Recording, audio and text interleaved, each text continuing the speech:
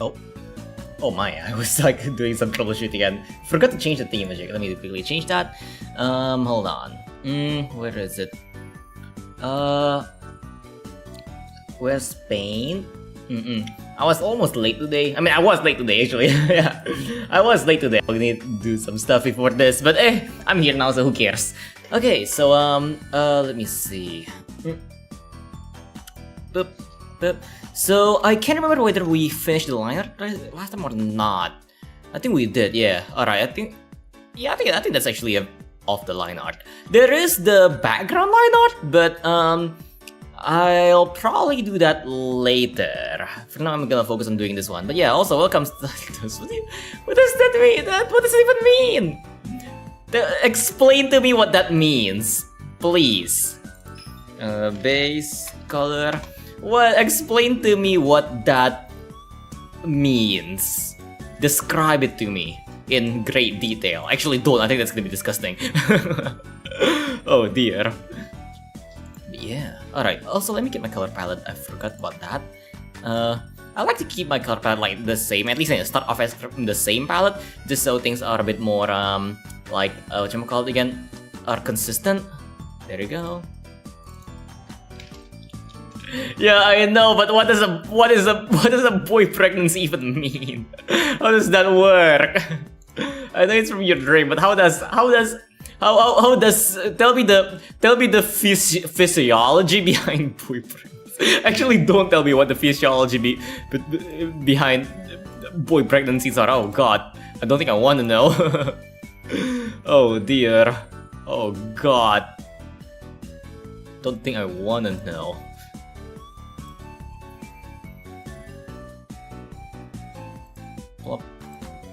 Hopefully we'll be able to finish this in this stream, but I also don't know if I will be able to. I need to get my reference actually. Let me get my where's my reference sheet? I think it's here. Yeah, there you go. Yes, so the reference sheet, and I also need to grab this. Give me a second. PNG last year and this one. Okay, I want to get the color palette for the thingy. There we go. Yes, I forgot what the colors I used for my jacket on last year. Alright. Okay, the colors aren't that complicated. I should be able to just do that. Alright. Okay. And then that should be all the skin color. Oh, this one is also skin color. And then what else is skin color? This is skin color, and then that's pretty much it, I think. And that's all the skin color ones. Now for the hair color. Plop. Let me get my usual hair color. There you go.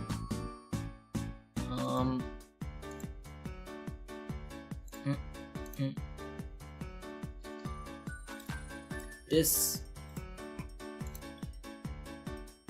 Oh. Okay. I shouldn't have done this specific part like this because now I cannot tell the difference between which one is my hair and which one is her hair. I think this is my hair, yeah. The part over here where it's like overlapping me, it's really confusing. Alright, there you go. Okay.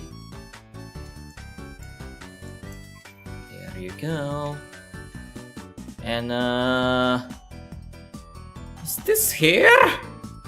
I think so. Yeah, I have no idea. I think like one thing that I didn't really do that well on this art is that I didn't really make the art readable enough. It's not that good in terms of readability. It's not bad though. It's not bad. I still like it. Alright. Now, what color is this part? Let me check that.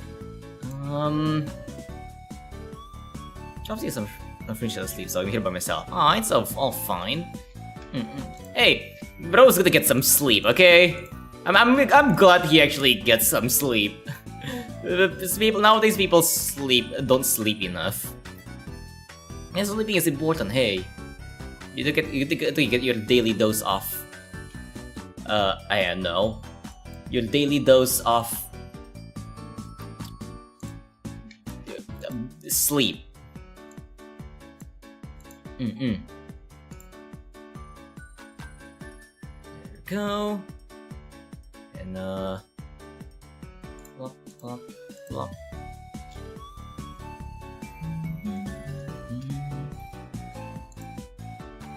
Where is my pink? There's my pink. The classic Han pink. Doesn't get much sleep. Exactly, yeah. Like what you call it again? That's why he needs this sleep time. Sleep is important. What is my pink? This is my usual pink, right? Oops. What is this? No, it's not this. That's too. It is my usual pink. For some reason, it doesn't look like my usual pink. Kind of weird. All right.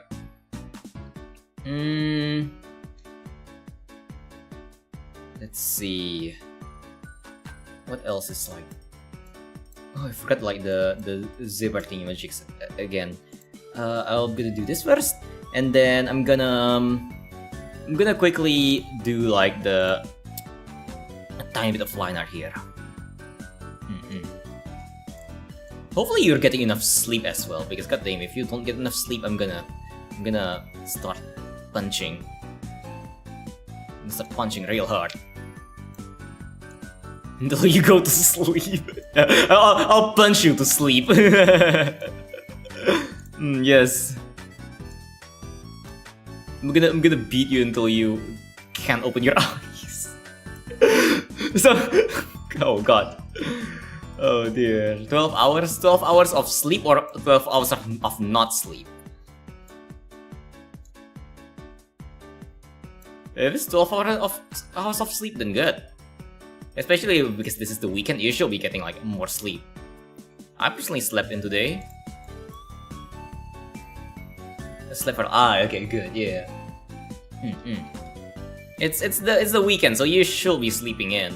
You're gonna get that daily dose of sleep. Or like, yeah. Like, I also slept in today. Like, I slept for like, let me check. I went to sleep at like 2 and then I woke up at like 1. It's almost 12 hours as well, 11 hours. But I don't care, it's the weekend. I can sleep however long I want. Good job. Fair. Wait a minute, that means you can sleep in all day. Like, all day, every day. Assuming you don't have school, that is. Flip. And then... here we go. No school either? Is it like the... is it even the thingy? Is it even the... is it a holiday to this whatchamacallit again? Is it a holiday season? I don't really know. I hope it's gonna be holiday season soon. I can't wait for holiday season. Oh. Aw. It's gonna be... that's rough. That's really rough. Hopefully you'll get out of your predicament soon. Because that is rough.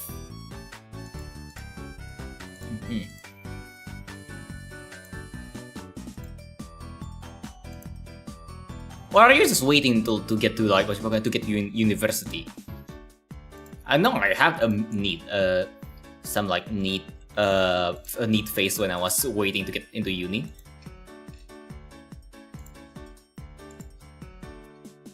Which is a rough phase because, like, you know, like a lot of politics between me and my family. Also, what is this? Oh, that's like the... what is that? I have no idea, I'm just gonna fill it in. Are you struggling to get into the college you want, the uni you want?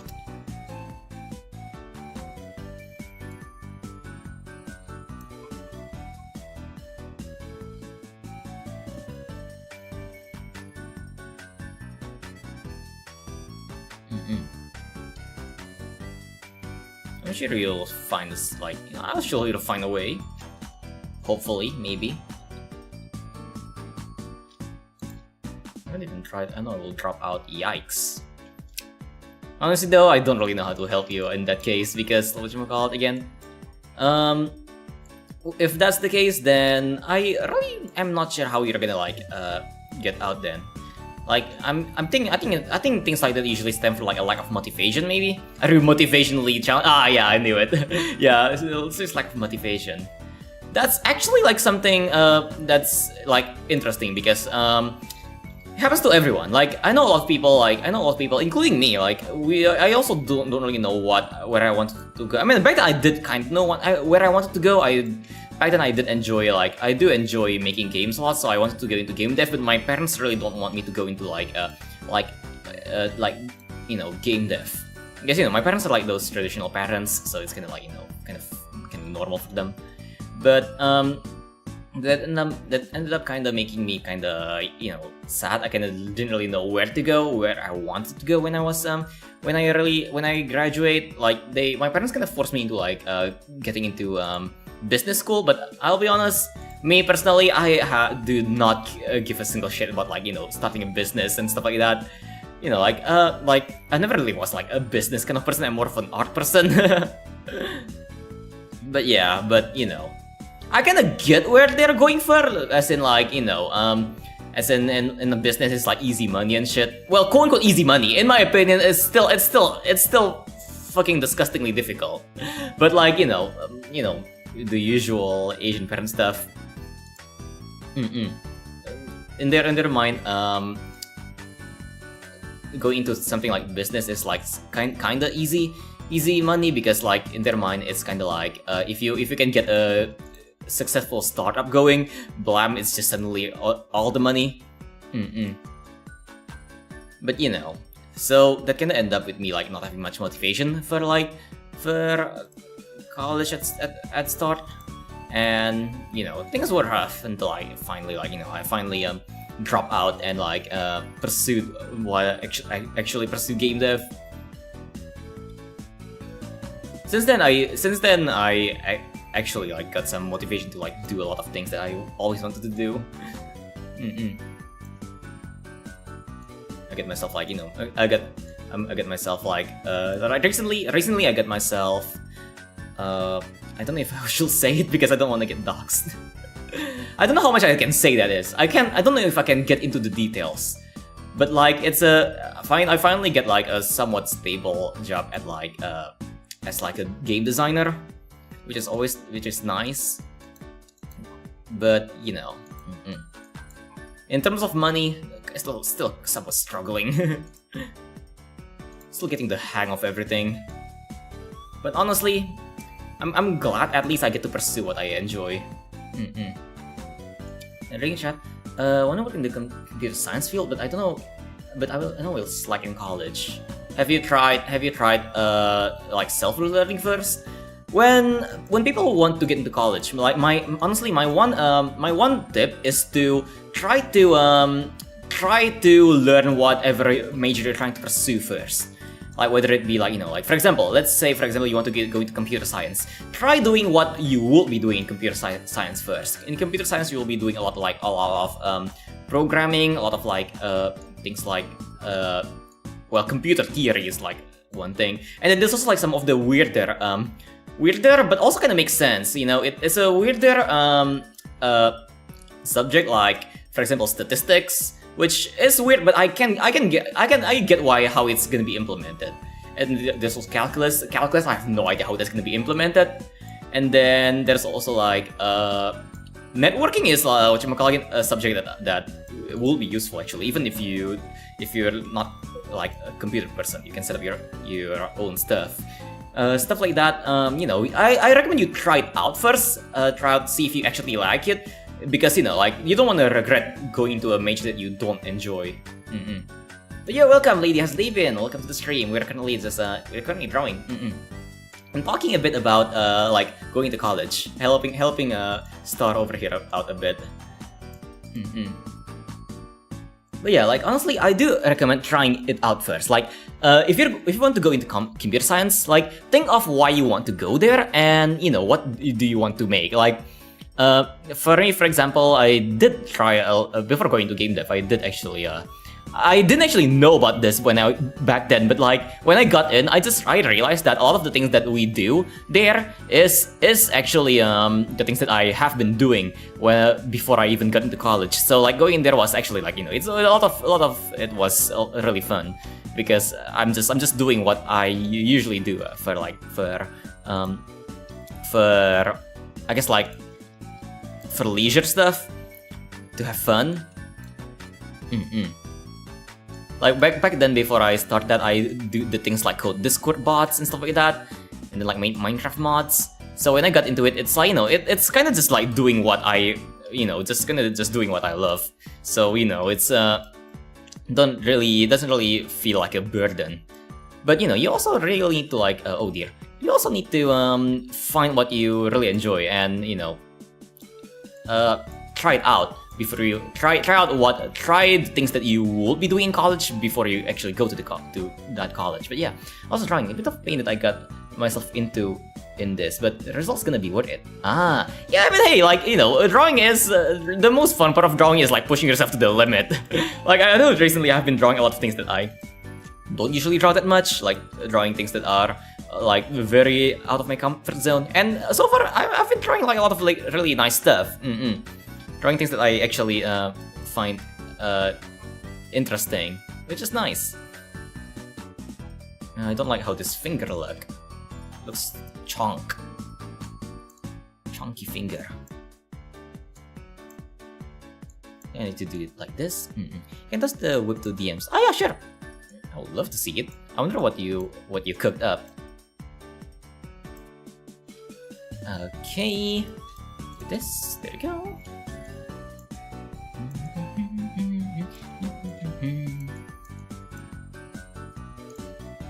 But yeah, I'm also thinking if you want to stay motivated, you should do what you love. Though, I mean, then again, I guess at the same time, it is also like kind of difficult, because there are some things, like, you know, like when it comes to like, you know, like earlier we were talking about college, but this goes for a lot of things in life. There's a lot of things that are that you might enjoy, or maybe you even do enjoy, but it's not like what you call it again, profitable, I guess you can say. Like, you know, you can't really profit off of it. Or either that, or you need to be really lucky to be able to profit off of it. Something like, I don't know, what are some really difficult like jobs to profit off? I would say something like handcrafts are slightly difficult, but not the most difficult. Psychology is really difficult. Like, I still don't know why psychology and fucking whatchamacallit again was I don't know how psychology is a major. That thing is, it's impossible to get a job as a psychology with just a bachelor's degree nowadays. Your brother got your McDonald's, dope. Hopefully it'll taste good. That doesn't DMs. Okay, let's see. Let's see. Pull up, and oh, I like it. Yay! Whatchamacallit again? A thingy, sting on the window with like room and stuff. Let's go. Do you draw surround like environments often, or is it like, you know, is it one of the rare times you draw surroundings? But that looks nice. If you don't draw surroundings often, and this is like, you know, like one out of like, you know, when you draw it, you know, the one time you draw it, kind of good job. I'm glad you actually, you know, you tried it out.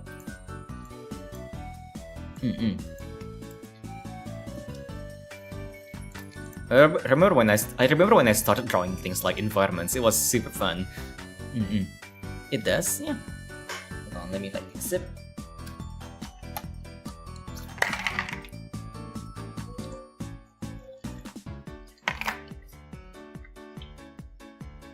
But yeah, so I guess hold on, and reading what Lady said. The thing is, I rarely do backgrounds, and this time I figured I need to have background for future headers/banners of art sites. Yeah.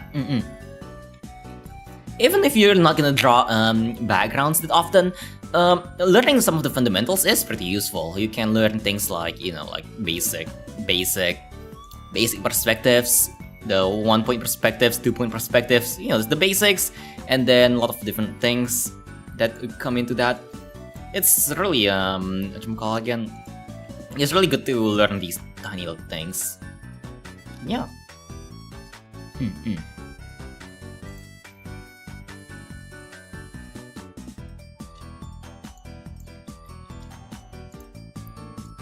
I personally learned a lot of things when I start drawing environments and stuff. Things that I would not have learned if I never started.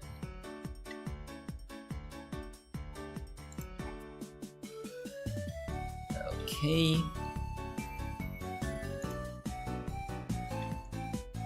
And look at me now, like what you call it? I can eyeball perspective now, which is nice.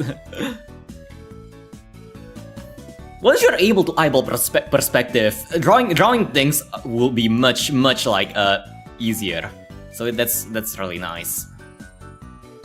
Like you can, if you want to like draw some simple, you know, like if you're just drawing a character but you want to add some simple scenery on the back, you can just eyeball it and then blam, scenery. So I do recommend learning just a tiny bit of perspective, at least until you can like somewhat eyeball perspective consistently. Helps a lot. Especially with bigger, yeah. And if you're drawing like if you draw perspective a lot, oh, it helps so much. Okay, evil eyeball. Did I hear that right? What do you mean evil eyeball? Like eyeballing the thingy, eyeballing perspective. I was thinking my such egg muffin man. Yeah. Let me show you something actually. Like where is it? Let me get it. Hold on. There you go. Plump, plump, plump, plump. Like this drawing, I actually eyeballed quite a bit of the perspective. Like the perspective lines I use are just like this, and then this, and this. Let me actually draw it so it's visible.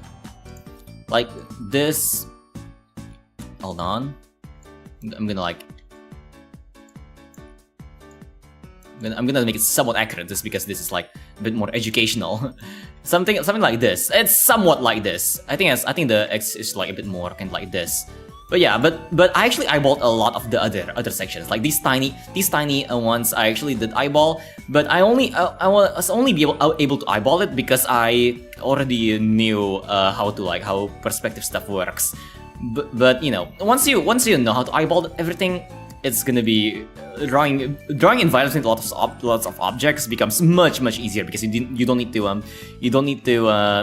really when you know like what you call it again, use perspective lines and everything. But yeah, one thing is that I drew the character first, then begin building the environment around her after tracing her on the new paper. Neat. But yeah, though on the future I do think that that works, but like in the future I do think trying to draw environment first will be like a bit more I guess like somewhat easier, just because you don't need to you know, you can draw the character on the environment. But then again, I guess everyone's method is different. Though I do like personally, from my personal experience, I do find that drawing the environment first is a bit easier, just because you get to place the character down and have them interact with the environment. But then again, you know, all of us need to all of us learn step by step. But yeah, education, yeah. I mean, my art streams are somewhat educational most of the time, even if it's not always educational in terms of art. But yeah. Okay, I can't remember what color I went for like the. Oh, I didn't actually do any like color the pants. I wonder if I should like go with my usual white, but or should I go with something else? Because here's the thing, you don't really wear white pants that often. White pants are very uncommon because they get dirty really quickly. I don't want to make it like, you know. Like, I don't really want to make it navy blue, like just like jeans, because like I don't wear jeans IRL. Most of my pants are like either gray in real life or like beige. Maybe I should try beige. Like how do I mix beige though? Something like this. Oh, that's way too bright. Now your nose will stop bleeding from the dry air. Oh my, your nose bleeds from dry air? That's rough. Actually, I actually wonder how that works. Is it like a condition or something? I don't like the beige pants. Doesn't look nice. I might keep it white for now. I don't know what color I will go for. Maybe I can go for like the purple? Because I like the purple. Ah, it doesn't look nice. 69 Dommy Mummy. Why not? How's the day been? Also, I love that emote. How's your day been? I'll eat the cheese. Yeah, everybody should eat cheese. Cheese is the spice of life. Why not? But yeah, the face on that such egg McMuffin was all of my calories out for today, but I felt that my family gave me food. Oh, you're on like a strict diet or something? Aw, strict diets can be rough, but I can't really whatchamacallit again. I can't imagine being on a strict diet though. That sounds very painful. I hope I will never need to be on a strict diet. I'm lucky enough that my I'm not exactly the most healthy. But I'm not so unhealthy that I need to like constrict my diet. I think the only thing that may be like somewhat unhealthy in my diet is like the amount of sugar that I eat. But like and maybe salt and maybe MSG. Okay, maybe I eat a bit too much, but still. But you know, I never really had any like health complications that stems from food, thankfully. If anything, I have health conditions that stem from not eating enough. But you know, like not being able to like needing to watch your meal, like what you eat, what you put in your mouth feels like pain. Yeah, I'm not strict diet. Only around 1,000 calories per day for myself. I don't know how much or how little that is, but I'm guessing that's rough. Yeah, it's not really a condition, but sometimes I wake up, my nose is really dry, and when I know nosebleeds are thing due to clot snot and such. Oh, interesting. So I'm guessing it's just like a case of thin nose insides. You know, the membrane inside your nose. I'm guessing yours are like a bit thinner.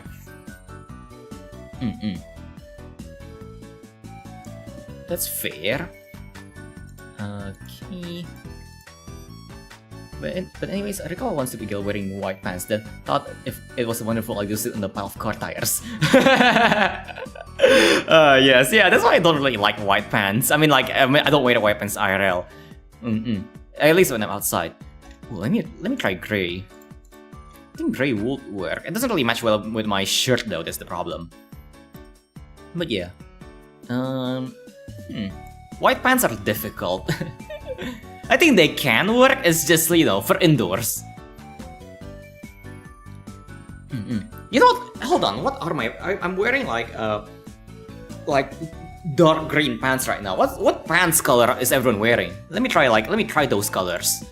Dark green, does that work? Like dark pale green? And like this? No, that does not work at all. Warm gray? Okay, ooh, a good idea actually. Let's start with gray and a tiny bit of warmth. Looks somewhat alright. Maybe if I make it a bit brighter. Maybe. Let's see. Not entirely sure. It looks a bit. I don't know why, but it just looks somewhat off. Oh, maybe if I like make it pinkish, maybe. Maybe if I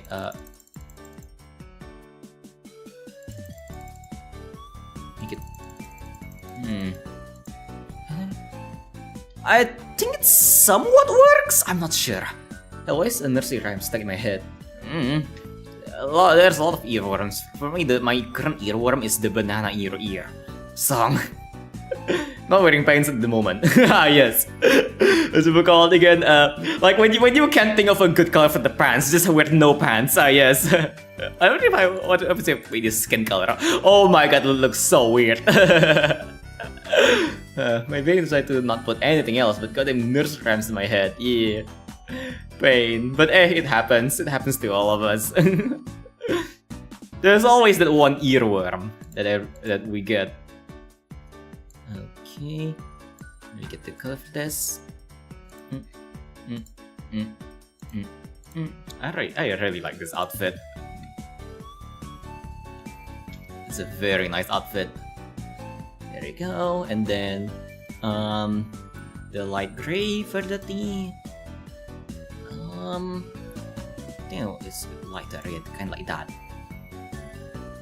I mean, I'm not doing going anywhere today, so why wear pants? I mean, yeah, fair enough. Fair enough. Ah, yes. It's the privilege of living on, or at least being in your own room. You can wear whatever, including nothing. Oh wait, I think I forgot a part here. Let me see. Yep, I forgot to align that part. Let me quickly do that. All of us need to try to just when you're alone, try to just try to liberate yourself, I guess you can say. Try to just go about your day just straight up naked. It's liberating. Mother finger, where are you? Here I am, how do you do? Oh, is that nursery rhyme? Is the thingy that was on, it's the thing that's on YouTube and stuff. I remember that on those sweet channels, oh my. Okay. Hit the button here.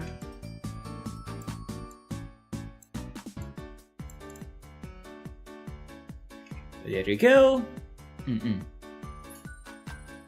Yeah. For me, I do still like wearing long sleeves when I'm inside though, just because I like to turn the aircon up really high. I like the cold. I like it when everything is ice cold. Okay, we need to add more blue to this, like so. Here we go. Okay. And then this color, should I just make it this color? I don't know if it's that good. I think I want the script color to be something a bit lighter. Maybe the light gray? That looks alright. Maybe. No more pants if creep stares you through the window. I mean, if you don't have windows, it's still neat. At least, I guess. Maybe, I don't know. I mean, I have a window, but I always keep the curtains closed. I don't think I ever open the two curtains unless I need to air out my room. It's the only time where I open the curtains. Yeah. Okay, like so.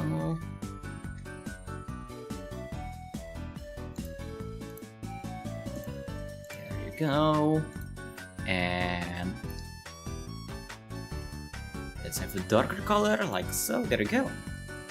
Alright. Very limited color palette, but I like it. When I draw, I like to keep my color palettes very not really kind of small. I do, though it's also a curse for me, having a color palette that's really small. A lot of my drawings are very not only drawings but character designs are very monochromatic. And I'm trying to I'm trying to experiment a bit with that. I kind of want to make a lot more characters with a lot more color.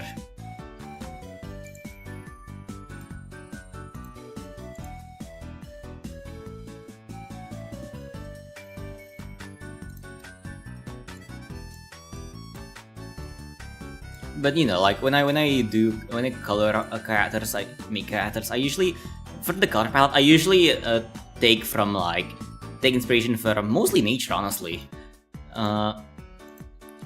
Because I don't know, I feel like nature has a lot of really nice color palettes, but it also comes at a cost at a lot of the colors being very limited. Like look at me. My color is just like pink and white. And then look at some of my other designs. Well, since I had over half my calories off today, I'm gonna skip lunch. Fair enough. Yeah. You know, like all of my character designs, the colors are very limited. Like me, it's just like pink and white usually, but then this one I add like purple and like a different kind of pink and like a slight accents with blue and red. But it still blends in quite nicely. But then also, you know, but if you look at my other character designs, this one for example, look at it, just black, red, and green. That's pretty much it, and some accent colors with like the yellow. But that's pretty much it. Very little colors. I like it though. It looks like a watermelon. The watermelon color palette. And then like my other designs, like I'm not gonna show that one actually, but you can see it on my other channel. But yeah, like but you know that one palette character on my other channel, the blue, yellow, and I think just blue and yellow, right? Yeah, just say I'm just blue and yellow, just two shades of blue and yellow, and some light gray for accent. Very like very little colors on all of my designs. I want something that has a bit more color. So I should first try to like do more drawings with draw more characters with more colors. I think it'll be fun.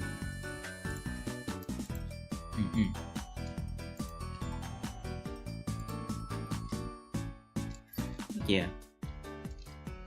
I actually wonder why is your diet so strict. Is it like a medical thingy magic? I don't really know. Look.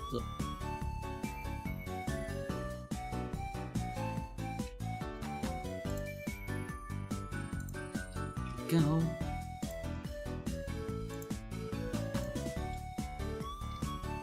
And now that you mentioned something like about calorie intake, I wonder how much calorie I take in a day. Actually, I'm actually kind of curious. Like, what did I eat today? Morning, I ate like a simple lunch. It's just some rice with some shrimp. And at night, I ate. What did I eat? Nighttime, I ate. Oh yeah, just like some rice and some pieces of chicken. But that's pretty much it. Yo, welcome, drop the USD pin.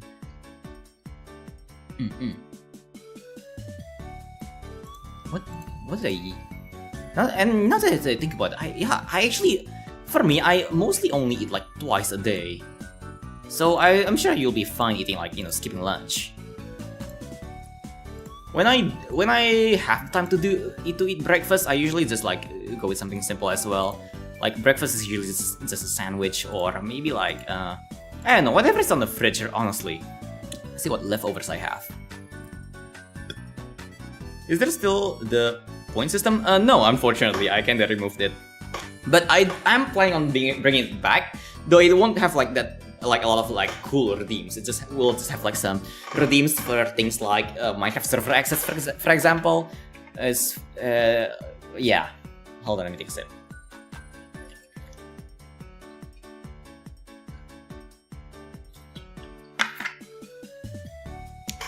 Alright, okay, I don't like how the strap is this bright. Let me change it to like black.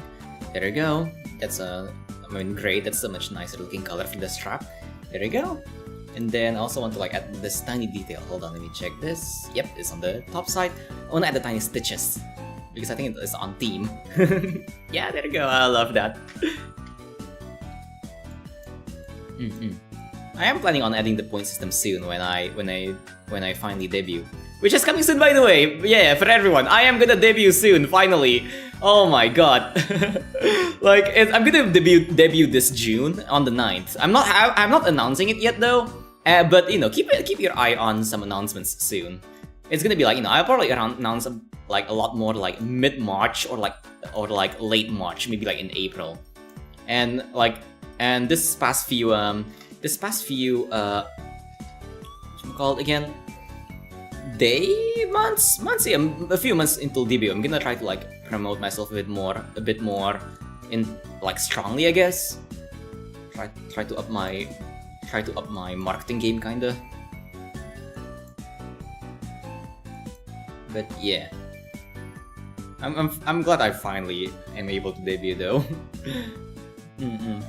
Took way too long. That model took way too long. Okay. There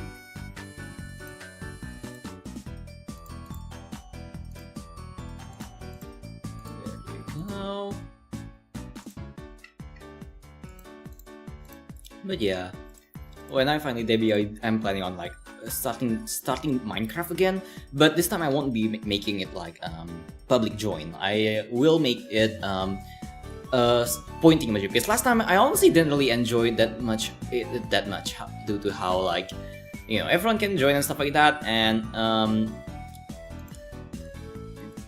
I honestly, I'll be honest, didn't really enjoy the fact that nobody was doing much. Like, the server was like, it's not necessarily bad, but I kind of want to see more like more things that people do, and instead of just like everyone following me and stuff. I like, you know, I built a lot of like machines, and then like I gave everyone a lot of resources, but I don't really see anyone building any cool things. Though I do see a lot of, like, you know, like, I know Shirai, for example, made some cool stuff on her house. Yarsi made some nice machines as well, but a bit further away. And then I know Danang made some really, you know, actually no, Danang didn't really make much, but Danang did a lot of chores at base, which is always super nice. And then I remember Global did this really cool ravine house, so I really love that. But the others, not so much. Don't really see much things going on with the others.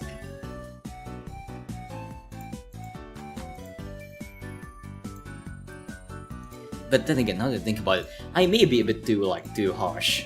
Like, honestly though, like, that's still, like, you know, Yarsi, Shirai, Danang, and Global, that's also like, you know, that's, I think that's like more or less half of the thingy. I guess it's just because they are not the most talkative. That's why it's not like that. It's not immediately obvious that they whatchamacallit again? That they did a lot of things. But maybe I'm being a bit too harsh. I do enjoy looking at what they're up to all the time. Do you hear about the Willy Wonka scam? Yes, of course. Yes. When someone wants to try making a startup but then uses AI to plan everything. Yes.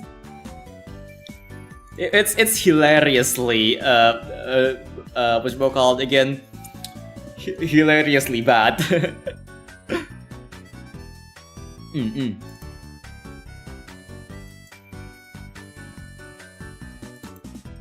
But I love how it looks. I love how there's that one section where it's just straight up MATLAB. I love how they added a MATLAB.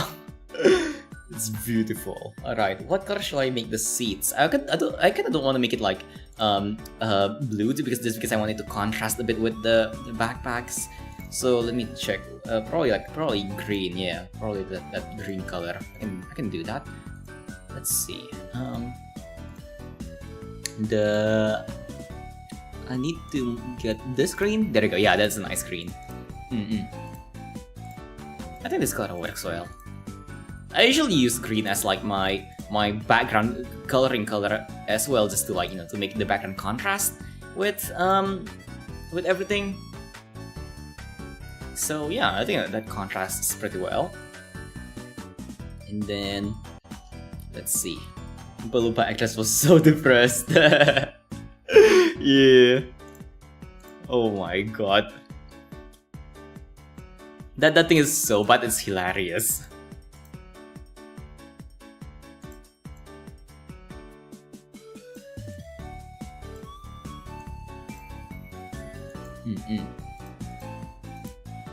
You know, if the entrance ticket was like free or like just $1 or something, I would actually like it. Because that sounds so stupid.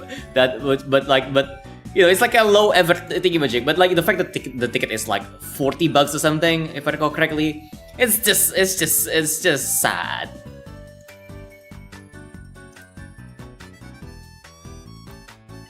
The park is a nicer place and you can go there for free. Though, I wonder if people still go to the park nowadays. Do you guys still go to the park? I mean, I know I don't. Don't like the park, it's dirty and stuff. If they make less dirty, I would go to the park, but they don't. That's what happens if that's what happens if something is like, I don't know, government subsidized or something. The government built the park and they just left it. No money for maintenance. Just left it to rot.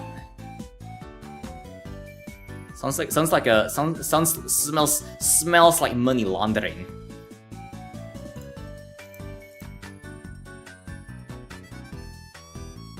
Okay, the fact that there was no chocolate given out and they have one singular jelly bean and half a cup of lemonade is so dumb.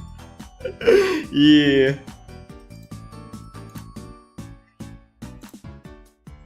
I wonder how much money they actually made from that stupid attraction. I wonder how much money they made. I hope they come up with a loss, because if not, then oh my god, we're gonna see more of those stupid shit.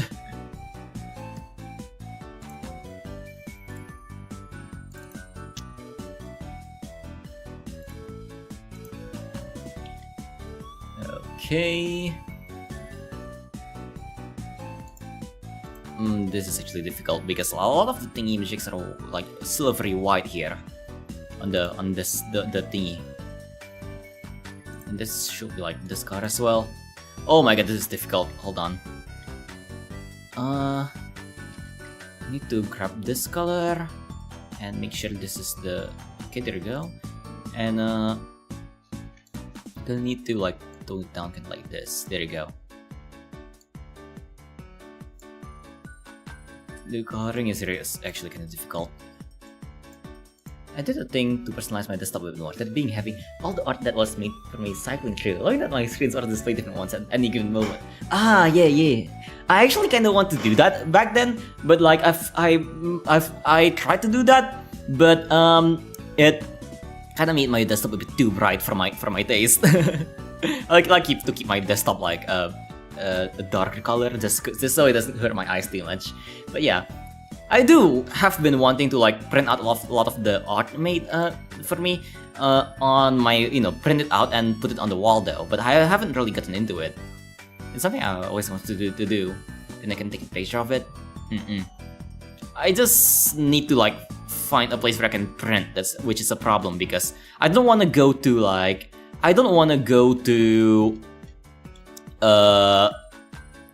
the print shop and start printing fan arts, Oh, it's gonna be so weird. I don't want to do that, which is why I haven't done that. I need to find like maybe I need to find maybe like a friend something who has a printer that knows I'm a VTuber, so he doesn't get suspicious when I start printing fan art.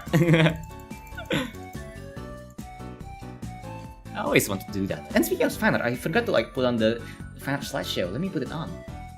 Plop, plop. There we go. Fan art slideshow. Hell yeah. Dark colored art because I use it as wallpaper. Yeah. It doesn't get too bright when you're like when you're in the dark.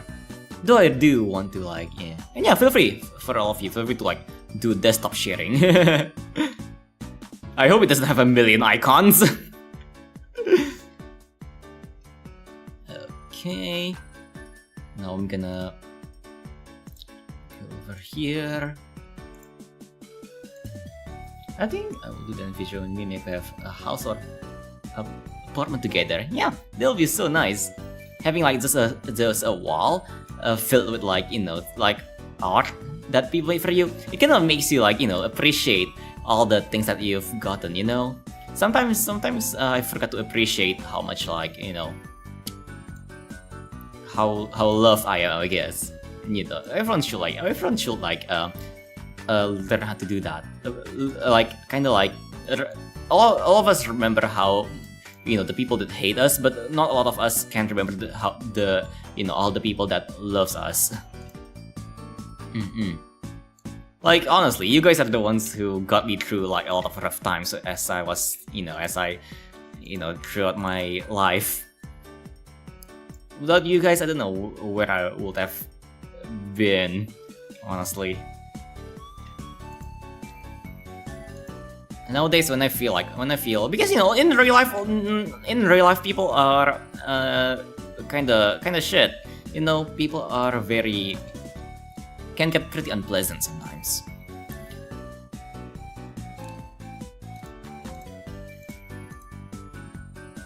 So,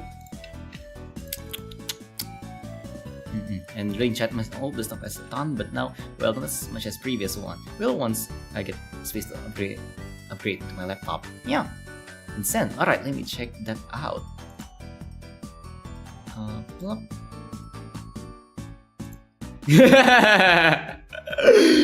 Yes, of course. Why not? Why the hell not? Alright.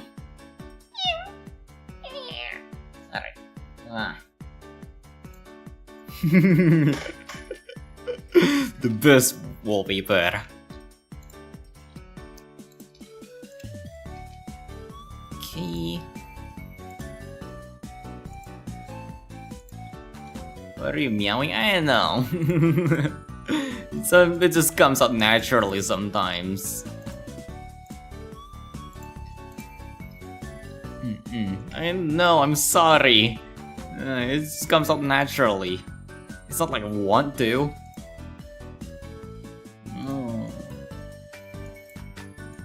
Also, I don't really know what. I think I'm gonna like as a temporary color. I think I'm just gonna do like just a orange tinted thingy magic here.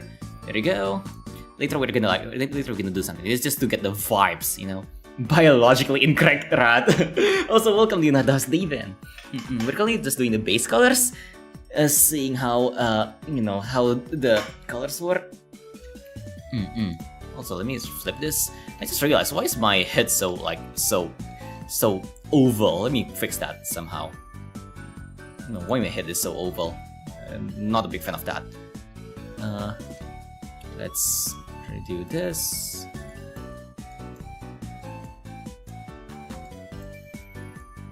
Okay.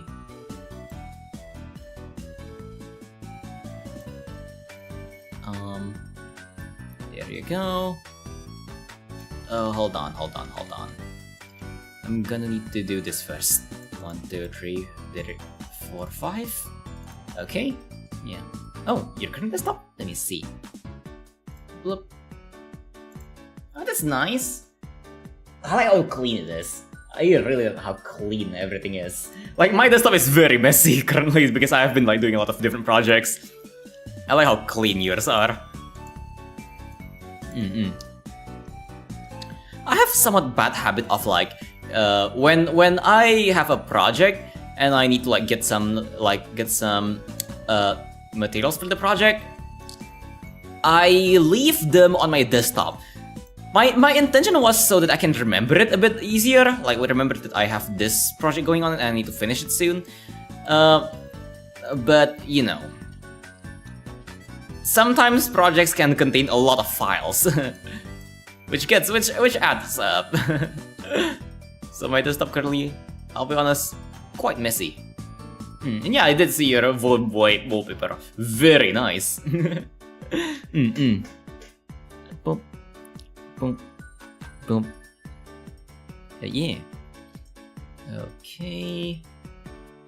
Hold on, let me check something.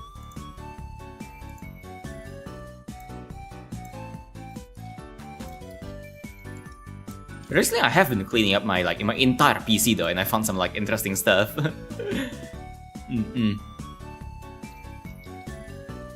I found this one sheet filled with a lot of links for high seas maps, treasure maps. Yeah, treasure maps. That's what I'm gonna call it. That's what I'm gonna call it. I found a lot of links for treasure maps, and then I found lots of different files, old pictures, old campaign notes of me and my friends. Yeah, a very base game. Yes. But yeah. Okay, maybe I'll change this a bit.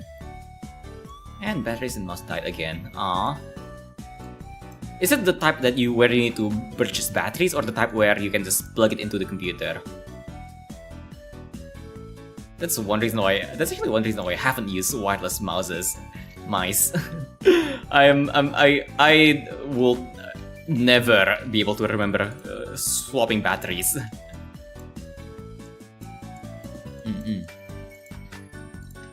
If I get myself a wireless mouse, I bet I'm gonna just whatchamacallit again? I'll end up just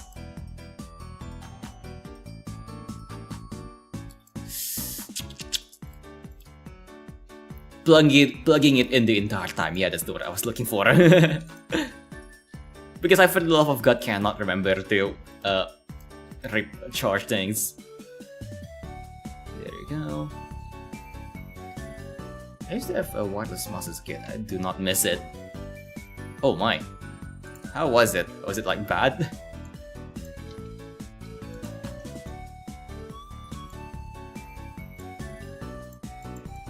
Speaking of wireless mice, actually, like my cousin actually have this wireless mice. That's supposed to be like one of those mice that are really easy to travel with. So they're like really flat. I used it once and oh my god, it's so difficult to use. It feels like holding, I don't know. It feels like holding a piece of paper and using it as a mouse. I personally prefer the mice with like really like you know around like you know the Logitech mouse shape, I guess you can say. Let me show you. Because they died on you, my friends tell me they bought it pre-owned. Oh god. Okay, that explains a bit. That explains a bit. Oh, it will tell you eventually when you need to. Like, mine began to be less accurate and need more wiggling. Oh my.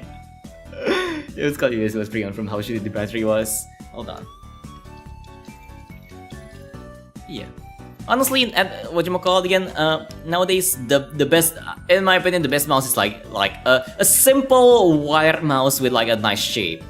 If you ask me what the pinnacle of mouse design is, I'm gonna show you this thing. Copy image. This thing. I do not need to be sponsored. I advocate for this mouse. This is the best mouse you can buy. It's the Logitech B100. It costs like $5, and it's gonna last you like a minimum of 2 years. It's so durable. It's so comfortable. Its shape fits perfectly with my hand. I don't know if I mean I've been using this mouse since I was like in kindergarten, but like so I don't really know. I will not like not really that far, but I know I used it at least since I was in middle school, I think. And it fits so well on my hand. It's just my hand. I don't know if this mouse shaped my hand or my hand is shaped perfectly to this mouse, but it's so comfortable and lasts so long. It never dies on you. It's reliable. It's quick. It doesn't drift like you know. Usually cheap mice likes to drift, but like this doesn't drift. It's very nice. But yeah, you have a Razer mouse, I think. You forgot. Don't really know. I personally have a Dakota Platinum mouse myself. I haven't heard of that brand. I'm actually kind of curious to see. It's really good and fits my hand. And actually has 2 side buttons. Oh yeah, like yeah. Hold on, side buttons are always useful though. Let me see. Dakota Platinum. I never heard of this one actually. Yeah, I mean the side macros or side buttons are always useful though. Like recently I did like recently I swapped to like a simple Logitech G203, and it's whatchamacallit again? It's really nice. It's like the old Logitech mouse that I'm familiar with, but it has like side macros, and it's so useful. Haven't been using it for like like 2 years yet though. I hope it's durable. It's because I actually switched because like recently the Logitech B100 it starts to get like its lifespan start getting lower and lower. Like my most recent one only lasted like 2 years before I needed to replace it because the buttons were like having problems. My past one can last like 5 years or something. But yeah, also looks neat. Yeah, I like the whatchamacallit. I like how it's also like one of those mouse that has like a nice curve on the back, so it's like whatchamacallit, so you can hold it nicely. But yeah.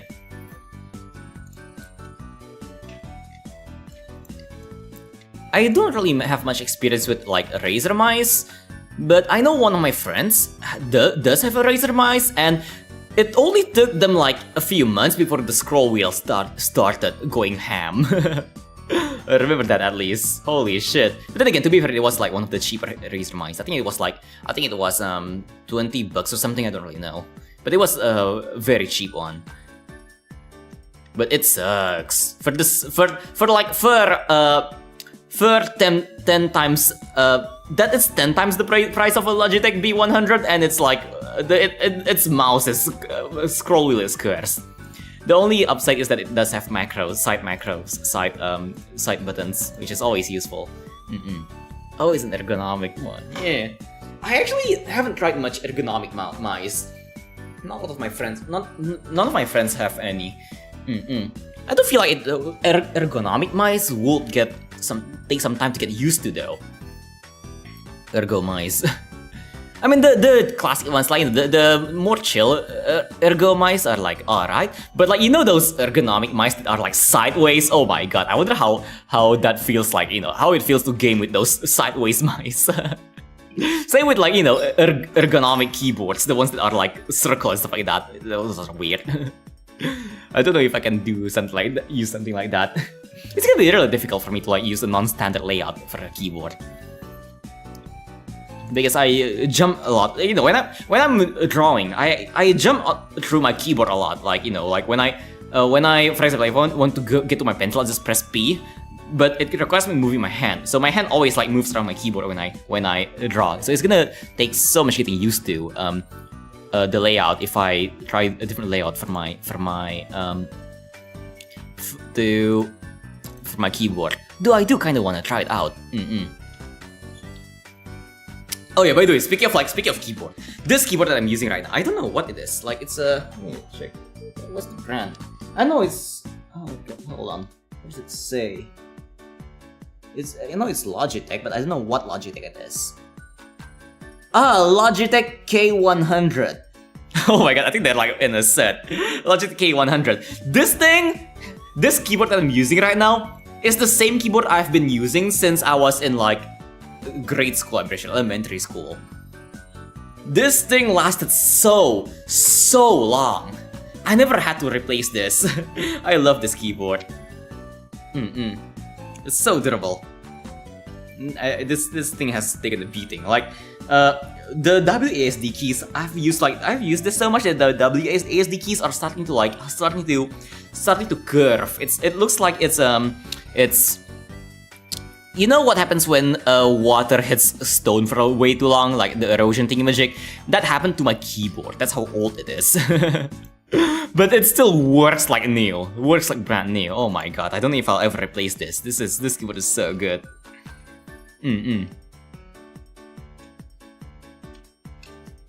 Though I don't know if it's for like every gamer. I don't know why, but gamers have like this weird obsession with like mechanical keyboards and stuff. I personally think mechanical keyboards are alright, but they're not like a game changer. I guess if you type a lot, they will be like super useful. But here's the thing: I also type a lot with my current keyboard. I type everything that I've typed in my life with this keyboard, and I never had an issue. It feels like more or less the same for like like the mechanical keyboards I've tried.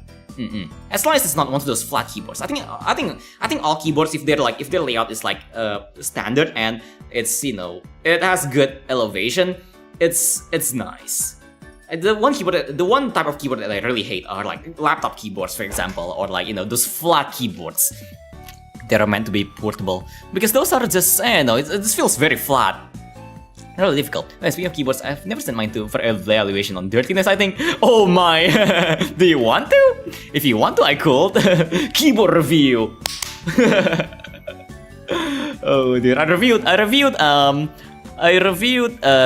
Miyako's keyboard, I reviewed Slizer's keyboard, I reviewed my own keyboard on stream. Welcome Camilo to the stream, how's they been? I haven't reviewed your keyboard. If you want to submit your keyboard for keyboard review, feel free. I'll judge how dirty your keyboard is. I still can't believe Slicer has an entire ecosystem under his keyboard. Like, holy shit. But yeah, how's the day been? Hopefully your day has been nice. I'm currently drawing. Just got done with the base colors. Now I'm just gonna like quickly like do the normal shade. I might need to, keyboard, laptop. Yeah, laptop keyboard's like fine, but like I'm not a big fan of laptop keyboards though. Laptop keyboards can be a bit like you know how flat they are usually. It can be like quite uncomfortable, at least for me, because I'm so used to using like a regular keyboard, a regular membrane keyboard. Okay, let me see. Though I also know that, like, and back then on high school, I know I have a friend who enjoys laptop keyboards a bit more, just because they're a lot. I guess they're nicer for their hands, but it also maybe because they have been using those for years. For me, I just don't really use laptops that often, so I'm not super used to using laptop keyboards, which is why I'm not super familiar with them. Okay, let me get a reference picture from my previous thingy. A reference, there you go, just because I need a reference to kind of see how I want to go for with the shading. Let's see, and let me get my reference box as well. The one with the trains, okay. Alright, I think I'm gonna do something somewhat similar to the one that I did previously, but I just won't add that much bloom because it's like we're sitting like right behind a wall, which is you know, I kind of wish like I was sitting behind the window just so I can like play around with the fancy lighting, but I think this one is gonna be like this very simple. Plop. Where's my shading?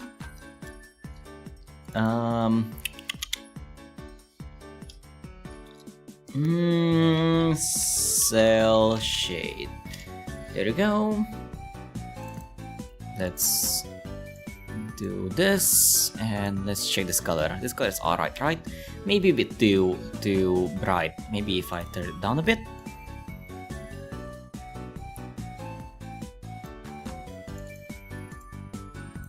Ah, okay, there you go. Oh yeah, speaking of keyboards, I know, like, when I say my keyboard has taken a beating, I mean it has taken a beating. There was this one time where I had a phase where I played rhythm games using my feet. So, yeah, so I have been beating up my keyboard. The keyboard I'm currently using. I have been beating up my keyboard with my feet, and it's still usable. It's still like durable. It still works like it's new. And it was when I was young. It was like a fun time. I was sending my friends videos of me playing Osu with my feet, with my legs. You see the feet? Yeah, exactly. There, put some light so nothing is hidden. Okay, yeah. Let me see. Yeah, this type of keyboards I really like. The type of keyboards that Moon is using. Let me zoom in. Shall I show it on stream? What do you think? Shall I? Do you want me to show it on stream? Okay, I can do that. Let's see. It's actually like, it's actually not bad. It's around the like my level of like dirtiness in terms of like keyboard. My keyboard is also like, somewhat, more or less this dirty. Let me like zoom in really closely. It's only fair since the others are shown. Yeah. Let me copy image. Blup, blup, blup. Oh, oopsies. Let me quickly copy image. Huh, why doesn't it show up? Okay, maybe I need to open it in browser first. Okay, there you go. Copy image. There you go. All right, let's take a nice deep look into the keyboard. Yes, we got some grime, we got some hair. Like the grime is actually, the grime I can understand. This one, that one, all this tiny little grimy stuff on the edge, I can understand that. That also happens on my keyboard. after like a month of not wiping, that happens in my keyboard as well. The hair, I can understand this as well, but I don't really have that much hair on my keyboard just because my keyboard is like slid down under my desk. Like when you hear this on my stream sometimes, it's actually me sliding my keyboard under my desk so I can like do other things. But you know, that's why it doesn't get that much, like my keyboard doesn't get as much hair. But yeah, but honestly, it's so much more. It's honestly standard. It's not that bad. It's like it's what a well-used keyboard that isn't cleaned that much would look like. But yeah, the most interesting one is honestly still Miyako's, just purely due to the half spacebar. The spacebar that's just split in half somehow. I still can't believe he managed to do that. Yeah, shed a lot of hair. Yeah, that's fun. That's fair. I also shed like a decent amount of hair. Like every time I sweep my floor, it's just a lot of hair.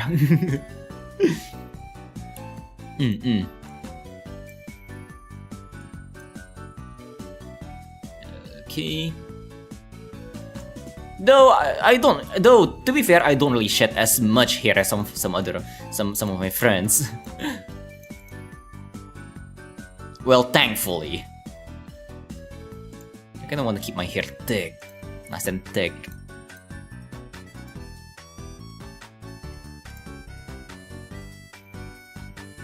Okay. Blub. Blub.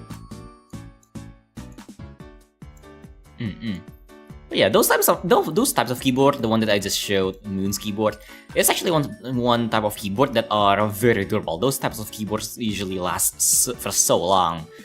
If you want something that lasts, grab one of those. Though, I mean, then again, I also like, you know, take my words with a grain of salt, because I also am not super familiar with the average lifespan of a keyboard.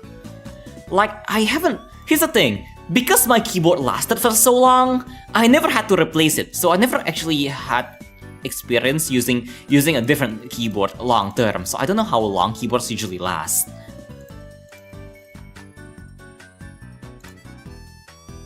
I can only like make educated guesses from like the types of keyboards that are used a lot in things like offices and stuff like that, or like you know, in campus, for example. What keyboards last the longest usually? It's looking good. Yeah. Thanks. Starting to like, you know, starting the cell shade. Hopefully it turns out well. Yeah.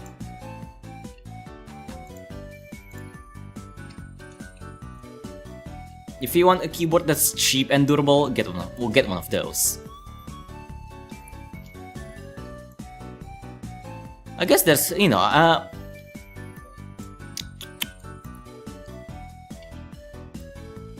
if you're like doing things like gaming on a budget, I do recommend those kinds of keyboards because they last long. But I know, like, I have seen some of my friends try to buy like some more fancier looking keyboards for like cheap, and I doubt those things would last long. If you want a fancier keyboard, make sure you actually put in the money for those, because if you go for like a knockoff from China or something, you're not gonna get something that's usable. It's gonna start drifting in whatchamacallit in just a few months. It's kind of like Chinese earphones, you know?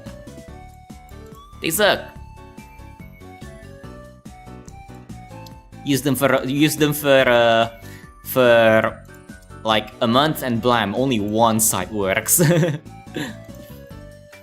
I remember my first few earphones was like that. But then again, back then I was still, you know, in elementary school, so I didn't really have the money to to buy stuff, and I mean, I do get allowance, but I'm not actually allowed to use it. It's kind of weird. Like, my parents did give me quote-unquote allowance, but I'm only allowed to save it. And only allowed to like use how much is that translates to, like, to dollars actually, like around $20 each day to buy food. But once but when they found out that I was started to, like, you know, just save them up to like, whatchamacallit again, to accumulate them over time, they kind of stopped giving allowance money. It sucks. So I never really get to, like, get to buy stuff on my own. My parents are kind of stingy.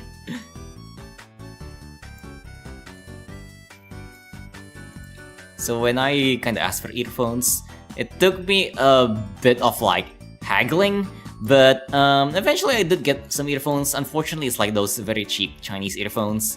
It's by the second month, I think it's first or second month, I don't really know, I can't really remember. Time is very difficult to remember when it's been, like, so long. But I know it didn't last long until, you know, it only took some time until I can only hear from one ear. But then again, it's not like I can use anything else, so I can just stomach it for a while until I can buy my own stuff.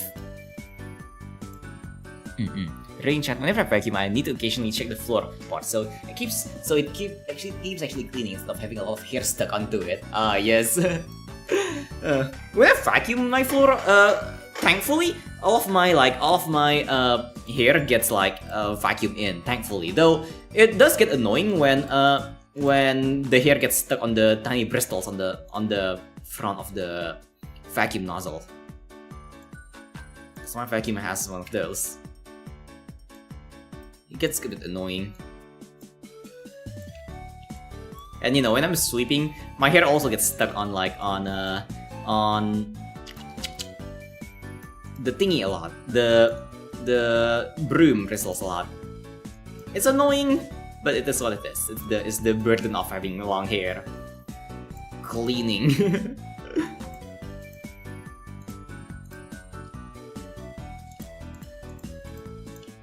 Okay. But to be fair, I think people with short hair needs to, also sheds hair, so they still need to, like, pick it up. It's just that their strands are a lot shorter. I wonder if it's even easy to clean. I don't know if shorter hair is easier to clean.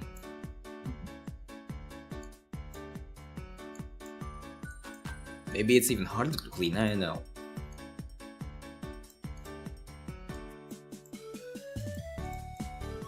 And actually, I think it might be like I think it might be easier to clean because it doesn't have as much like static electricity in it. I know one really annoying thing when it comes to to cleaning up is that hair sometimes gets stuck onto things just from pure static electricity.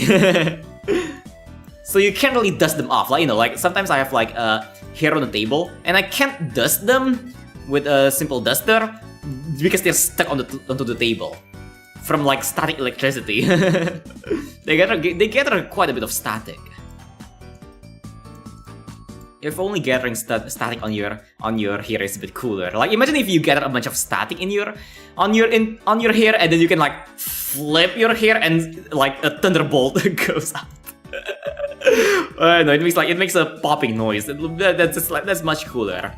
I mean, actually, that actually happens like somewhat when I wake up. Like when I wake up and brush my hair with my fingers, occasionally I hear like cracking noises, like the not really hair cracking, more like, you know, it's kind of like those noises that you hear when you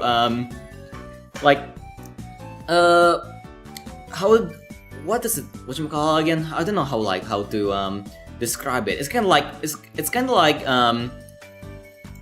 yeah, some crackling noises, which is like static electricity.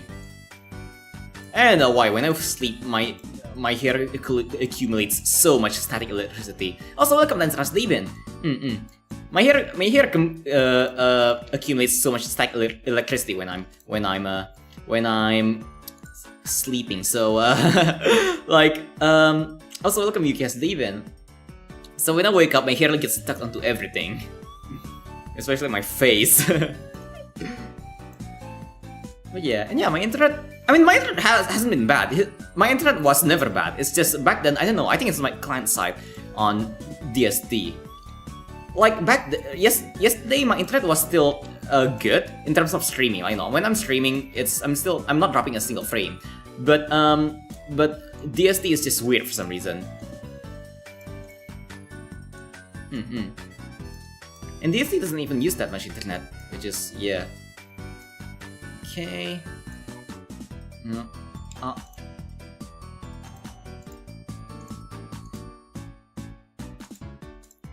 But yeah, hair gets stuck everywhere.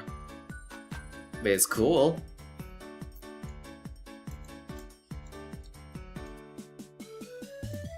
Okay. There you go. Plop, plop.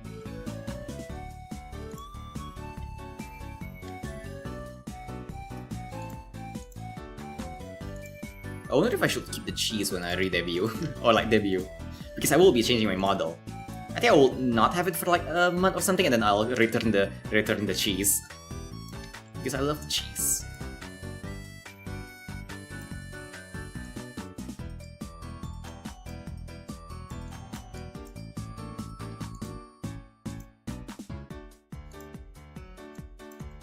I'm already starting the ARG, by the way. I mean, starting to make it at least. So far, it's going all right. My only concern is that people won't be able to like actually solve it, because I don't know how dedicated everyone on my my audience is. You guys, you know, how much do you guys enjoy ARGs actually? How much do you guys enjoy ARGs, and how much effort are you willing to put into an ARG?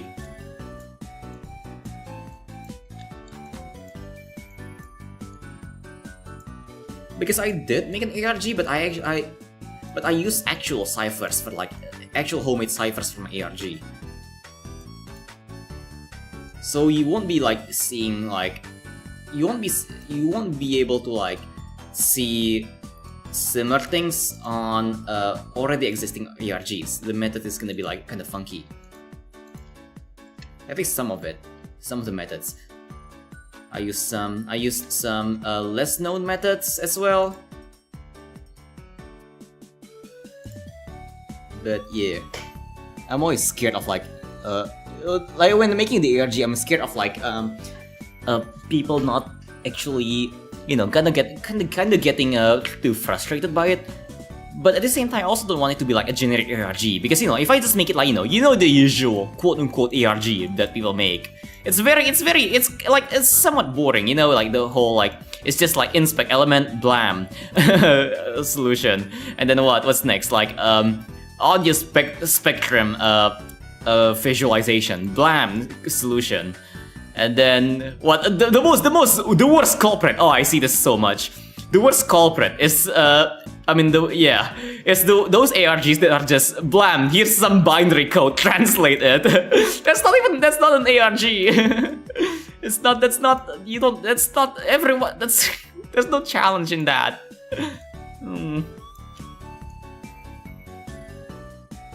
But at the same time, it's also like an accessible ARG. You know, like everyone can actually solve that. It's not really a challenge. I want something that's challenging, but at the same time, I also don't want people to get frustrated. I think it's an intricate balance that I need to try to hit somehow. Maybe I should playtest it. Maybe I can get some of my friends to playtest it.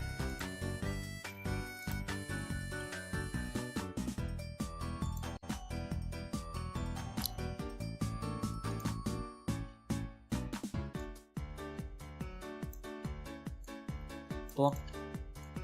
Plop. I wonder if any of you are even familiar with ARGs though. Are you? Are any of you? I mean, I certainly hope that some of you guys are at least familiar with Cicada. Cicada was nice.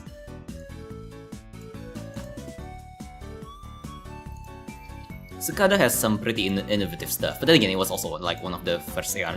Actually, not that they could. It's even innovative if it's like one of the first ARGs.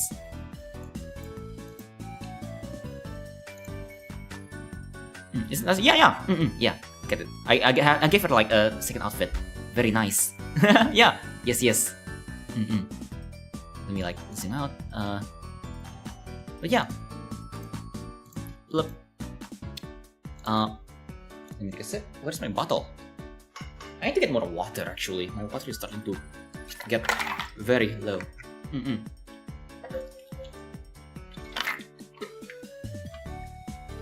Yeah, very nice. We're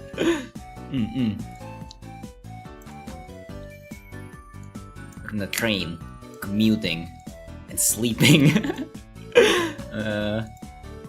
Okay. Plop. And then, but yeah. How have you been drawing recently? Hopefully you have been drawing some stuff. I haven't seen you live on Discord that much. Either that or I haven't been slightly busy, I don't know. I know you streamed a few days ago, like 2 days ago I think. I just couldn't really join because I was at work. Flip.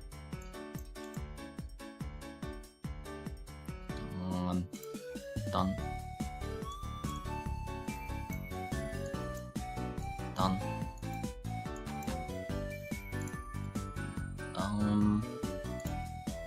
Okay, is it okay? I think that's okay. Let's do some more stuff. Well, this looks so weird though. I wonder why this looks so weird. I think I messed something up there. I messed something up really badly. I need to check the line art. Hold on. If I remove this, remove all of these. Remove. Okay, I think I messed up something. It just looks kind of weird now. I need to like fix that real soon. By the way, I remember to mention this. I'll be working on Thursday and after training. It wasn't given any ETA when I get out, but it's just to help out with one bigger reservation. Ah, okay. On Thursday after training, it wasn't given ETA. Oh, is it gonna be a regular thing? If it's gonna be a regular thing, I can like, if it's gonna be a regular, then I can readjust my schedule a tiny bit to accommodate for when you can play. Because we got that Monster Hunter thing going on. Okay. Just look like this.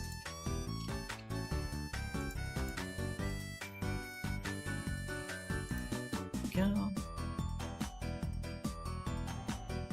I might like just straight up redraw this section. Let's remove this, like so.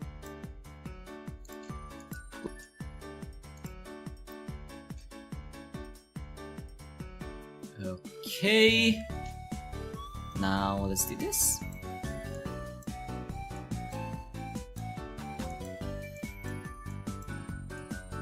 Like so. And do this. Yeah. Now I just realized me drawing this like because I draw like only like once a week. I'm drawing this a bit late. I think winter is gonna end. I mean winter. I wonder if winter is already done. Is it still even winter anymore? It's still somewhat cold, but like it's not winter anymore. I don't think so, at least. Spring is coming. The pollen season.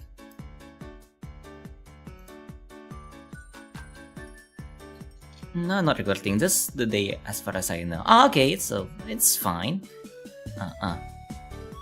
So this is more regular work days. Yeah. I mean, don't worry. The DST thingamajig is just like a one-off thingamajig. I actually, honestly, I mean, no, personally, I also don't even know that if I will continue DST purely because I haven't been like, we went through the year, but it was fun. But then I'm getting bored of the game. I might actually like move on to something else soon for like Saturdays. I kind of want to fill up my Saturdays with art actually, because I have been wanting to draw a bit more. Want to draw because recently I'm starting to enjoy drawing on stream more than like just playing games. I don't know. I don't know. I just feel a lot less motivated to game nowadays for some reason. There are some games that I do want to play, but like I don't know if I can make good content for it. That's the problem.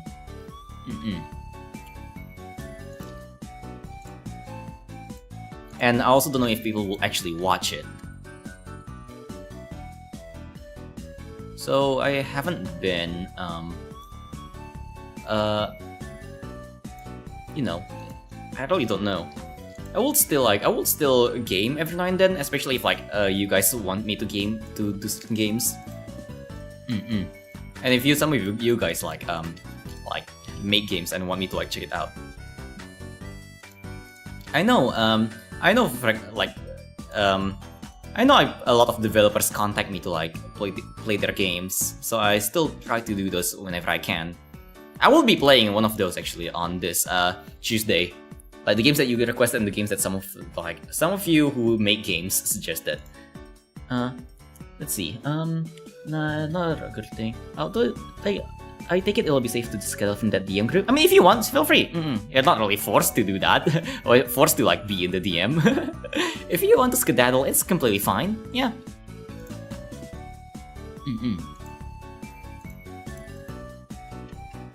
All right.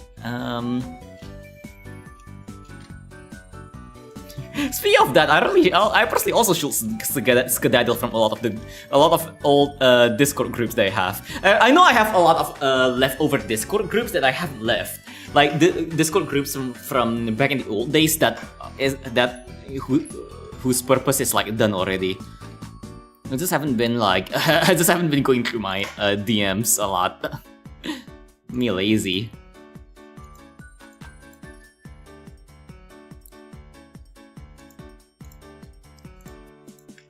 And like every time I go through my DMs, it's like, a day later it's gonna fill up again, so I'm like, why bother cleaning it up?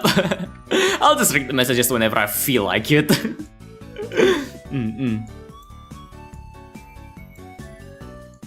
On the one side, people who hear this are gonna be like, oh my god, he's so like what's it called again? Self-centered and stuff like that. But at the same time, I'm like, hey, hear me out. I live on my own watch, okay? I'm glad I don't need to like be available for people 24/7. I used to be that. Just like be online at all times and like try to help everyone when even if it means like stopping whatever I'm doing right now. But nowadays, honestly, I prefer a more chill life. I'm always either invisible or away, so if you want to DM me, just DM me, I'll respond on my earliest convenience.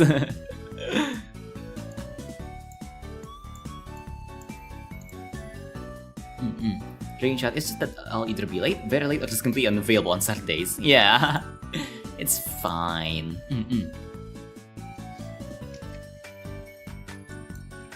Okay. Flip. And I also don't even know if I'll continue DST.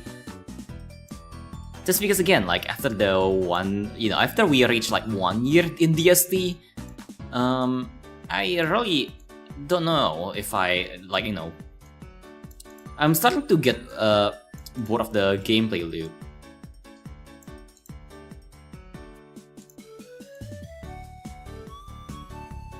Which is kind of normal. I get bored of like games very quickly.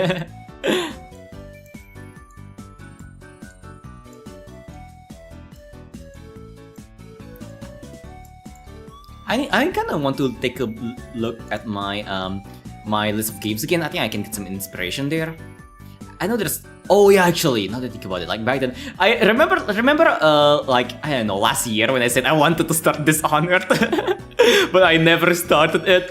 Oh my god, I really should start Dishonored. I want to start Dishonored, but I keep on like getting into other games. I would to start going back to that, you know, playing the games that I want to play back then.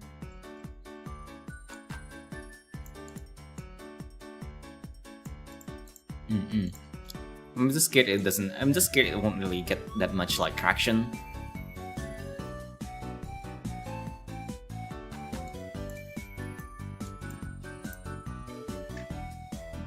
But if I really think about it, what's the point of like streaming if you don't enjoy doing it?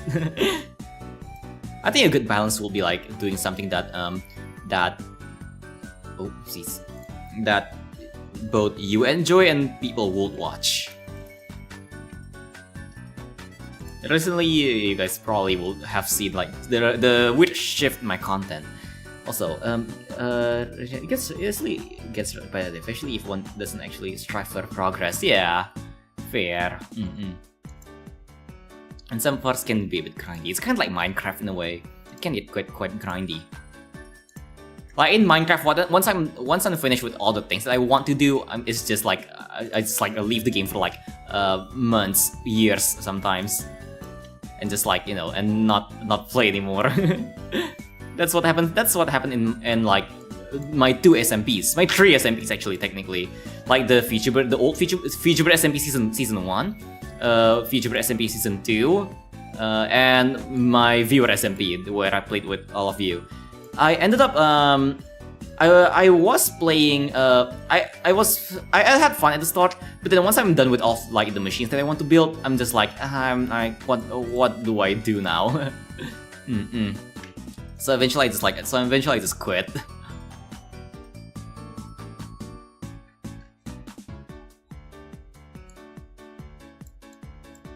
Okay.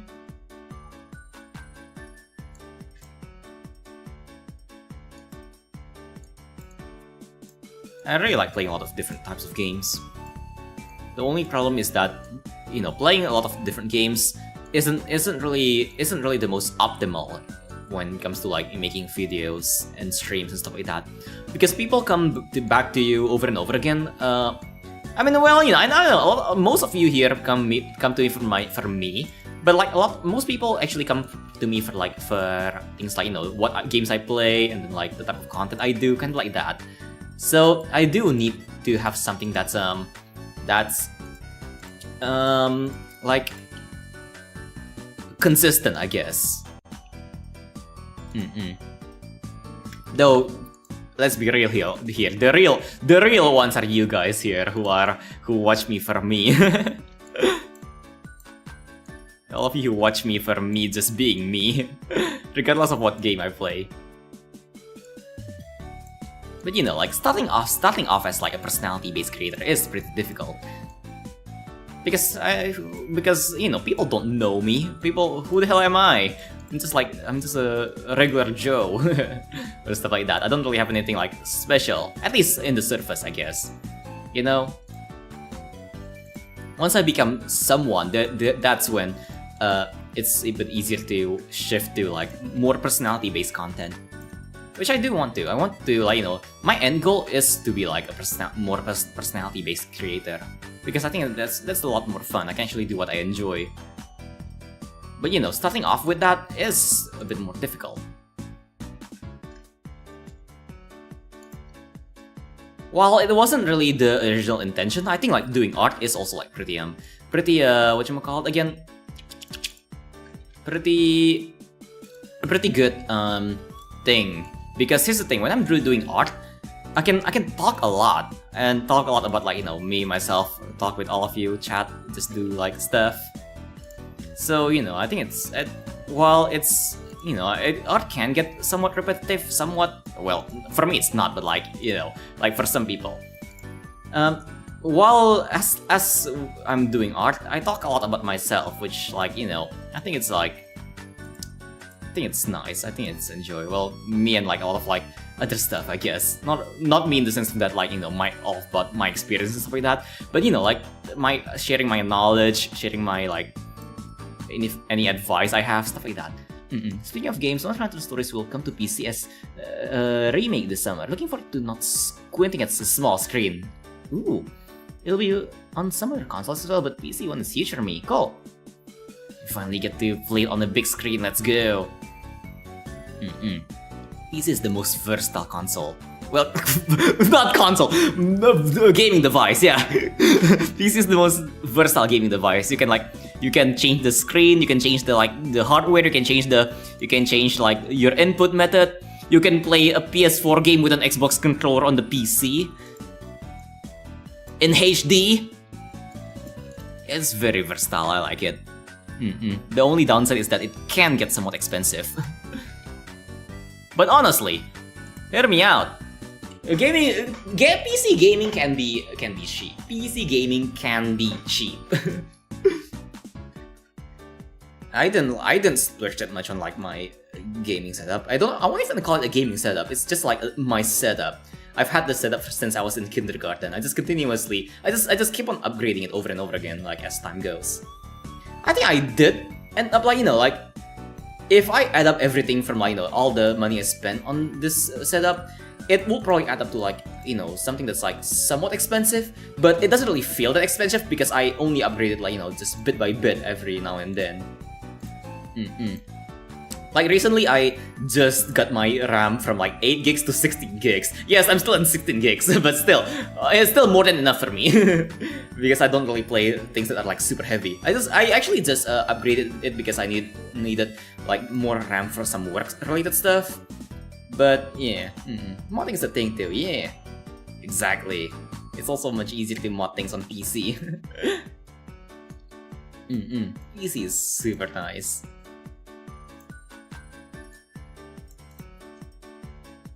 Okay. Just upgrade bit by bit if you have a PC. I guess the only thing that will be like somewhat hard is like if you're for PCs is that if you're making a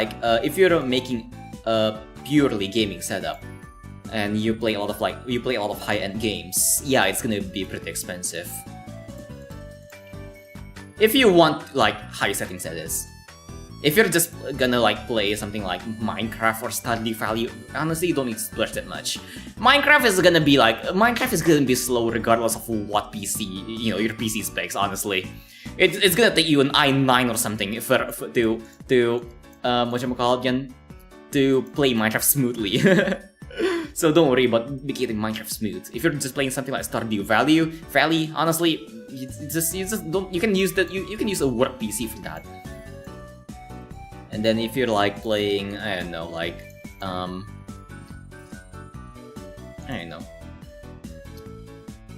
if you don't care too much about the graphics, that is, yeah. Farmers will also get new content. Oh yeah. Recently, the space updating magic, right? Oh yeah. I haven't checked that out. I already updated my game though. I probably should play Vampire Survivor a bit more. Actually, I want to. Yeah. Well.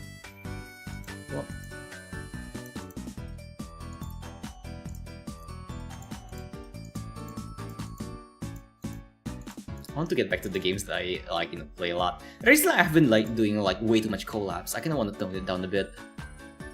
Just because, the problem with collabs is that it's difficult for me to really interact properly with all of you guys on collabs. Because I gotta take turns speaking, And sometimes it can be somewhat rude to speak to chat while on the collab. So it can get somewhat difficult. I do want to do more solo streams, honestly. Probably will. I'm gonna the only collabs I will. Yeah, currently I got 3 regular collabs. The DST one, the Borderlands one, and the Monster Hunter one. I kind of want to tone it down a bit. And play a lot some different games. I'm gonna see what I can cut.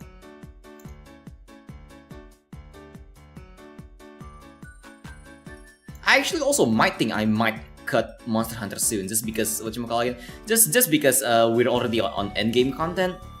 and I'm starting to feel the content drought, you know, because like now it's just mostly grinding for MR. So if I don't cut it out, right, I might just like tone it down a lot to move on to like, you know, other games and stuff. Though I'm also somewhat scared because I also feel like I kind of somewhat became like a Monster Hunter streamer this past year because of how much I play Monster Hunter. And a lot of people do come to me for the Monster Hunter stuff. The dilemma of being like a of being a creator, I guess. The decisions you got to make.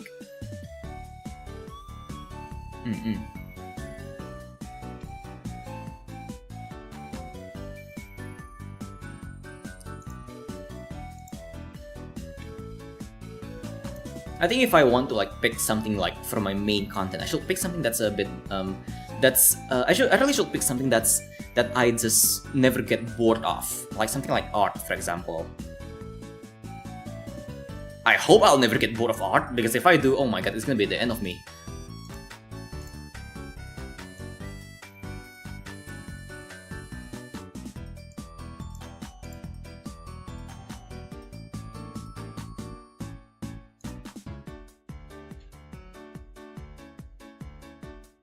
There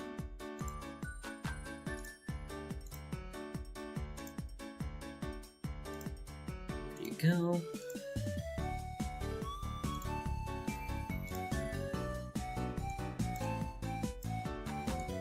Okay. Also, one of my favorite like types of games to play on stream back then was RPG Maker games. Though I haven't been, I haven't had the time to like play those nowadays with how much games I've been getting requested. I miss playing those. Perhaps occasionally starting me on Monster Hunter World, more about being background grinding. Yeah. Perhaps to begin my stream. Probably.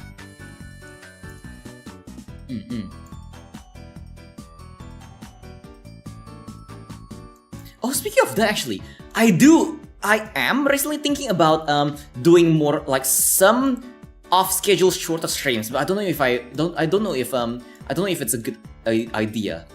Like occasionally people request me to play some shorter games, like just tiny games, but games that won't really fit for a single stream. They're kind of like an awkward game because they can last like 1 to 2 hours, for example. So I wonder if I should just stream them off schedule. Like for example, on a Monday, I can do a very short stream, just like maybe 1 or 2 hours, and I can just play those games. And it can also be like more guerrilla streams. What do you guys think about that? Hold on, let me stretch a bit. Because I don't stream on Mondays, for example, and Wednesdays. Oh god, I need to stretch a bit, sorry. And then, for example, I think like I also don't really I don't stream on Wednesday. I do have the video coming out on every Wednesday. I wonder if I should stream after the video, for example, maybe. How are you guys liking the shorts, by the way? The videos, those tiny little videos. This Wednesday, a new one is gonna come out. It's a tiny series that I'm doing. It's the tiny shift in content that I talked about earlier. My content did shift a bit. I kind of shifted to doing something that I enjoy a bit more. And while honestly, those shorts that I make doesn't get as much like traction for the amount of effort it took. It takes more effort, and sometimes it gets less traction than the short, easy, instant clips that I make. It's something that I really enjoy making, and I think it's fun. So I honestly much rather do that than make some like some lazy short. Totally on board with that, really. But on short streams, the Monster Hunter World thing, yeah. Alright. Okay then. Yeah. Oh, it can also be like for game nights as well. Should do more game nights. I still haven't been able to like do proper game nights. I feel like every time, like, because I feel like a lot of you guys aren't really super active on Discord when I'm like here's the problem. Like sometimes I hang out on Discord, but like usually only like one or you to like hang out with me. But like but I want to like try to grow that to make it so that maybe like every now and then we can like do game nights together. And like my end goal is to like have all of you guys be able to like host your own game nights, and then I can join every now and then. So like I want like I kind of want like my community to be a bit more like chill with each other. Like you guys can hang out with each other as well every now and then on the Discord. But it's a very hard thing to actually do, I guess. Like it's really difficult to get a bunch of people like hanging out with each other. I want to do something like that through the game nights that I sometimes host, but sometimes it's also really difficult to like start the game nights because I don't have all the time in the world to like just chill on Discord every now and then after the end of the stream, and on days that I don't stream and stuff. And okay, what's the sound? Do you guys hear that? I wonder if it's on my side or am I just hallucinating? I hear like a very weird noise, like or something earlier. Right in my ear. That's scary as hell. I think I'm hallucinating. Like I needing break from the game. I took like year and a half hiatus from Monster Hunter World at one point. Yeah, that's fair. It's kind of like me with Minecraft as well. I mean, till this day, if you ask me what what's the most impactful game I have, it's probably gonna be Minecraft. I will say it's Minecraft just because it taught me a lot of things. But do I play Minecraft? No, I barely play Minecraft nowadays. But again, it's like the most impactful game I have because it taught me a lot of things. It taught me like it really like a part of it made me the person who I am. Like it taught me how to make how to code. It taught me how to like make stuff, troubleshoot software, stuff like that. It taught me a lot of things, and also like it was also one of my first exposure, true exposure to like a community. Being able to hang out with hang out on VC with a bunch of other people back in the old days.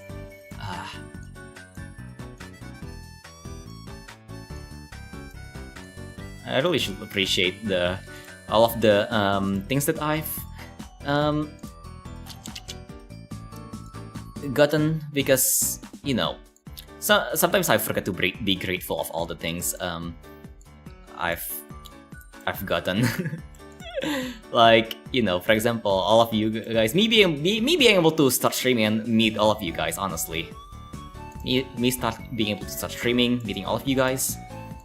And then,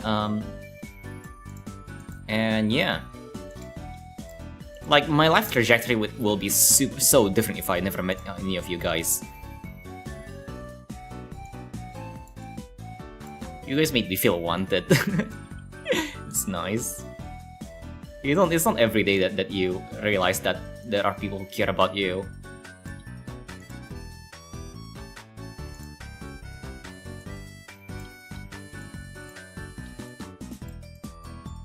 Because if I never start streaming, I will probably still hate myself a lot more.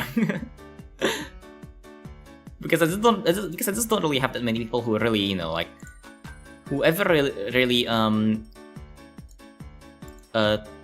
take time out of their life to say that they appreciate me, which is kind of normal, I guess. It's not really that common for people to like in a casual conversation be like, yo, I appreciate you, my dude.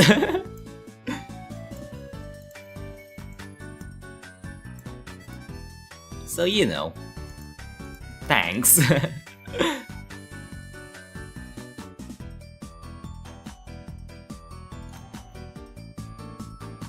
Thank you for making my life like just a bit better.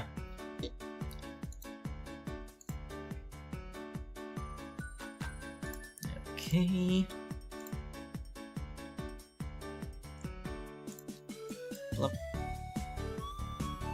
Yeah.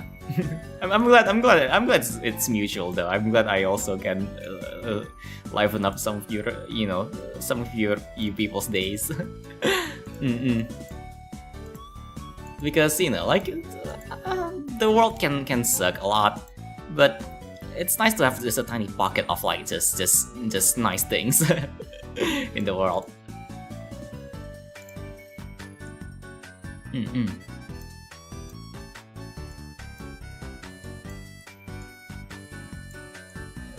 Okay.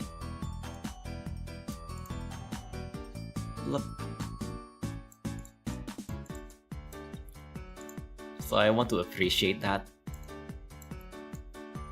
And yeah, you guys should appreciate the little things in life as well.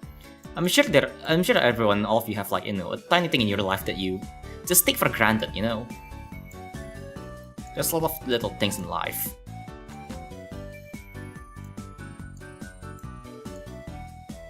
Like, for example, a nice rainy day. Nice calm rainy day.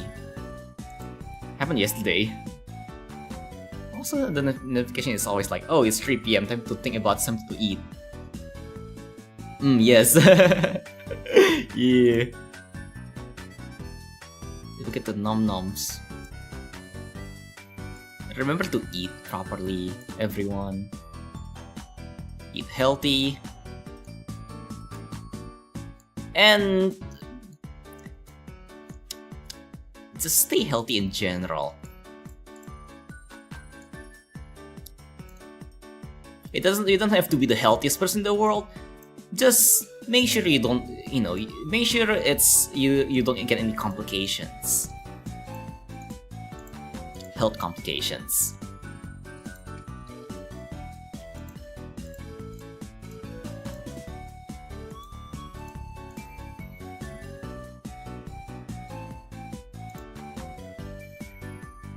Okay. Oh yeah, speaking of things that we take for granted, like I was saying earlier, things that we take for granted, like just being healthy in general. Some of us are, are decently healthy. Maybe not like the healthiest, but like decently healthy, and we need to appreciate that. Even though I have some, some health complications, I'm still like somewhat healthy. Like, whatchamacallit again, I still can function like better than a lot of other people, at least like half the population. Like I'm like somewhat average in terms of like how I can function, and that's something I should appreciate. And for all of you as well, if you can function normally, that's something you should appreciate in life. It's something that we really take for granted. Oh dear.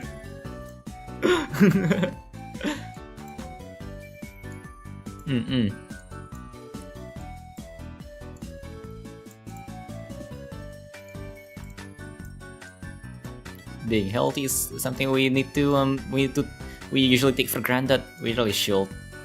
It's something that I take for granted so often that I every time when I get a flu, for example, I'm like, holy shit, how do I live with this? I'm just casually frying like 6 sausages because I want something quick and these are about to expire.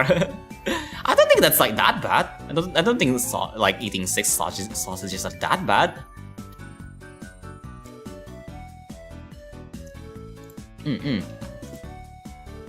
Like, I honestly do think that you can get away with a lot of fried food without any complications. Just maybe not every day, Like, you can have like a cheat day every now and then and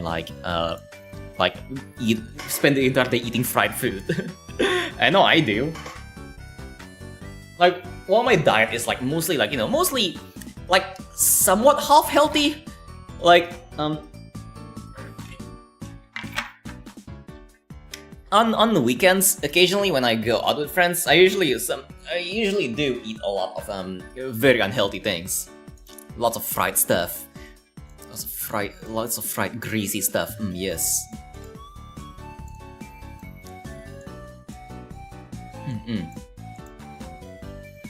Like, you know, you can be healthy and all, but also remember to enjoy yourself. You know?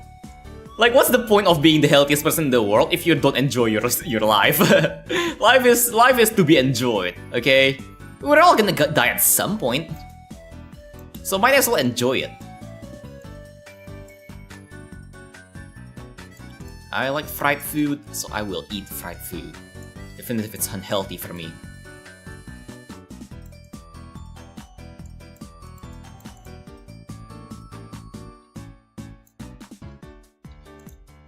Technically cheat day for me then, because lazy, yeah.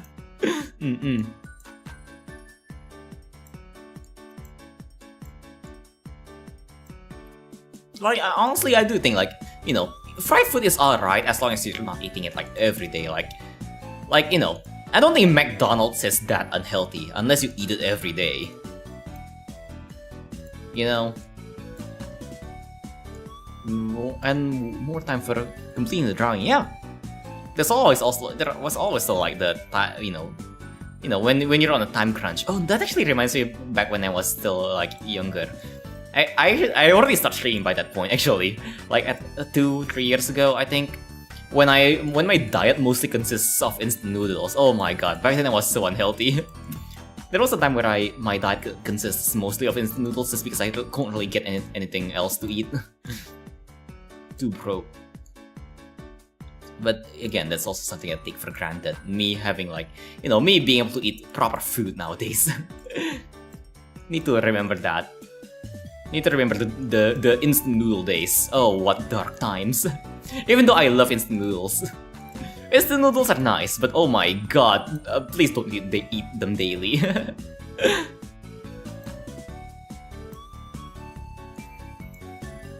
Oh, it's pan fried. Ah.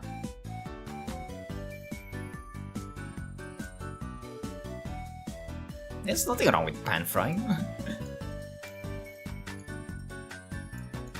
Pan frying is nice. It's much more grease efficient. I don't think I ever actually deep fried anything at home. I usually just like pan fry them. Just because I'm not using that much oil for cooking, okay? If I want something deep fried, I'm gonna go out to a restaurant or something and actually order something deep fried. Fryer fried? Fryer as in like those fryer thingamajigs on the restaurant, right? I'm guessing? I don't really know. Like those fryers that with the basket that you can put your things on and you dip it down into the oil. Yeah, I'm guessing that's the thing. I don't really have that, so I can't really, like, you know, so I don't really use those. When I deep fry things, I use a pot. But then again, I don't deep fry that often. I don't think I deep fried in the past 2 years actually. Just because I don't really like using that much no, not even 2 years, like 3-4 years, 5 years even. It's just because I don't really like using that much oil for everything, for food. If I want something fried, I usually fry them on the pan.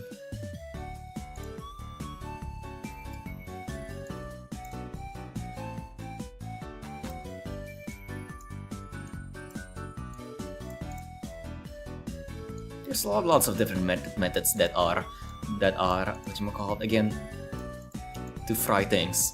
From the classic ones, like just using a pot to fry things, or some of the cursed ones like air frying. I wonder if air frying is even frying. Oh my god. I used to spray to oil my pan. Can I also control the amount that wait tail? Oh, cool.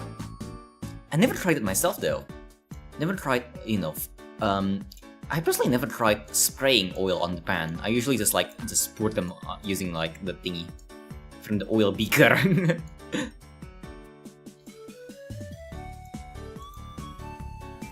Just like just drop a few and then like just slosh them around.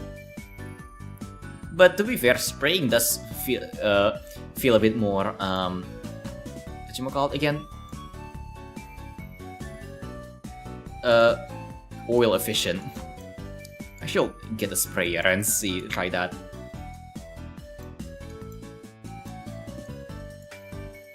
Saves on money. Oil is expensive nowadays. Heck, even rice is expensive nowadays for some reason. Oh my god. I don't talk about this that much, but god damn, the price of rice is rising as like crazy. God damn. At least over here it is. I don't know why. Is it a drought or something? I don't think it's a drought. But why is rice like so expensive now?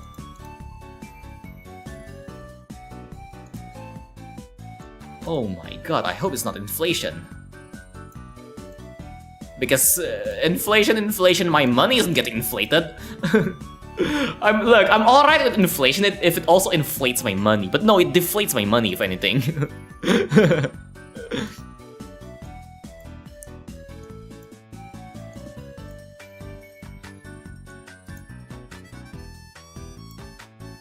Plop.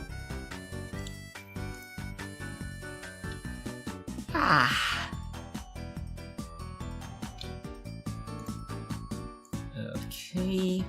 Plop plop. Plop plop.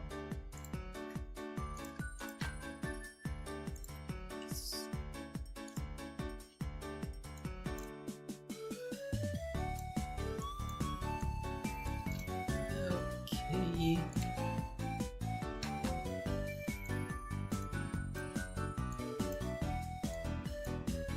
Alright.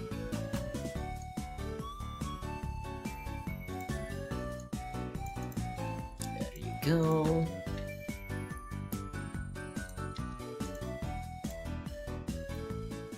Okay. I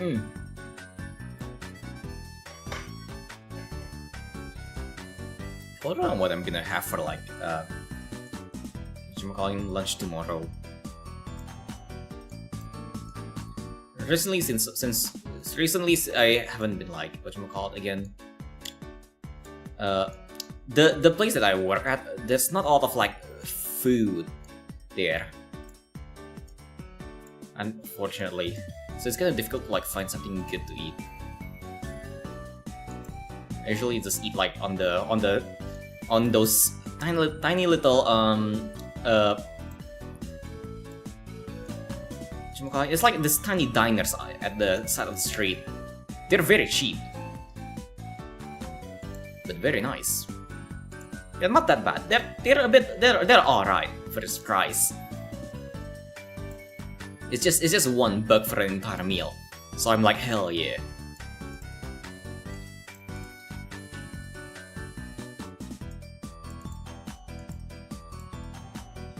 But they also kind of like variety.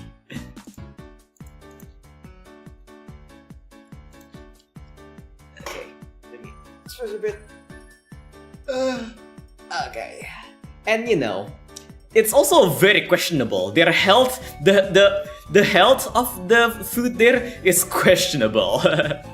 I don't know what they used to fry those eggs, but I don't think it's something that's. I'm pretty sure it's something cheap.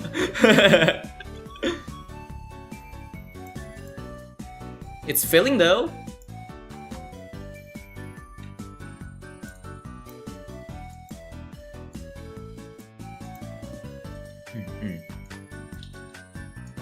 My go-to is just scrambled eggs and beans. That's my go-to meal. It's definitely an upgrade from instant noodles, but like it's an upgrade from instant noodles, but still.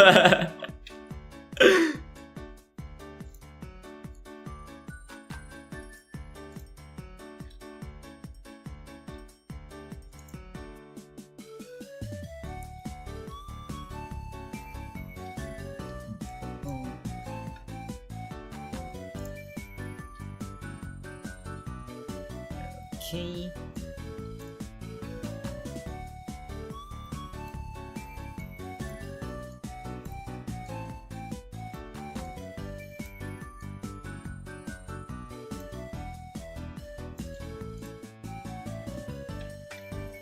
Alright.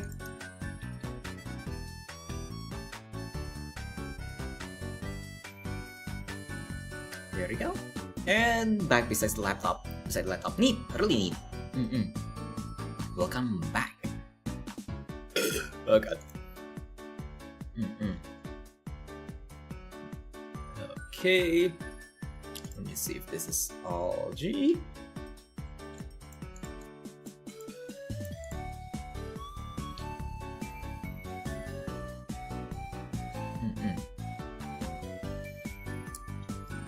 I should see what else I can have for lunch actually tomorrow.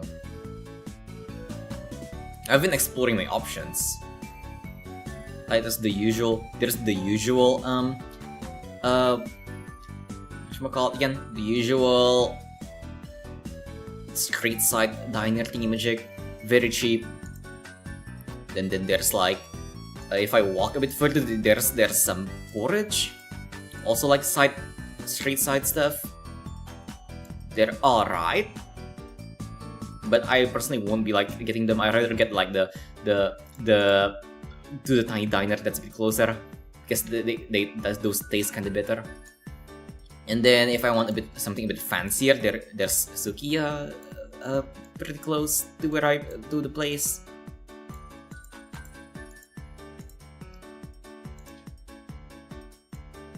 And if all fails, I can always Uber Eats it. Uber Eats something. But I don't want Uber Eats because they can get kinda expensive. Any flavor French fry shops nearby? I don't think so. No, I'm pretty sure there's not. Though, if I walk a bit further, there is a KFC, but it's kinda salted French fries. I usually stay away from KFC though, just because like it's a bit far and it's kind of expensive. because you know the place is in close to like a hotspot. It's like a place where a lot of people go to eat. So everything there is like marked up quite a bit.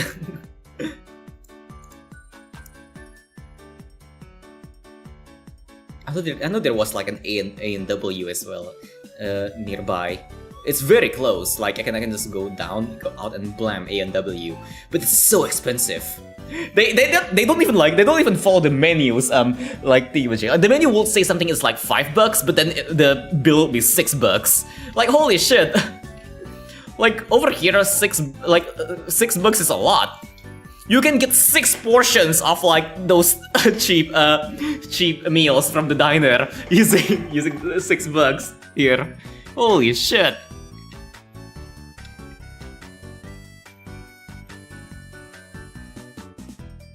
Okay.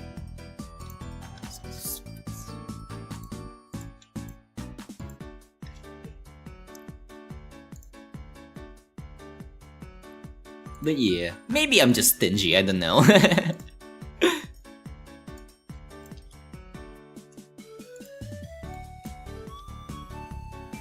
So you have markups for fast food chains. Have you heard Wendy's doing such yes, search pricing? Oh no. They will do anything to get more money, honestly. Why do we get such pricing but the employees don't get search pay, huh? Oh dear, like employees should be paid more for working on search hours. Why do we need to pay more during search, but the employees don't get paid more during search? Oh god, yeah. Yeah, no thanks. I'll stay away from fast food if it's getting more expensive. Fast food should be cheap and quick, you know? It's good slop. Fast food is good slop. It should be that, and only that. I don't go to fast food to have some, I don't know, some fine French cuisine. I go there for slop, for good slop. Okay. So I am not gonna like pay more than like, you know, I think $5 is the most I will pay for like a simple burger. But honestly, I would rather pay something like $2. I think $2 is like already, yeah, I think $2 is the best price. for a good burger. $3 can be a bit of a stretch, but still fair. $5 is the norm, but it sucks. More than that, yeah, no.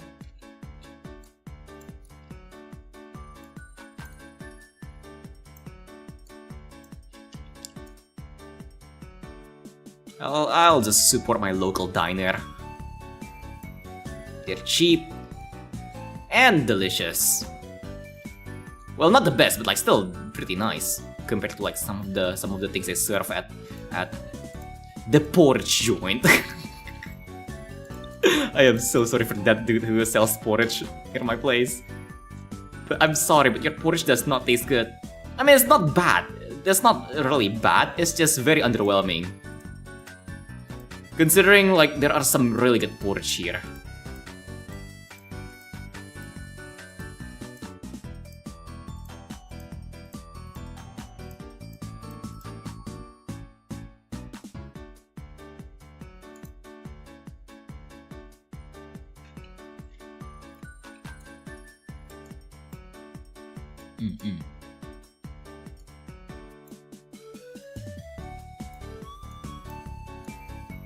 Though to be fair, sometimes price does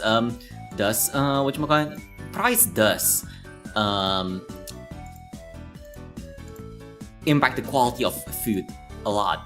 Like near my place, near the place that I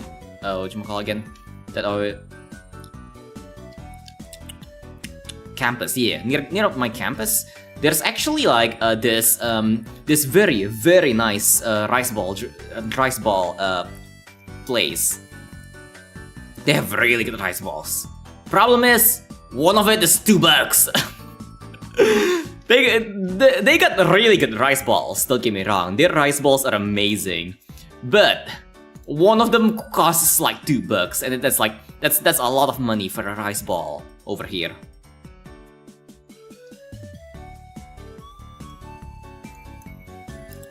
But if you open up the rice ball, holy shit, like again, there's a lot of meat inside.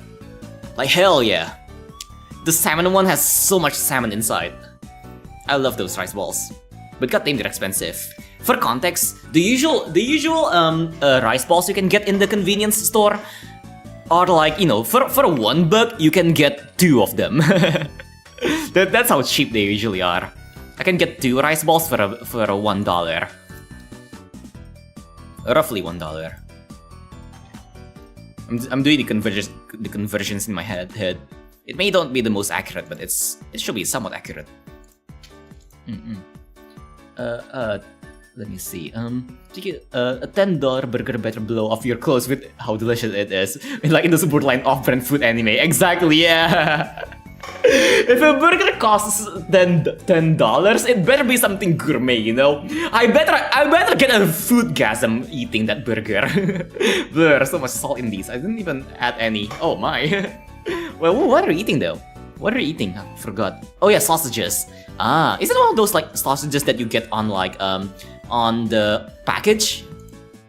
Those things are usually pre-seasoned, and sometimes the seasoning can be somewhat funky. I remember one time I had this like for one of those funky packaged frozen sausages. I once bought these weird barbecue flavored ones, and oh my, they taste colorful. Let's say, I don't know how to describe it. It's just very colorful. It's an interesting taste.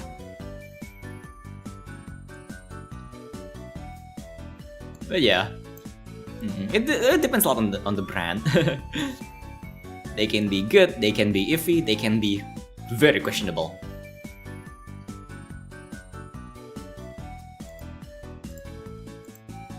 Bloop.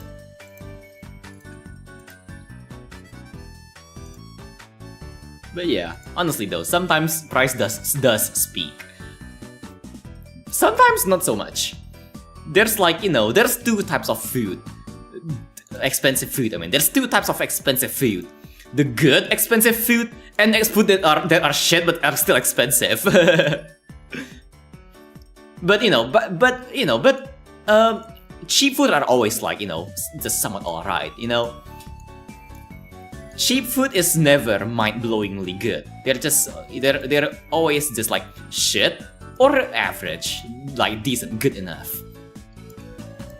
Expensive food, they're either like, they're either shit, good enough, or amazing.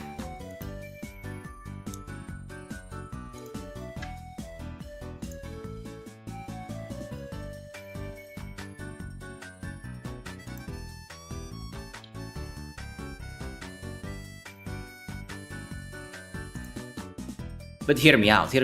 The best food you can get by cooking them yourself. If you want good stuff, learn how to cook. Trust me, it's gonna be worth it. Cooking is one of the best skills you can have. I should do a skill tier list. If I ever do a skill tier list, cooking is gonna be like either A or S tier.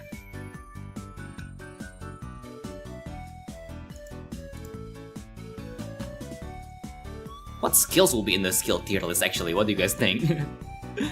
Like I think some skills that will be in a skill tier list will be something like, some like a lot of basic skills like cooking, and then like what else?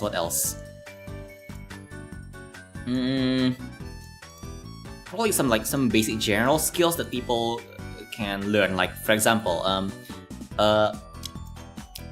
coding is like a very useful general skill, but only if you work with computers a lot. And then what else? What other skills? Music. What else?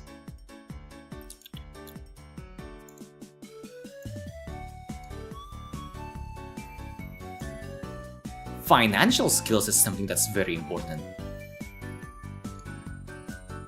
Knowing how to spend money properly. Cannot splurge. I used to have a friend who used to do like a finance channel. They don't do finance anymore though. Oh my god, I like when my friend like did I think it was a debut or like a video, I can't remember. She took a look back at her first video when she started YouTube, and she was like, on the video she was like, this is going to be a finance channel, this is not a gaming channel, but she's now just doing gaming. No, recently she have been doing like some crafts, like handcrafts. It's pretty nice. Arts and crafts and stuff. Cheap food always ranges from serviceable to pretty okay, but if you find a place that's both cheap and really good, treasure it. Savor your time with it. 9 times out of 10 it won't last. Yeah, I do agree with that. Oh my god.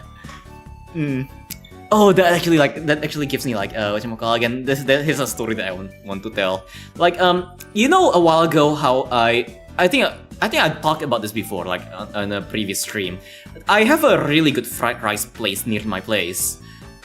Like for some reason nowadays their food is starting to like not be so good. Like the flavors aren't really as pronounced anymore. It kind of tastes like slop now, and it's kind of sad seeing like a vendor that I used to enjoy so much start to not taste good. Like I've been eating at that place since I was like a tiny little kid. Like I don't really whatchamacallit again. It was like I've been eating there for like since I was a kid, so and it's never bad, but recently it has gotten bad for some reason. It's not the worst, but it's turning very bland, and it's kind of sad.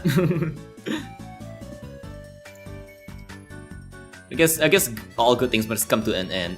I really should find a different fried rice place.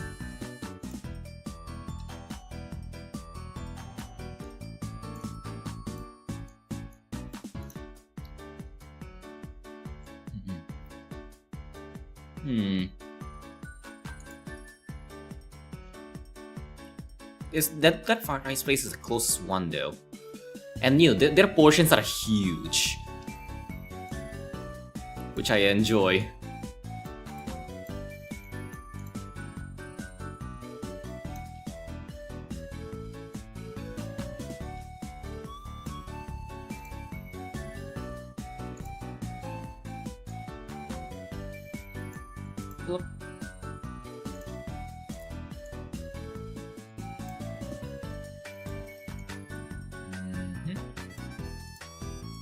Okay.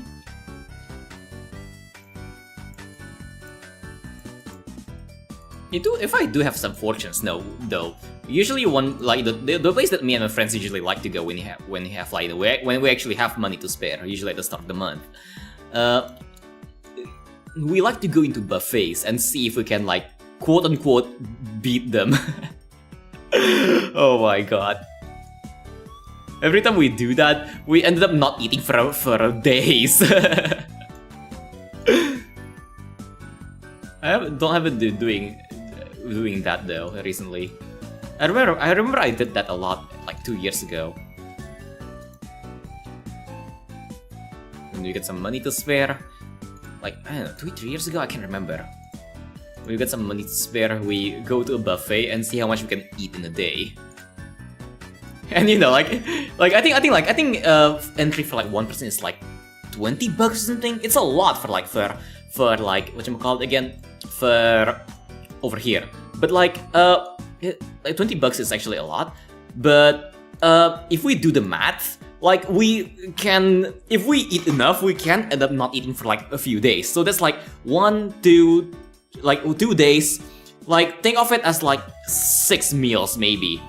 That's around, let's say $1 is like the average for like the cheapest we can eat. Actually, let's not make it $1. Like it's like let's say like what's something a bit more like average. Let's say we spent like $2.5 for each of our meals.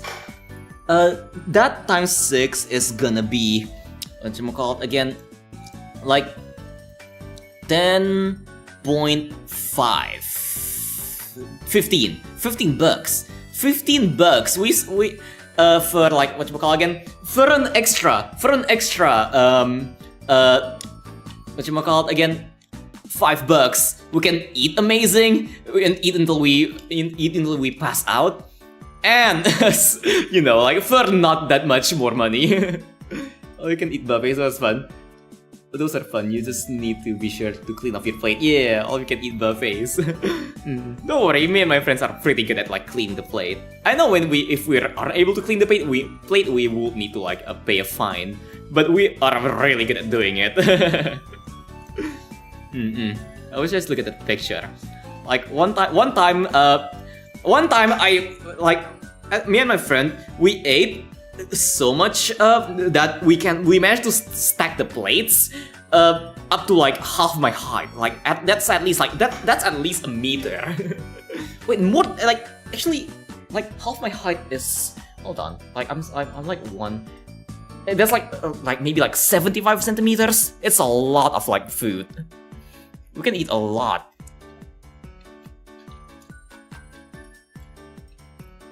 But yeah, also welcome Zen sleeping. I miss those days. I want to do that more often, but like, you know, don't have the time and I can't schedule.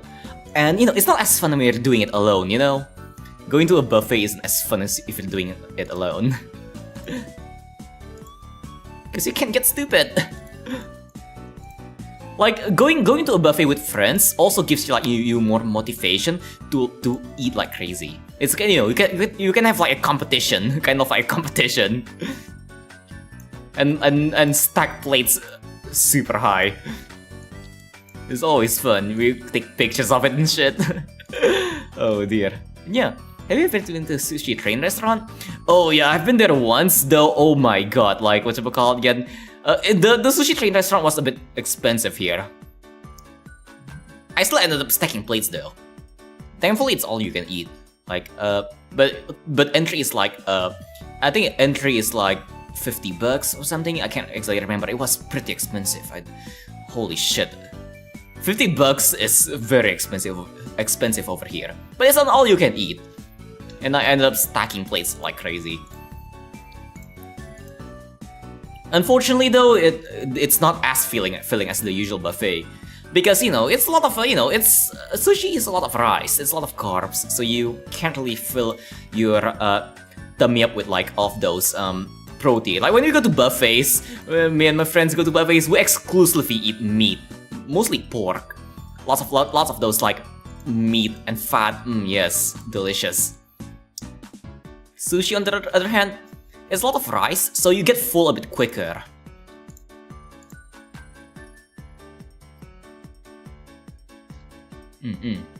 Yeah, I guess that's my advice if you want to go to like whatchamacallit again? Go to a buffet. If you go to an all-you-can-eat buffet, stay away from the carbs. You want to munch off that meat. You're there for the meat.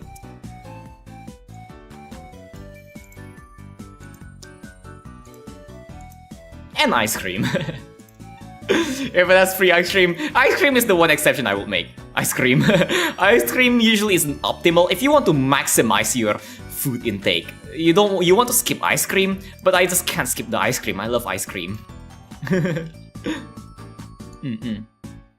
This buffet you went to, was it a company retreat? Breakfast had these literally full crispy bacon strips. Took as much as I could with some fried rice. Didn't eat lunch that day. It was pretty sweet. Yeah. Yeah. Oh, you should have like just eat all the bacon strips though. Like the thing with rice is that it's pretty filling. Rice is filling, which is not ideal when you want to max out your intake. But then again, to be fair, honestly, I will say try to keep yourself healthy first. If you can't handle that much food, don't do it. you're gonna die. Oh dear. Surprisingly, none of me and my friends, none of us ever got sick from eating too much on those buffet days.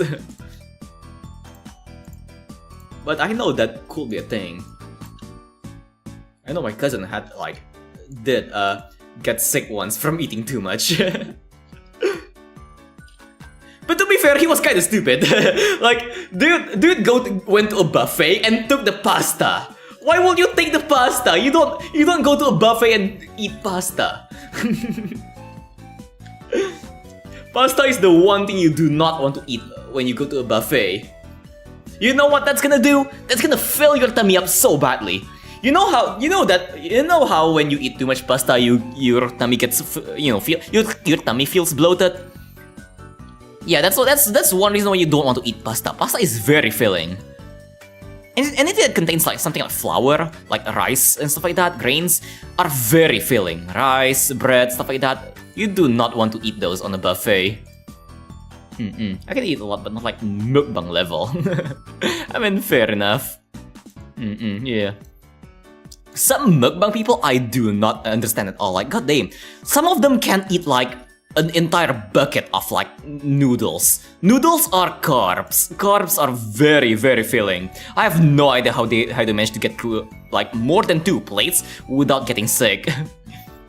Me personally, I can't eat too much carbs without getting super filled. Carbs is the thing that I go for when I just want something filling, not something that's essential. That's nutritious. When on the afternoons when I just want a snack, I usually just grab a bread and then be done with it. Because it's not a lot. It's just it's a tiny 50-cent bread, but it's pretty filling. Sometimes there's a $1 one that has some meat in them. They're usually pretty good. But they're not exactly. They don't really have that much nutrients in them. But they're carbs and they're very filling. Even when they look small. That's the power of carbs. They're super filling.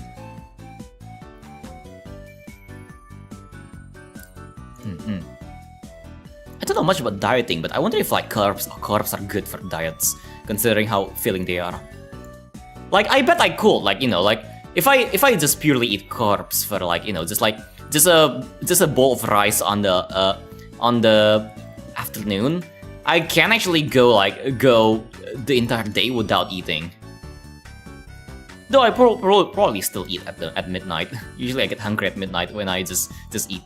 Like, you know, every time I get hungry at midnight, it's always because I spend the day just eating like a single bread.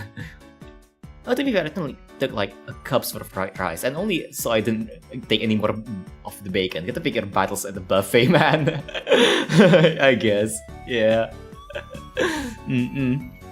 Like the buffet is also like, you know, it's also a test of shame, I guess. Like, do you have the shame to, like, you know, the shame tolerance to take that much meat? Oh god, that's also the thing why. That's also why going to a buffet to the buffet with your friends is like much easier, because, you know, like when you're with friends, you have this sign of solidarity. It's not weird if 5 people filled up their plate with meat. Okay, it's not weird if 5 people are doing it. It's weird if 1 people is doing it. Oh dear.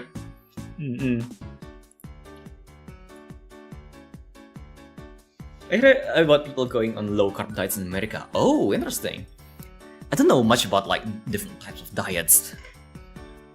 Never actually went on a diet myself because I never really had to. Thankfully, never really had like some weird health complication. I mean, I guess technically I did when I was on a diet, but like that's when I was like kind of sick. Like I was sick at some point, and I forgot what diet it was. I think I wasn't allowed to eat something. I think it was fiber. Yeah, I wasn't allowed to eat fiber, which is kind of like it kind of sucks because I like eating fruits. But I need, like, at some point I was like, I forgot what disease it was, but I know I wasn't allowed to eat any fiber. So they can't give me any fruits, which I enjoy a lot. Everything was so dry. All the food that was served was so dry. Rain chat. I remember when I was in college, I was at a breakfast buffet and this guy got a mountain of scrambled eggs. He was a bodybuilder. I do know that like egg whites are very healthy, very nutritious. But scrambled eggs are like, eggs in general are very nutritious, but like too much eggs will make your body go haywire. I mean, I also took a bowl of cereal. It was a small bowl, but still. Cereal, yes. But yeah. How would all of you max out your food on the buffet? What's your strat? For those of you who's been to a buffet before.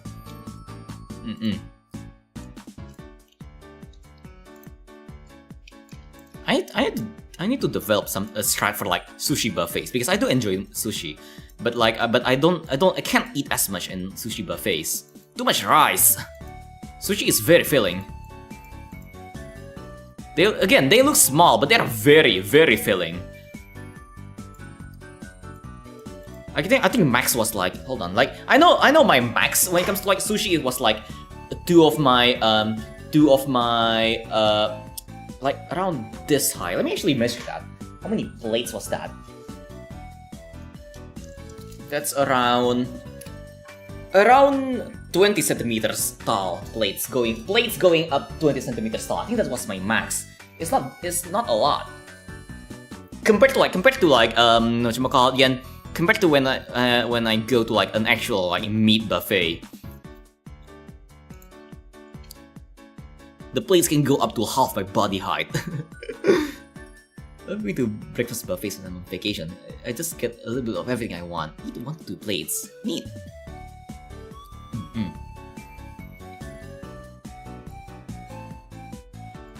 I kinda wanna try one of those breakfast buffets. I think hotels serve them, right? I wonder if I can. I wonder if I can sneak in. Like back then I used to sneak into wedding receptions a lot just for the free food. I wonder if I can do the same for like hotels. I think the hotels are a bit more difficult though. I don't know if you need like, sometimes you do need like a room key to like have access to the breakfast buffet. They do? Aw, dang.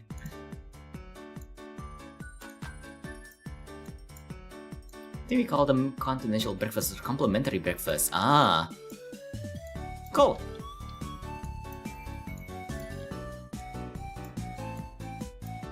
Need to see if it's possible. I don't do that anymore though. Sneaking into places for food. Don't take more than 6 to 8 pieces of the ones with rice. Always pick ones with a lot of fillings/toppings, then go for sashimi. I mean, fair. And also, but at the same time, like, you know, I actually really like the, you know, I like most sushi, that's the thing. I like most sushi. When I go to the sushi buffet, I usually, instead of just maxing it out, I usually try to try every single one. But again, that's not optimal for food intake wise. For meat buffets, only the meat is good, so I always just go for meat. There are different varieties of meat, but most of them are you know, more or less the same. They're not the most filling, which is good. They say they do, quote-unquote, as in there's hotels have breakfast, but not every hotel, mind you. We also find them in the hotel lobby. Ah. Okay.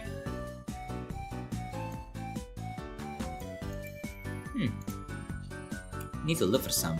I don't know any hotels near my place. I don't really take note of where the hotels are in my place because I never really need to use them, you know. But yeah.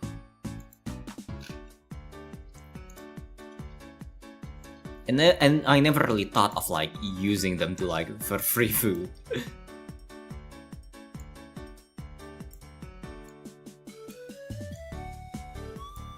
I don't know if the security is better there. If it's as lax as wedding receptions, I could probably try to sneak in. Like breakfast on the hotel, dinner on the reception.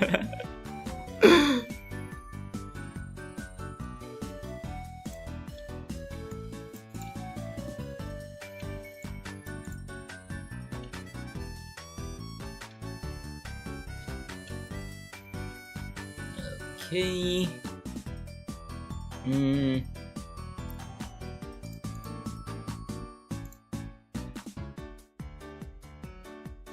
Let's grab this. Grab this. Ring chat. I know that you just walk into some restaurants and hotels. Some people do that for Easter brunch, but the ones I've been to aren't free. Aww, rip. For sushi, I always go for just 2, maybe 3 different varieties. I could never go for just 1 piece of each type of sushi available. It just felt weird. Huh, really? Huh. Whack. What do you usually go for then, out of curiosity?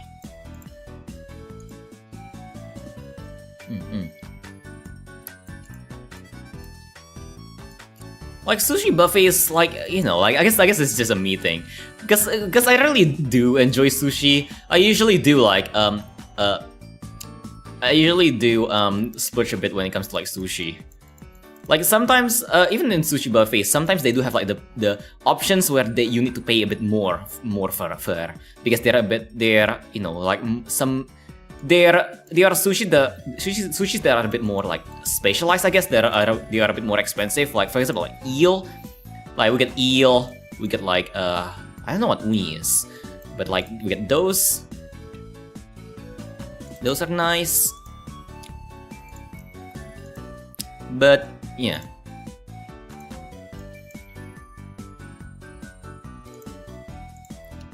Sometimes I even pay the extra to get those, just because I do enjoy some really good sushi.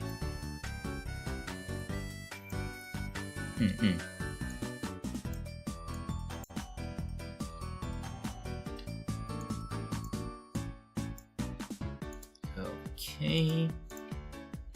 But that's also the reason why I really rarely eat sushi. This is way too expensive. It's so expensive.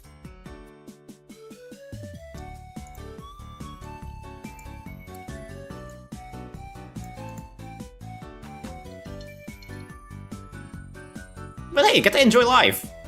Sometimes you just gotta get the, you know, try out some more expensive food, just because, you know, like, what's the point of making money if you're not spending it on something you enjoy, right?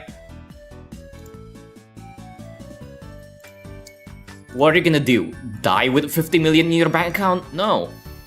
I'm gonna die with 0 in my bank account. The day I die, I'm gonna have barely any money on my bank account. You bet I'm gonna use all those money to, like, enjoy myself until I die. Because I'm not taking that to New Game Plus. Am I? No. I think I'll use these restaurants often, yeah. Fair. Tuna rolls or salmon rolls, if they have it. Then kani or tamago. Then I'll go for those weird ones that are built tall, whose names I could never remember. The built tall one? The big ones? I don't know. But yeah. Over here we do have like some somewhat weird sushis as well. Those are like the classic ones, but sometimes over here we also have some really interesting ones. Like, we have this one chicken sushi. It's very cursed. Over here, I tried it once. It was mid, but like, it's not bad per se. It's just, why won't I get this? It's the weirdest sushi I've ever like had. We got like chicken sushi. And then like there's also like, you know, there's this really weird one. It's like candy sushi. I do not like that one. It's very cursed. It's like rice. It's like regular sushi, but they replace the cucumber with this sweet thingamajig, sweet chewy gummy thingamajig. It's not good at all. I think that's like for the kids or something. I don't know. It's really bad. Do not. If you see someone offer you like, you know, if you on the menu, if you see like sushi, like candy sushi or some sort, like with some gummy as like the cucumber, do not order those. Do not ever order those. You're gonna die. Trust me, you're gonna die. Yeah, but oddly enough, I'm not really into expensive fancy food. Fair enough. I only also just do it like once in a while, just to enjoy it sometime, and to eat a ton. Eat a ton every now and then. Like I'm into beef tartar, fancy pastas, or other kind of stuff that my uncle and sisters are into. Ah, fancy pastas are also kind of like Pasta, I feel like it's like, you know, if you want good pasta, in my opinion, make it yourself. If you want good pasta, in my opinion. The best pasta are the ones homemade. I do want to try doing like, you know, making homemade sushi, but the problem is that I never could make good homemade sushi. I don't know, skill issue? I just don't really, you know, I don't know why, it just always tastes different. Maybe I just don't have the correct rice or something. Like maybe my rice is different, or like my ingredients are kind of different. But it always tastes very, I don't know, very, kind of, I don't know, it's really meh. I need to like look up better guides maybe, if I ever get back into making sushi. Because I do enjoy sushi, but they're really expensive, so I want to make them at home. Like once I was in Mexico and we were in this island and we walked like 30 minutes just to go to a restaurant to find out that it's full. Then go back to the first restaurant that we saw on the island and I'm like, what the fuck? Huh. Must be a really good place then, huh?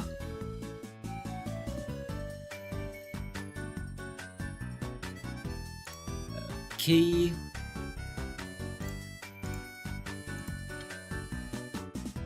What does this card look so weird? Oh, let me check a different picture of mine, because this card looks really weird. Hold on. PDN. Actually, this, and this. Let me just double check my colors for a second. Is this even the correct color?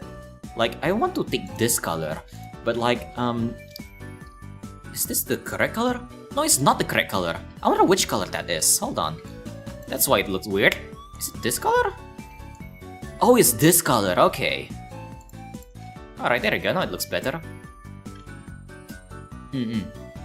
It's more expensive though. Yeah, I mean, hey, I mean, it is a vacation, so you know, what's the point of a vacation if you're still like, if you're still, you know, if you don't splurge a little?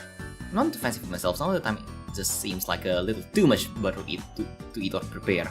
But I won't be adverse to trying a bit of caviar just out of curiosity. Yeah, I do actually kind of want to try that. I have no idea how it tastes like, but I'm curious to know. What's so good? Is it actually good? Like, it's fish eggs? Is it actually good? I think I've had caviar like once or twice. This wasn't that memorable for me. Okay, so I'm guessing caviar is mid then. Alright, we got it, boys. We settled it, boys. Caviar is mid. Caviar is just the flavor of caviar comes from how expensive it is. Otherwise, it's mid. We got them, boys.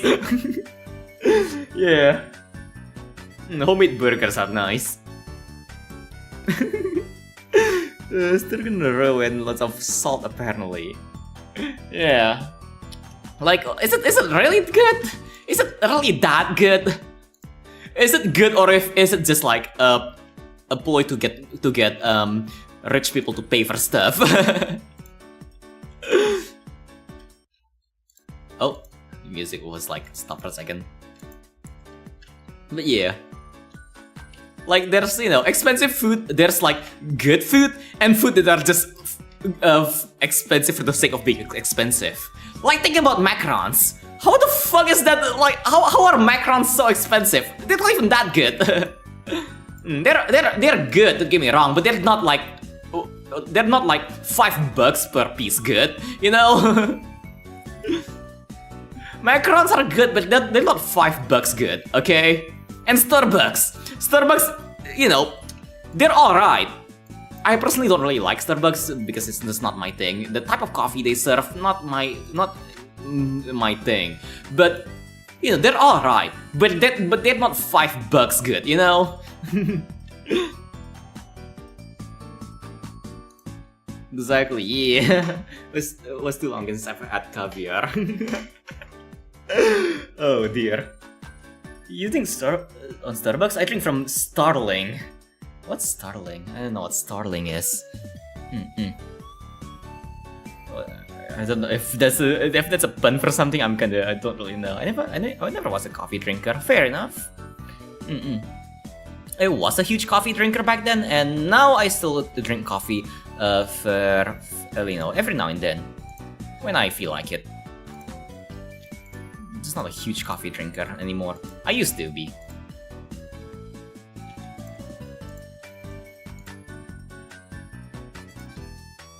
Blup.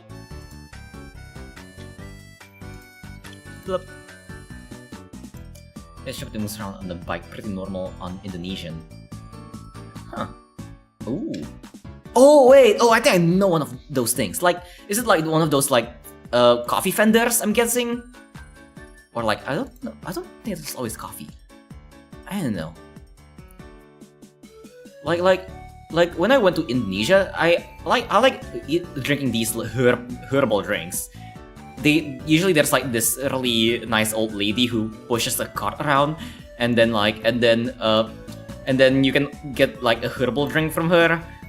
She's gonna mix it for you. It's like a cocktail. It's very warm. I really like it. I think there's a lot of like ginger in it or something. I don't know.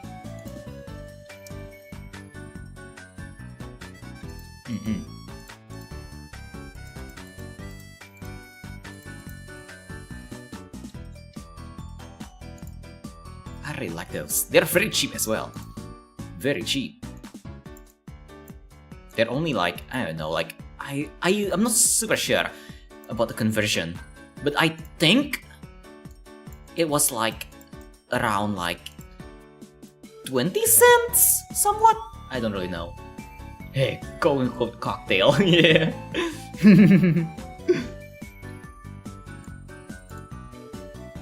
It's a weird herbal cocktail, but like it tastes nice. It tastes really nice.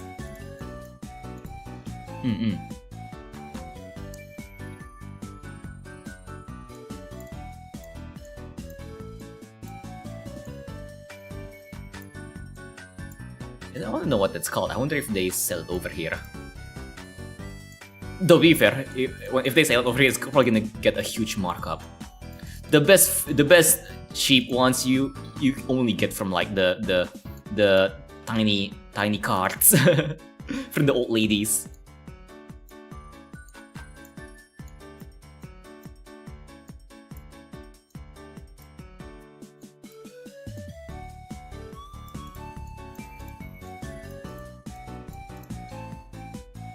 Okay.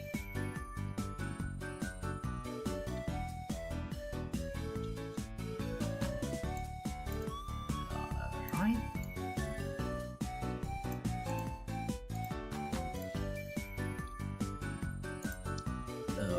Okay.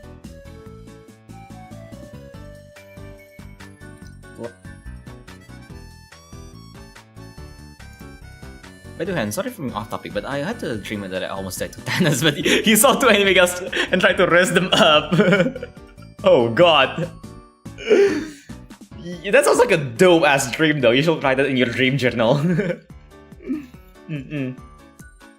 How many of you have tried journal keeping before? Also, I don't know how I feel about like the color of the pants. Let me change that a tiny bit. Can I make it purple? Ooh, that's actually decent. He instantly got friend zone. Aww. Rip. I guess I'll just make it like lilac. I really like this color. Here we go. Okay. Did I get the skin color because I forgot to shake the hands.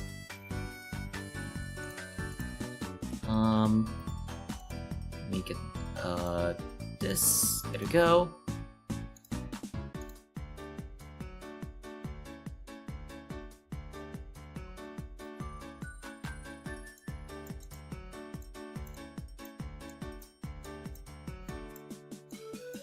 Plop. Plop.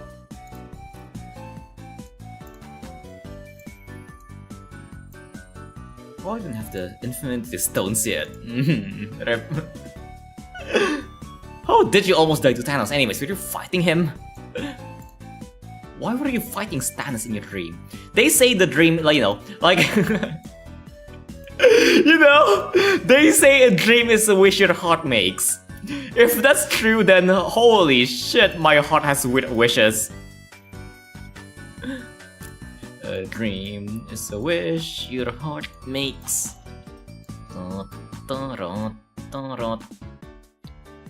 Holy shit, my heart wants weird things.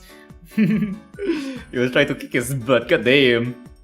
Oh, I haven't tried. I want to because I thought about making a fanfiction involving a certain dream fox. Yes. Yes. Wait, are you also gonna make like a fanfic for like Remy? Oh no! Oh no! Remy doesn't seem like the kind of person who's like as cursed as me. So that's like pretty surprising if Remy agreed to that.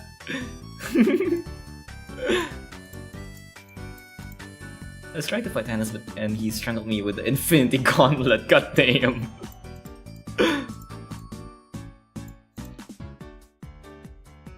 I love dreams. It's sad that I don't get that much dreams nowadays because sleep quality is a bit iffy nowadays. But oh my god, my dreams are like very whack, and I love them.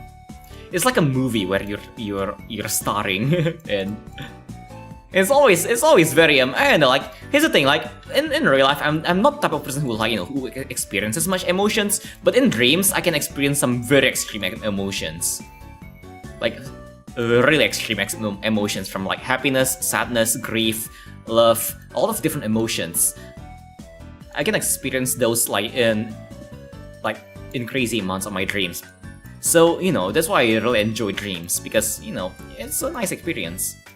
I get to experience a lot of different emotions that I don't usually experience in my day-to-day life. No, that's not like that. Are you ever of dream core images? I want to further explore Remy's dream that you see in his lore. Ah, okay, makes sense. Neat.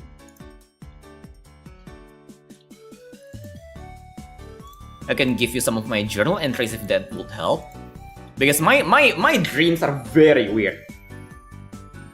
Like, some of them are just weird and not in the, not in the curse sense, but just plain weird. If you want, I can send you some in private though. And I'm not gonna curate it and send some of the names.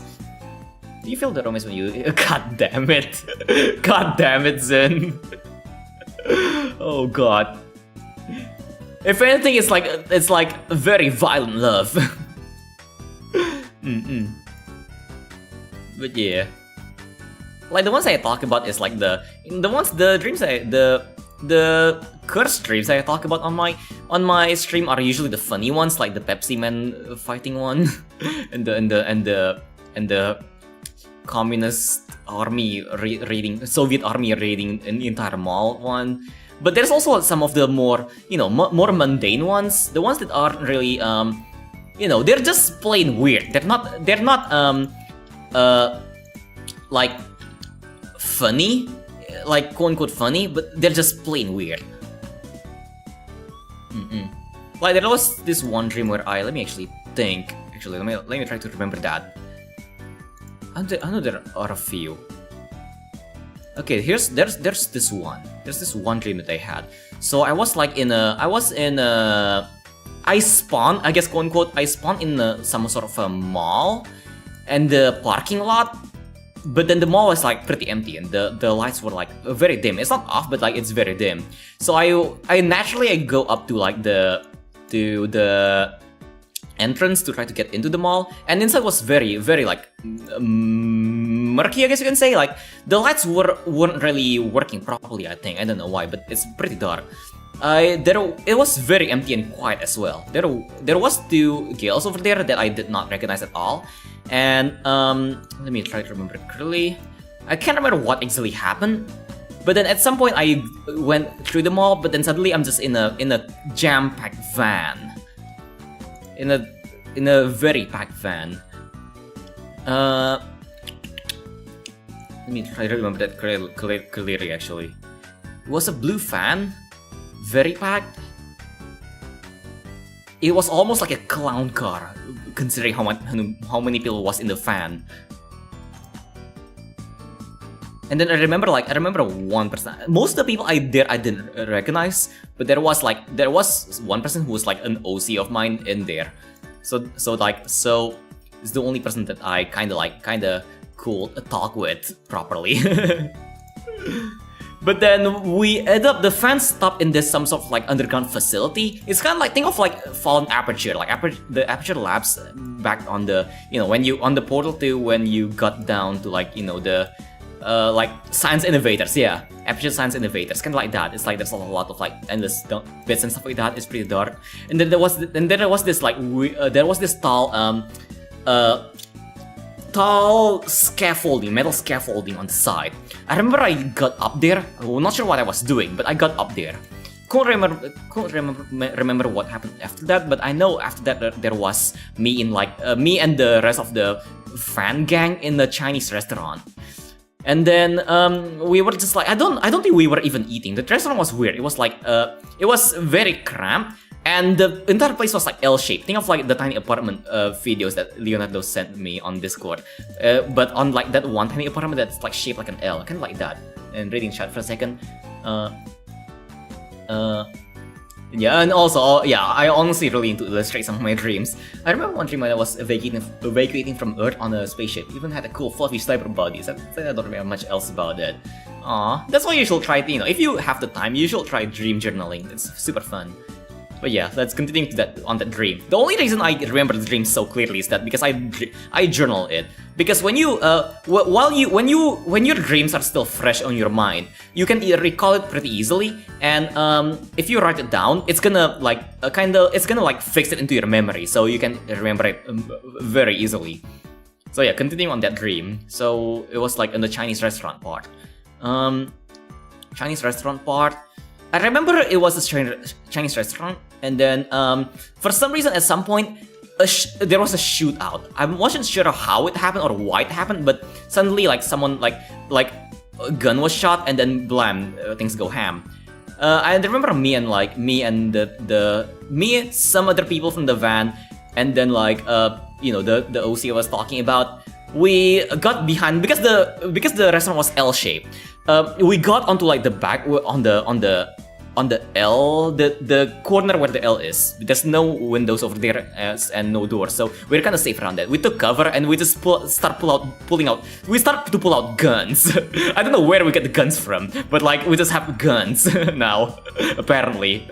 And then I can't remember whether we could take part in the shootout or whether we just stayed there. I need to take a look at my journal entry, but like I know at the end we somehow escaped, and I get separated from the others. Unfortunately, I escaped the shootout, and I end up in this like outside of like some office area, some office building, outside an office building, and then I can't remember if either someone led me there or like I went there myself. I eventually ended up in the place. I walked a bit and ended up in the place where there's like it's like a bar casino.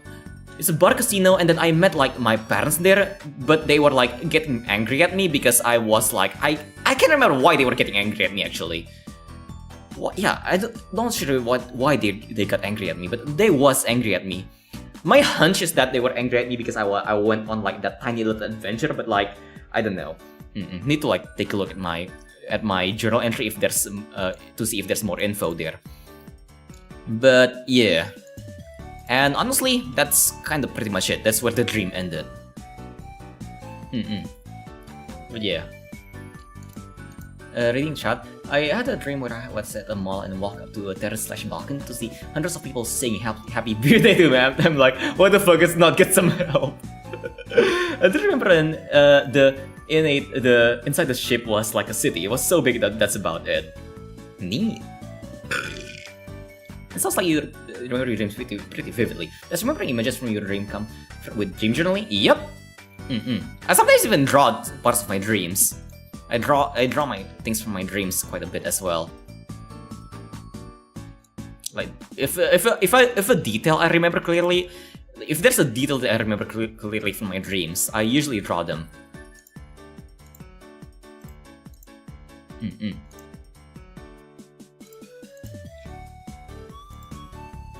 Yeah.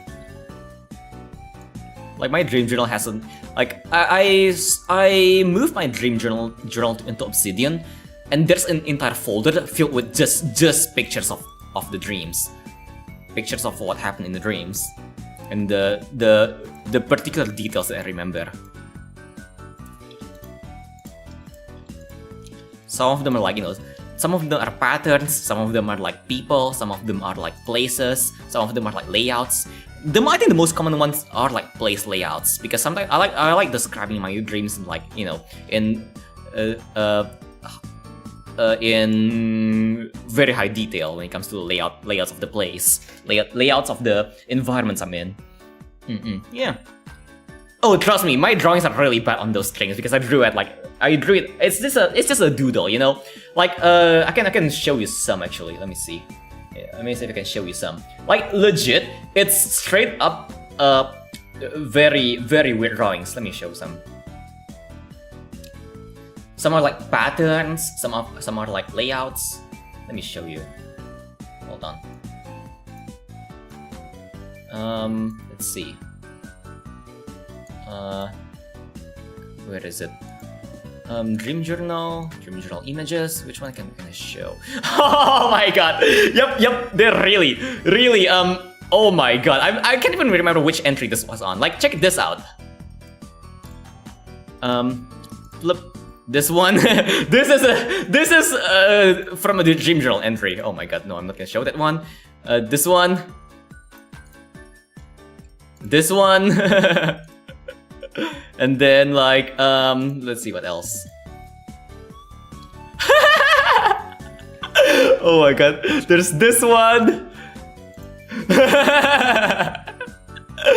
Oh my god, they're all just doodles, but like, you know, oh, they're all just oh my god, this one is a very long one. Hold on, let me see if I can like get the entire image. Can I copy the image? Oh, I can copy the image. Hold on, copy. Let's see. Oh my god. Whole Chinese wall, hotel lobby, path up mountain, dock, bridge, child blender question mark. Toilet, school hall, dome ride. I love how there's this child blender in here. I don't know what I was thinking. I don't know what. I can't remember what dream this one is about. But now I'm curious. But yeah, welcome American person on YouTube. How's they been? But yeah, oh god, hold on. I accidentally like. But yeah, I was talking about watch the things that I on my dream journal. But yeah, and yeah, again, lots of it is just layouts. There's a child blender in the dream. Oh dear. But yeah, how's they been? Why did I find you in my For You page? I didn't even watch painting videos. I don't know. Maybe it's destiny. Who knows? I do sneak into other people's For You pages a lot. But yeah, what interesting. Yeah, you know, I'm just drawing, and you know, I like to chat a lot when drawing. So yeah. Oh, here's another drawing. Like I draw certain things in my dream journal and attach it onto like the dream journal itself. Like this is another one. I remember this dream specifically. I know Freddy was in that window. This is a window, and Freddy Fazbear was in the window. And then like this one, I don't even like Destiny anyway, so I don't understand. Yes. Yes. Oh wait, I'm talking about like Destiny the game. I heard it was shit. But yeah, I played it like once for like 3 hours or something, but I kinda got bored. I was playing it with a friend, but yeah. This is like this one. I know this was a layout for like a glass wooden bridge. This is a glass bridge.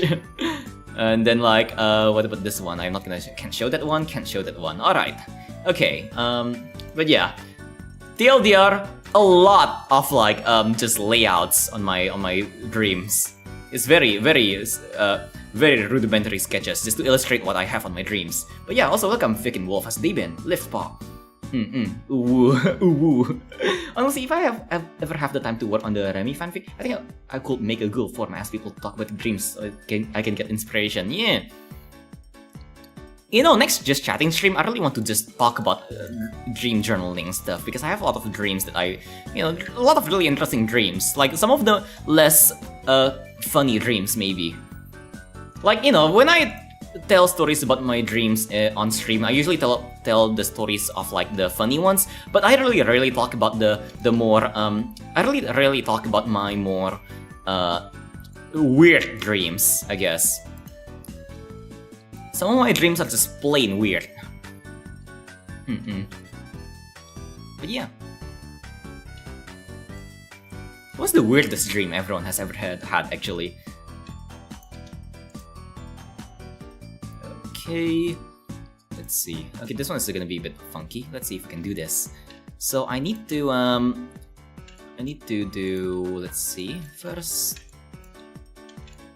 No, I don't think I want to do this because that's gonna be. I think I want to just shade this entire thing because a light will be coming from the window, so this thing will be in shadow. This one will have some like should have some darker shadows though. So I'll see how I'm gonna go for this. I'm just gonna notice an ass picture of as a thumbnail on the Dragon Ball Z section on my YouTube. Yes. I mean, hey, butt pictures on all thumbnails. Oh, now that it reminds me, like I remember like a few days ago or something, I saw like I watch for context, I watch Muda a lot, like Mudahar, some ordinary gamers.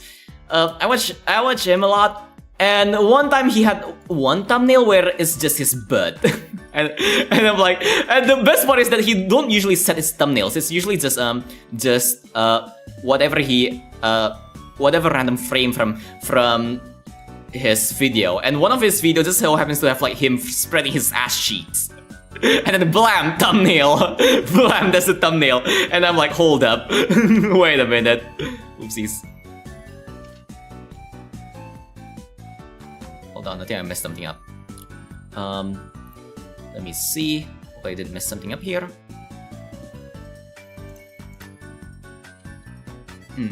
Hey yo, yeah.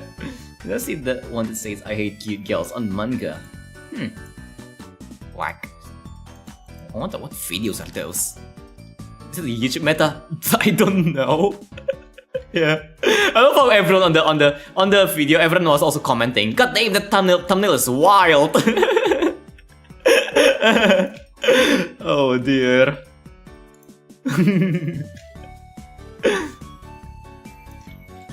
You know, but you know those YouTubers that don't really put thumbnails, like, you know, Muda, Moist Critical. They don't really put thumbnails because they don't want to, and I respect that. Hey, they have their priorities straight. All right.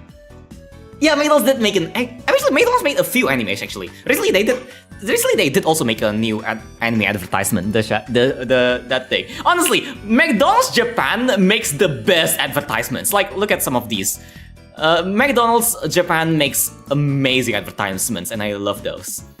Like very recently, McDonald's made the that Shaka Cat one. McDonald's, let me see. McDonald's, where is it? There you go. There you go, McDonald's Japan. They put Nyan Cat as a promotion material. Let me see. No, it's really weird. Hold on. Some of them are like kinda like weird. Let me show you. Where is it? Okay, over here.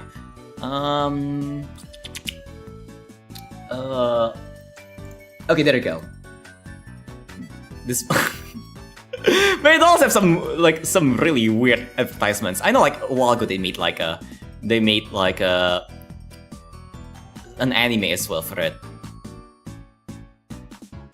Let me see. I think they post a lot. They post a lot more than I remember. Yeah, there you go. It's Nyan Cat. It's Nyan Cat. They put Nyan Cat as advertising material. They use Nyan Cat as advertisement material. It's dope. Don't get me wrong, it's dope. There's also like a different one. There's also a different one where there's, but it's a really old one. I think it's like a few years ago, where like with the anime shit, they make some really good advertisements. At least sometimes. Oh my god, more Nyan Cat, seriously? Seriously? Seriously? Okay. I mean, hey, I like Nyan Cat, so I'm not complaining, but still. My god. Okay, I think it's a bit too far away for me to actually find it, but whatever. Okay, let's go back. So McDonald's Japan makes the weirdest, but also like coolest advertisements. McDonald's? Ooh, I'm not sure about that one. If my YouTube feed is to be believed, the YouTube meta is boy kisser memes. Oh no. Leonardo, what have you been watching? It's like how people show emotional faces next to images, except there's more neural activation. Let's see. I didn't say what you can essentially like. I don't want to explain it, but when was this posted? This guy said so. Look real. Yeah, like, Leonardo, why do we have boy kisser stuff in your recommendation? I don't think that's normal. Yeah, you like kissing boys, don't you? Why do you have that on your recommended? Oh my. Okay. There you go. Plump, plump, plump. Then do this.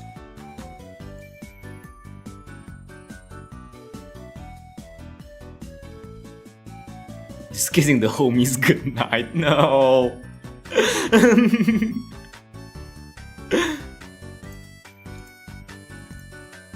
Some stream an hour ago and the title just said Hacker Man Hacks Live. Yes. I don't see hacking streams that often actually. Or just pen testing streams. I don't think hacking streams are legal, but pen testing streams. Someone should do that. That'll be fun. I would watch that. I was going through my history. I'm going through my watch history to figure it out. Yes. Let's dive into the depths of the watch history. I wonder what's in my For You page actually. Let me check that. For You page. Let's see. Where's my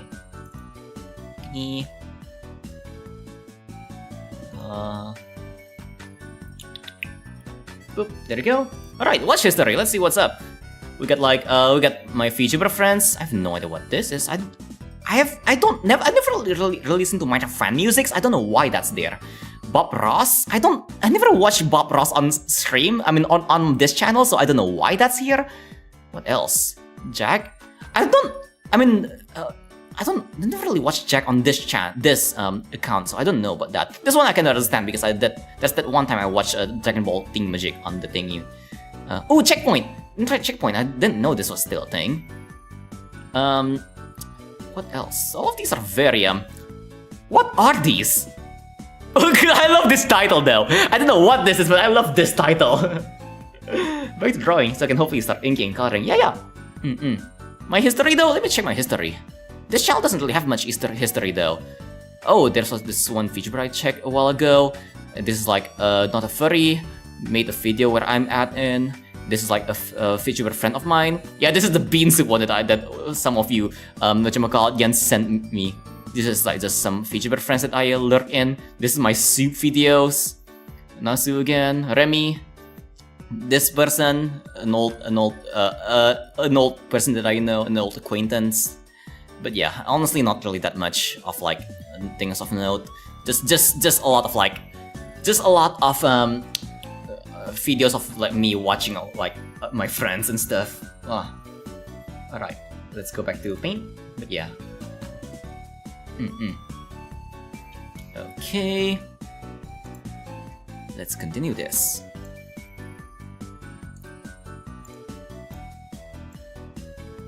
Also, Google listens. Of course, there are things that don't make sense often.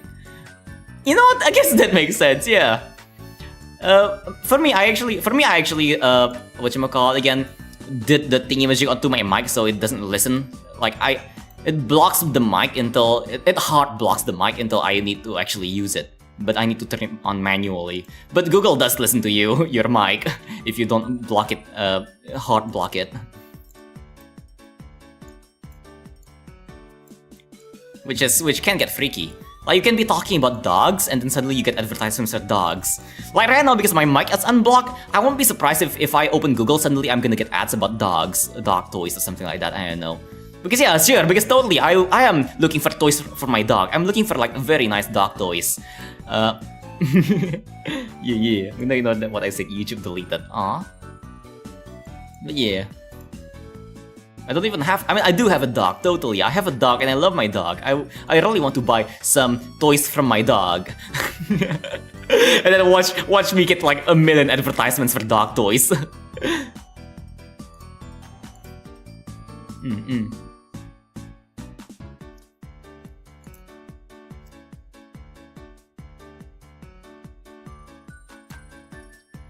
Okay.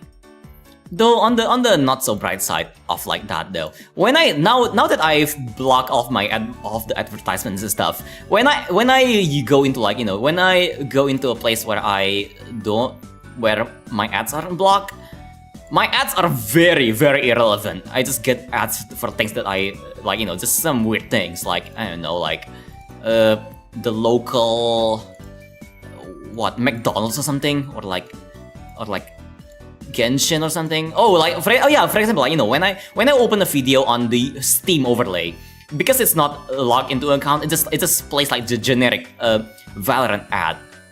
Do I care about Valorant? Not at all. I don't give a damn shit. I don't even play the game. But I guess that's what the average gamer cares about, which is why it's like the Steam overlay ad. But then if I like go into my like whatchamacallit again, go into my account on like a different PC, it just plays like I don't know, McDonald's ads or something. Yeah, also welcome Arcos, David, Genshin X. We're just randomly talk about how annoying babies are, then get a pregnancy test ad. Oh god! Oh god! Yeah, that does happen. Also, yo Ariku, welcome to the stream house, David. We're just drawing a bit. Yeah. Wait, are you streaming today or are you not streaming? I guess you weren't streaming today. I can't really remember everyone's schedule. I just watch people whenever they show up on my feed nowadays. But how's David? Hopefully your day has been nice. This is Areku, the person that showed up on the bean soup video.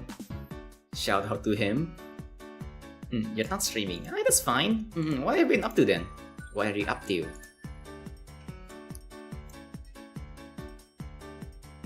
Bean soup guy, yeah! Bean man! Mr. Bean! Yeah! Oh, editing! What kind of videos are you editing? Out of curiosity, is it like some shorts or something? Or like a... Oh yeah, and congrats on like 500,000 views by the way, congrats!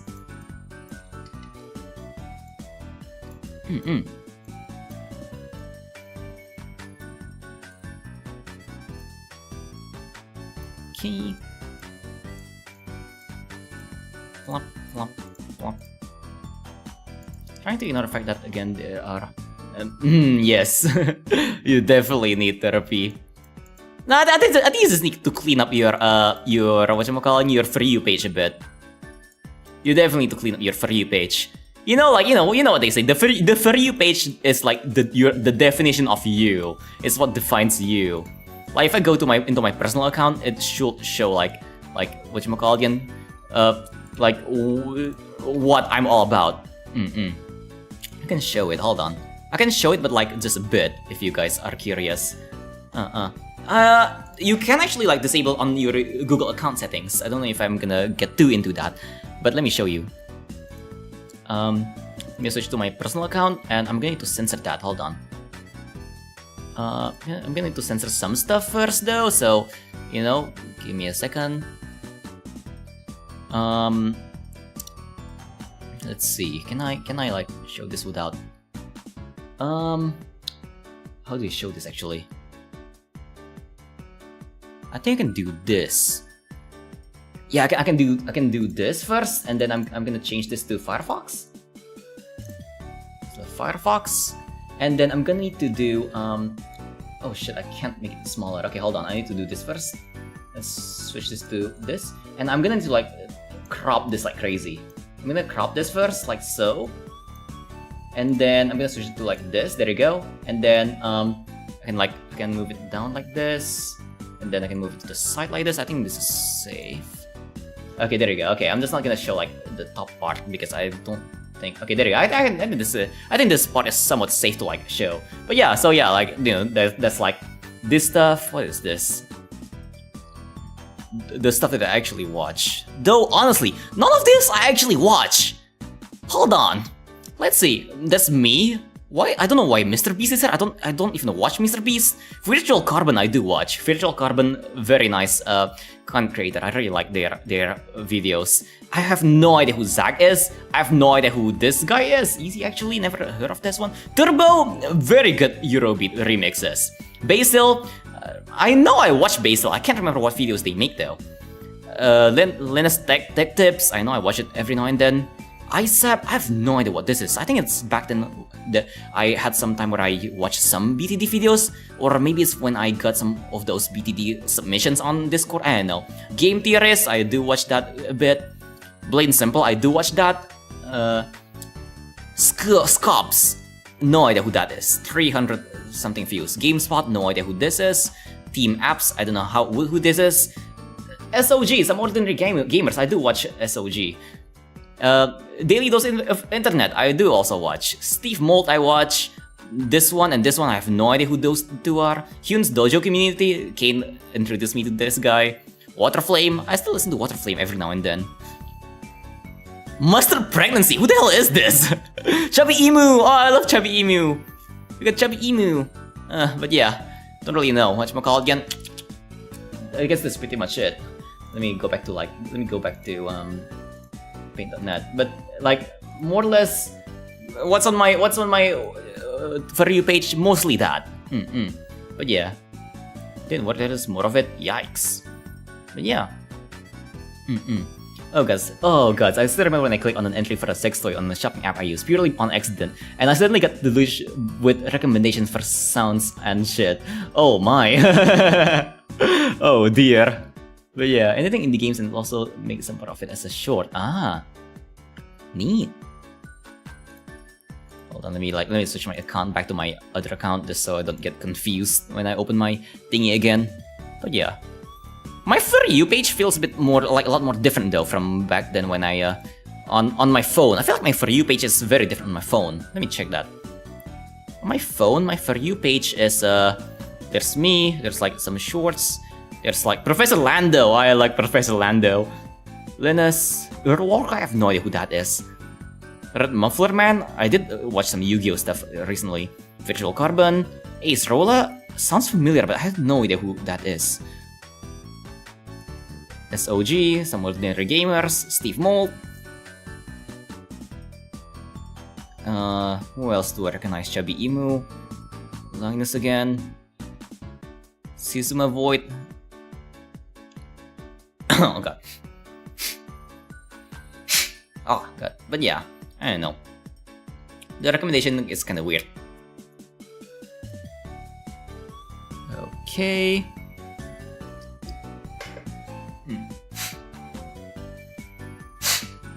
Oh god, something in my nose is suddenly like kind of uncomfortable, kind of weird. Hold on, to blow my nose for a second. I suspect it's because they're adding random text to their feeds, so if someone suggests for like D&D shop, even if it was only tangentially related somehow, like weapons and armor, maybe, yeah. Sometimes YouTube's algorithm works in mysterious ways.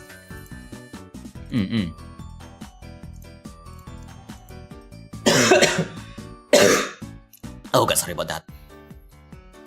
I'm choking. Okay, let's do this.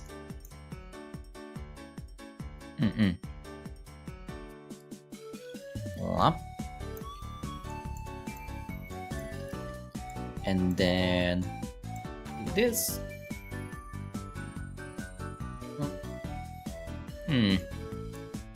This.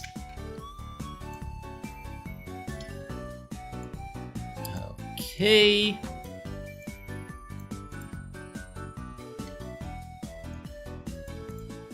There you go.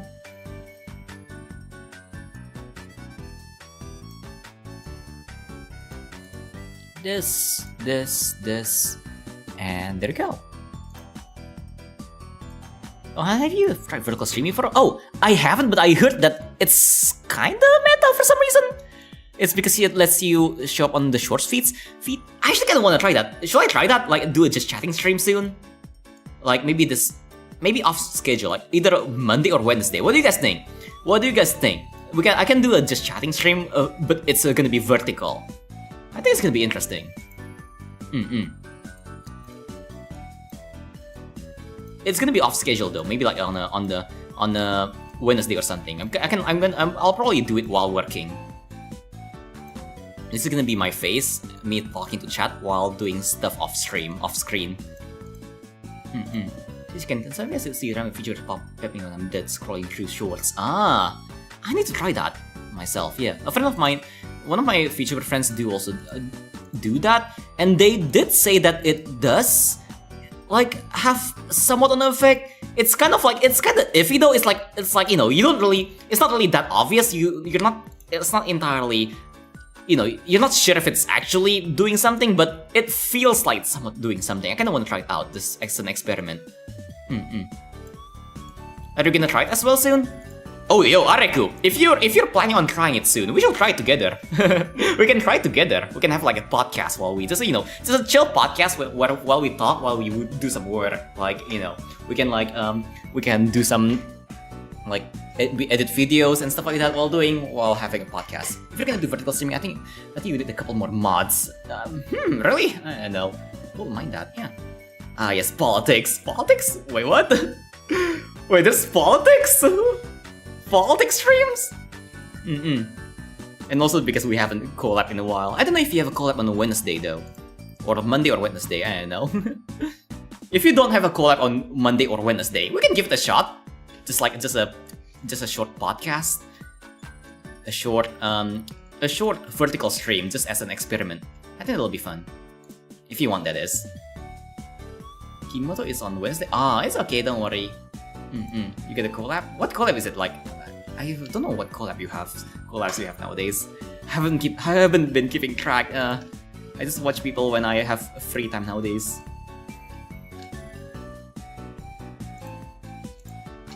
Video stream can bring in more viewers, the view can be kids, weirdos, or both.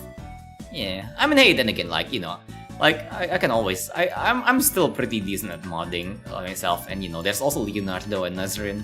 That's, you know, I got a decent amount of mods, I think. I think we're fine. Strand deep. Ah, okay, cool. Yeah. That's fine. Though, hey, but yeah, hey, Areko, we really should catch up soon. It's been a while since I, like, streamed with you as well. I miss streaming with you. We should do it sometime again. I don't know what we were gonna stream though, but I know back then I enjoyed streaming with you a lot. I remember back then when you still do escape rooms. Ah, those escape room streams, I miss those. Some of them were like, I remember some of the escape rooms were so janky. We got very janky escape rooms. This one's from other Vtuber vertical streams. Damn. While watching full series of the Skibidi Toilet. No! Reacting to Skibidi Toilet. No. Have you shown Nazrin sexy love time? Oh god. Oh god, no. I wonder what happens if, like, you know, like, I wonder what happens if I show Nazrin the sexy love time, but before that I actually change the every instance of Nazrin with her name, her real name. Oh my god, that's gonna be very whatchamacallit again? Gonna be very cursed. Is she here? I wonder if she's even on stream. I don't think she's on stream currently.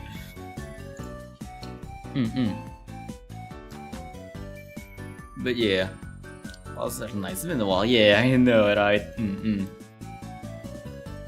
But yeah, let's see.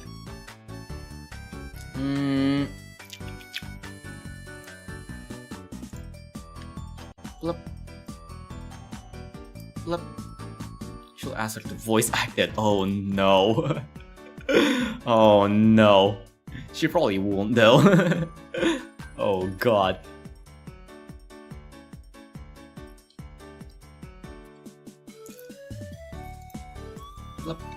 Yo, Pochita TV, yo, how's it been? Welcome to the stream. This is what we're drawing currently. Realize every instance of Nazrin being mentioned first to preserve her sanity. Yeah, yeah. Oh dear.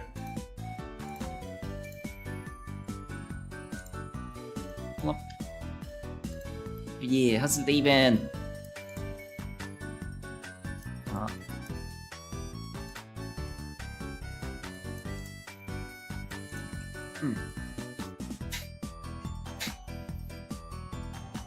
I kinda wanna get her on stream at some point, but like I also kinda don't want it at the same time.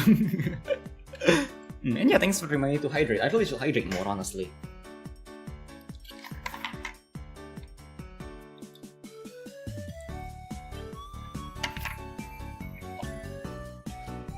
Imagine if she's lurking. Oh god, I hope not.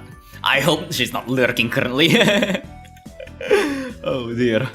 But you never know. You never know. Like, here's the thing with her. Every time, like, every time I thought she's not here, it's always like, you know, like, every time I think she's not here, like, the next day she's gonna,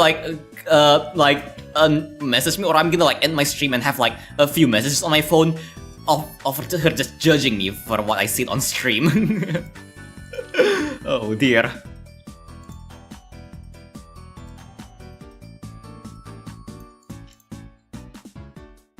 So I never know. I never know. I'm never safe. Oh dear.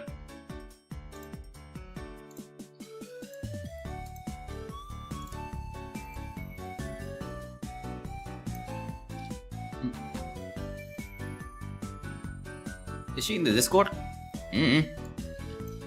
I don't think so.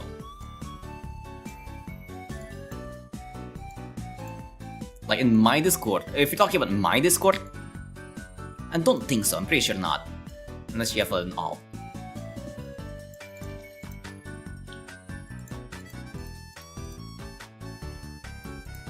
I don't think any of my IRL friends are even on my Discord. I just feel kind of I guess it just feels kind of weird to have like IRL friends on like my Discord. Because sometimes I just talk about weird stuff.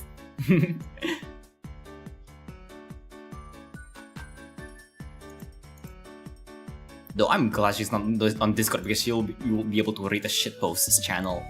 Oh my god. I think I only have like one or maybe like...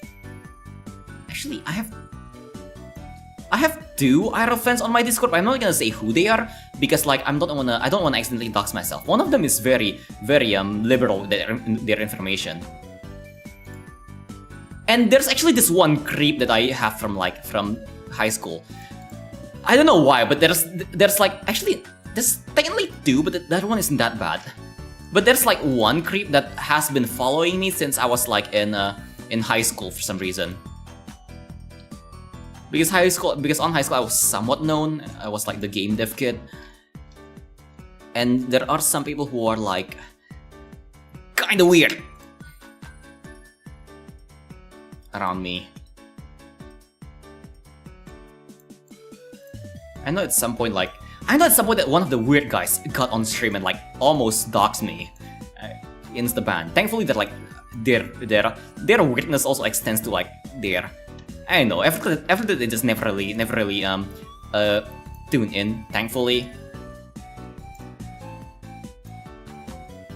I think like, I mean, to be fair, like I'll give them the benefit of the doubt. They may have like, they may not be like mentally sound, which is kind of like, kind of alright. Some people are just not mentally sound. But yeah. The creep must be a crush. I don't think so. Whatchamacall again? Both of them are guys. I doubt it is, unless they actually thought I'm a girl. Oh god. Oh no.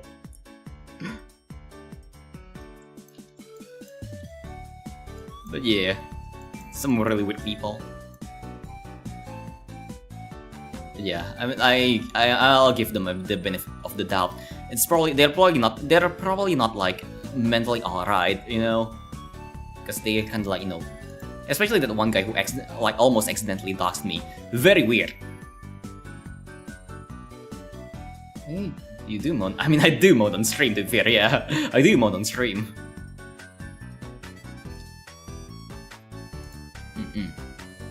Looking for the link to the Only Hands. No, not the Only Hands.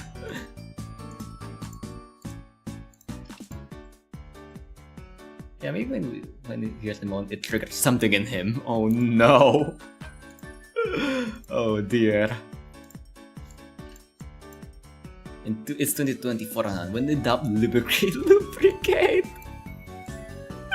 Oh god.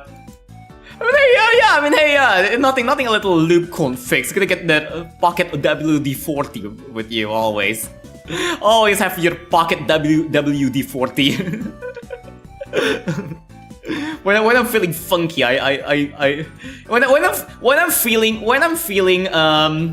when I'm feeling normal, it's just Vaseline. When I'm feeling adventurous, I use Tiger Balm. And then when I'm feeling I don't know, kind of funky, I use WD-40. Oh dear. The ability force is the best one. The best, you know. Oh dear. Someday on Throne Hunter will get a gallon of lube, yeah. An entire gallon of Tiger Balm. You should try Tiger Balm, hey! You should try using Tiger Balm. It's very, very, you know... It's especially in one winter. Oh my god, Tiger Balm on winter. Holy crap! You're not gonna be able to sleep. It's spicy. Oh god. Oh dear. Minty. It's not even minty, it's straight up spicy. It feels like you're burning with Tiger Balm. I honestly hate Tiger Balm. It's way too spicy for me. I don't like it.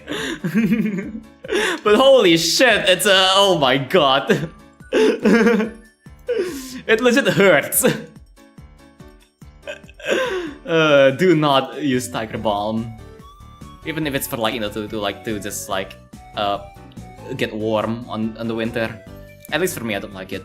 Look at Muji when he says the ointment that cures almost everything. I mean, on Asia they do say that it's that. In Asia, everywhere they say that it can quote unquote cure everything. Like, you know, you get a bruise, put Tiger Balm on it. You got a mosquito bite, put Tiger Balm on it. You got like, I don't know, your back is itchy, put Tiger Balm on it. Like, they use Tiger Balm we use Tiger Balm for everything. Blech.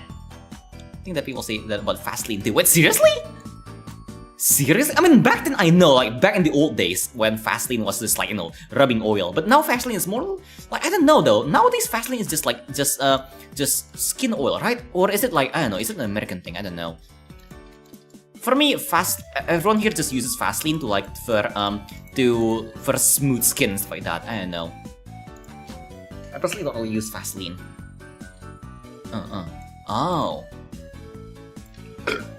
I know back then, on the olden days, their Vaseline advertisements, Vaseline was advertised as like an everything cream. You can use it on everything for some reason. I don't know. I don't really like creams, honestly. I really don't like how they kind of stick to your skin. I like to keep my skin dry. I don't like my skin oily.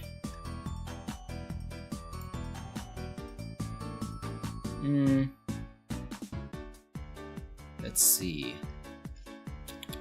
What are we missing? I think, oh, this backpack. I have the shade. Look, when I was little, I think my basically used that for me when I was sick. I think it's honestly, I really think it's kind of like, you know, whatchamacallit again? Kind of like essential oil, a snake oil or something. It's not. I really don't think it does much, honestly. It's just oil. It won't really. It's not a miracle cure.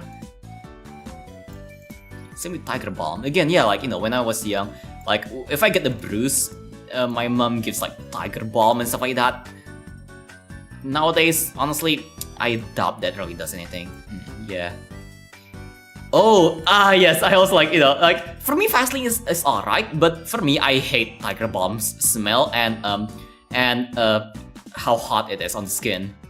How spicy it is on the skin. It's used for everything, even punishments. Like, I remember back then when I was being naughty, they would put Tiger Balm in my mouth. When I did like when I did something stupid, my parents would put Tiger Balm in my mouth. It was not nice. I couldn't sleep when that happens. But yeah, cook a burger with it? No. Oh god. Ugh.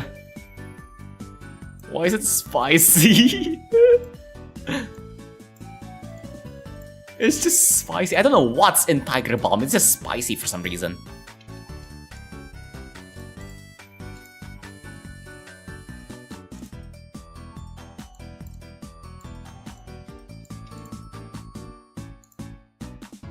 Okay.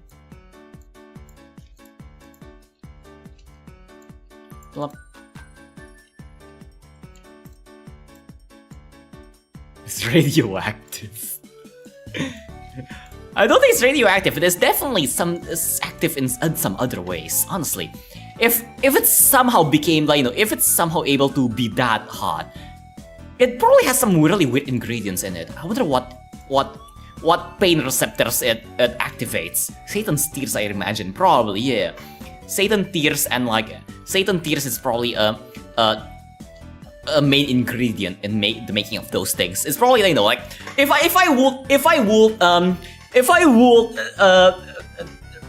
I guess, like, think of like the ingredients put in Tiger Balm, I would say Satan's tears, tiger claws, and the nightmares of 1,000 babies. That's like the main ingredients of like Tiger Balm. Cayenne peppers. I don't know what those are. But yeah.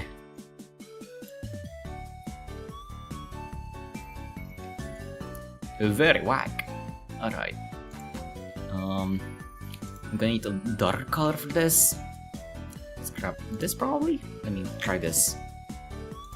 Oopsies.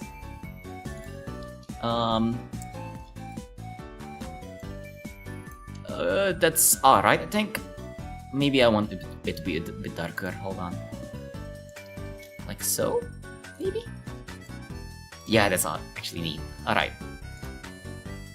Now let's go to cell shade.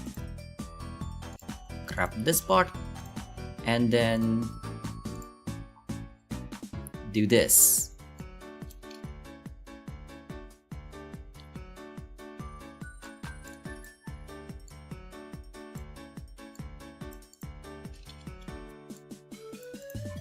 Okay.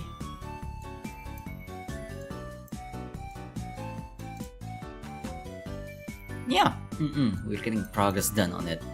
Very nice. I wonder what other ointments are out there that are very, very uncomfortable. I just don't like ointments in general, honestly. Like oils in general, like, you know, for example, like sunflower oil is like a common one that my friend uses. I really don't like it. I really don't like it. They smell weird, and they make you slippery and stuff. I don't like it. I don't like things that make me slippery. I'm already slippery enough. I don't need to be extra slippery. Finally time to ink. Cool.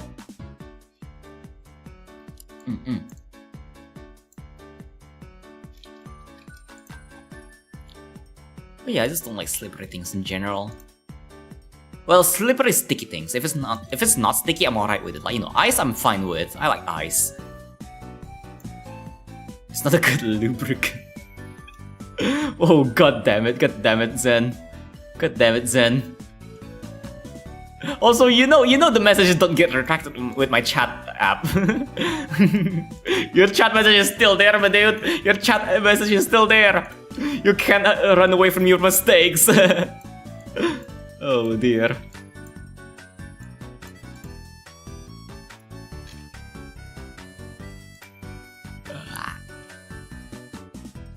Yeah. You can't run away from your mistakes. Okay.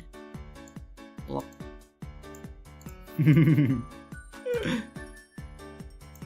Yes. I hate it when my true self shows.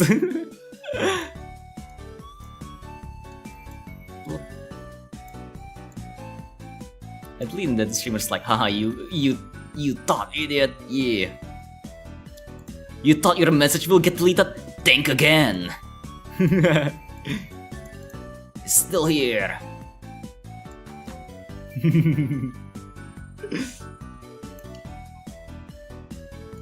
I think this should be like a lot bigger.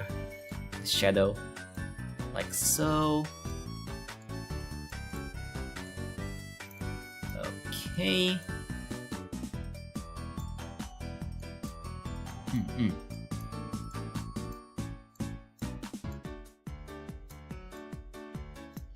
Whoop. Yeah, there you go.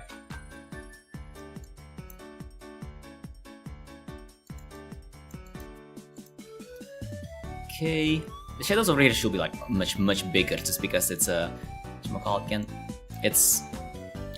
There should be a lot of light going over here, so I'm gonna like work on that. light comes from over here. I think it should be like much wider as well. Let's see. Something like this.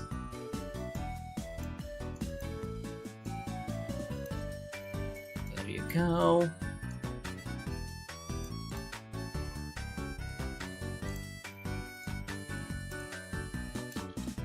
I kind of like the sharper shadows. So I might keep the sharpness like so.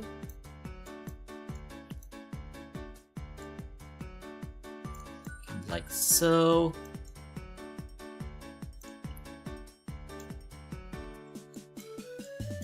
Here we go.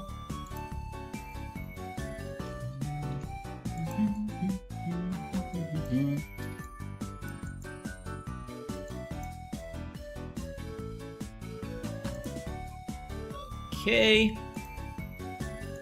I think that's alright. And then I also forgot that there should be like the side shadow here. I think I can cheat that though. I can do this the cheat way. So if I do this, get all the colors. Like so, wait, not that. I think I just need this, I don't need a lot. Okay, and then the here. There we go. Yeah, and then I subtract this first.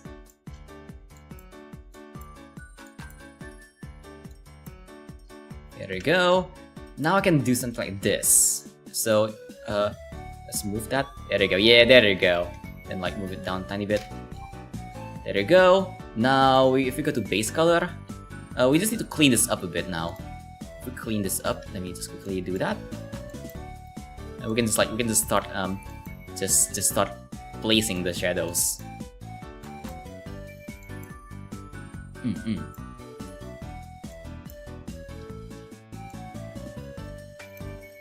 we go. I don't think I need to be too detailed over here. Gonna look us. Yeah. Good luck. Good luck on whatever you're editing. I don't know what you're editing. Okay. There we go.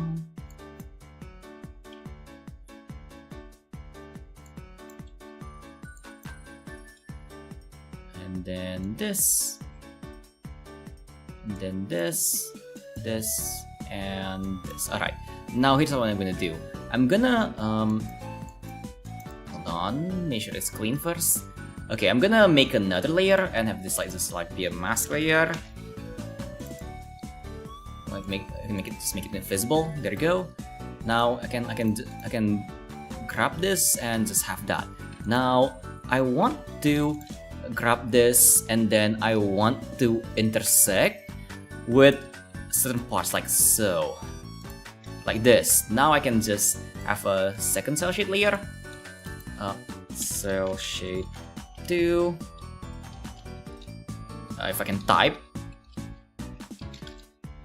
cell shade 2, let's set to multiply, make it like a bit smaller, and now we can do something like this. Grab this and just place this over here. Wasn't showing. Oh, I cut the wrong thing. Look, there we go. And this, there we go. You can now get more shadows now. Very nice. Just need to clean it up a bit maybe. This is the easy way of doing it. This lazy way. It's not actually breathe while inking. Yes, remember to take. Yeah, actually, everyone, meditation section. Remember, whatever you're doing right now, stop for a second, breathe in, breathe out. Remember, stay calm, enter your zone, achieve Zen, or like something, I don't know, achieve whatever it is that people talk about nowadays when they're meditating.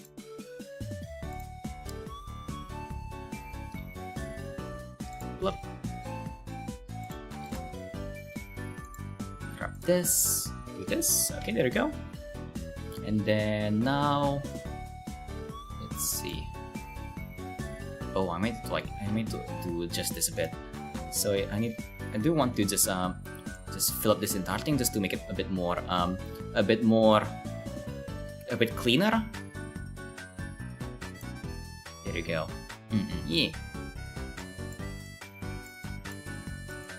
Remember to take care of yourself when you're drawing. Don't die. I'm gonna kill you if you die. I'm gonna kill you so hard you're gonna die to death.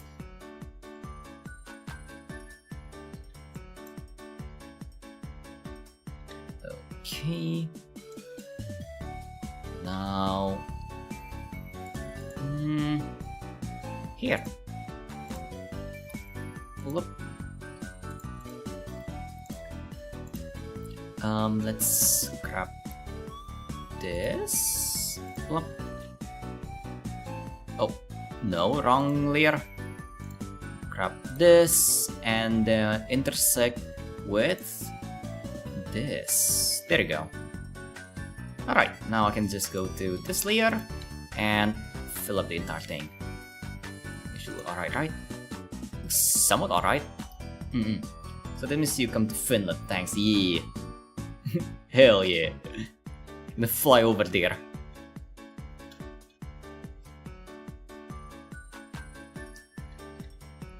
Okay. Look.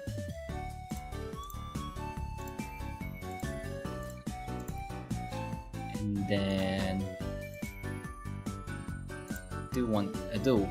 there should be a shadow over here as well because of how the lighting will work. Right now it looks very bright, but you're gonna see how it's gonna look like after some adjustments layer. The beauty of like digital drawing, you can use adjustment layers. It feels like cheating, but like, but you know, hey, I'm doing digital. Gotta use the tools I'm provided with. Hey, like check this out. Let's start with the adjustment layers now. So let's have it on multiply maybe. Let's start with the multiply. And what's a good color for this actually? Let me see. Yeah, there you go. Like yeah, like just adding this makes it like very sepia, but not the color that I want though. Let me make it a bit more a bit darker. What color will be nice here? Let me check some of my references actually. I did have some like even references. Let me check that.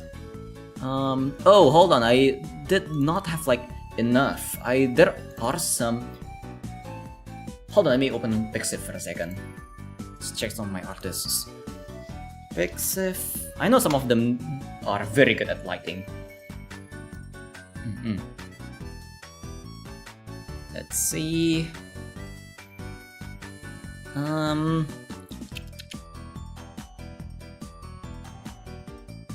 Oh, that's good, but like not what I was looking. Not what I'm looking for. Maybe my following. Where's it? Following. And then where is it? Where is it? Where is it? Where is it? Where are you? There you are. Okay. Oh, they actually use like much brighter colors for the overlay. Let me just quickly take a quick look. Ink pen, you have no permission to die on me. No, the ink pen died. No. Do you have a spare one? I wish I can just show you one of my ink pens. I got like quite a bunch. If I can throw them through the screen, I will. Oh, look at this. Look at how many pens I have. Like, this is a lot of pens. I mean, granted, not all of them are inking pens. There are just some writing pens. Then there's like a few pencils. Oh wait, hold on. Ooh, I got a brand new pencil. Where did they get this from? Huh. Oh, cool. Nice. But yeah, not all of my inking pens. Some of them are like just writing pens, and some of them are like colorful pens that I like to write with. When I take notes, I like to use colorful pens. They make my notes look nice.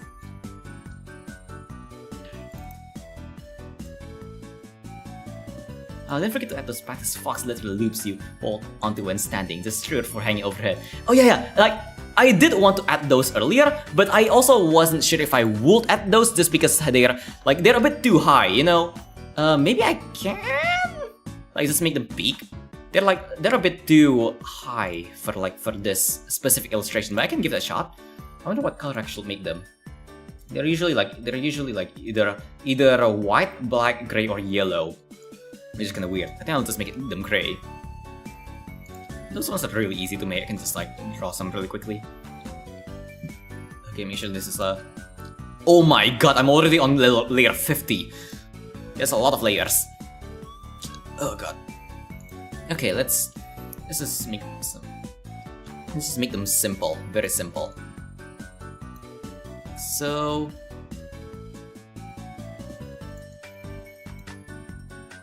okay. Hangers, yeah. I love these. When I was still young, I always wanted to like reach these because I was too short to reach them, but I think they're cool and stuff. I like holding onto them.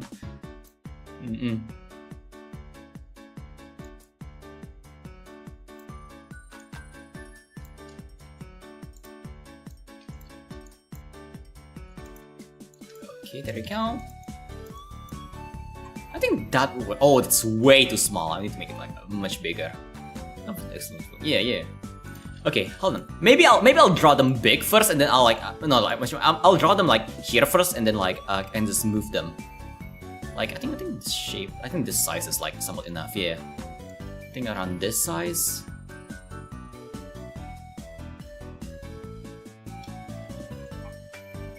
Yeah, I think that's the hand size. That works. So the insides first. Okay. This. Oh, I need to do this first. Plop. Get 3D.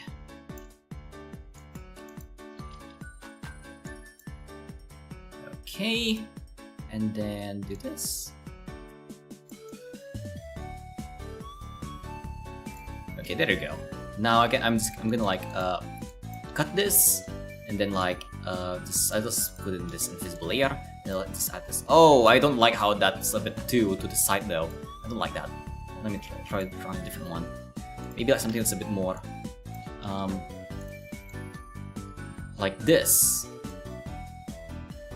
This one makes a bit more sense, perspective-wise. Like so, yeah.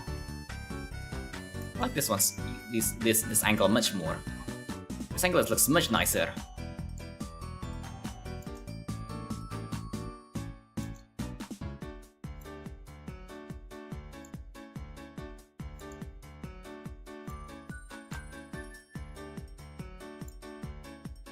Here you go. Yeah, I think that should be good. That looks nice. It looks much nicer. And then I don't think the ends should be this sharp though. Usually they're pretty soft, so people don't hurt themselves. Because people hurt themselves a lot. Humans are really good at hurting themselves. There we go.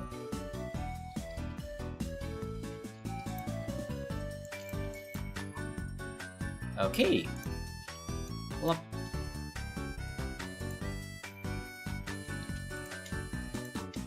alright, let's add one over here. We should add them like uniform lengths, like this, like so. Somewhat uniform. I know they're not like fully uniform most of the time. They're kind of like strewn all over.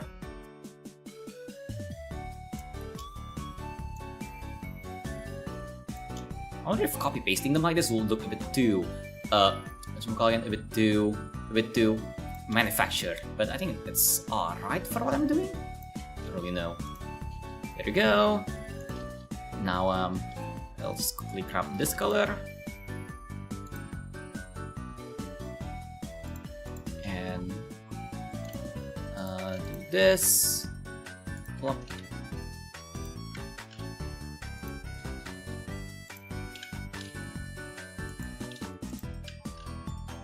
Yes.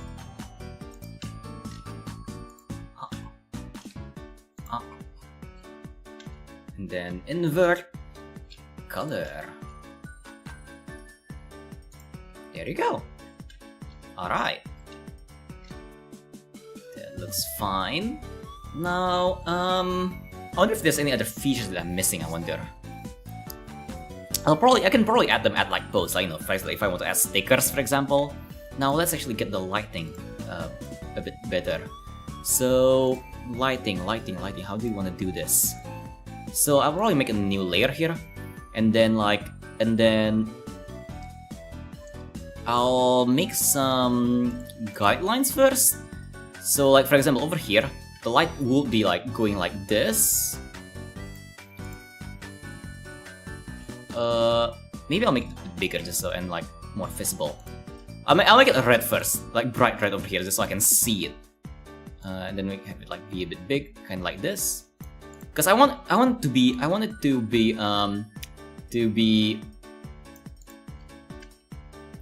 to actually look nice. Let's make it the same. We need to make it parallel first because light is parallel. Like so. There we go. And then same for over here. I think it starts from over here, right? It should start from over here, yeah. Okay, this part will go like this. And then over here the light would get blocked. Let me think about this. This is kind of difficult.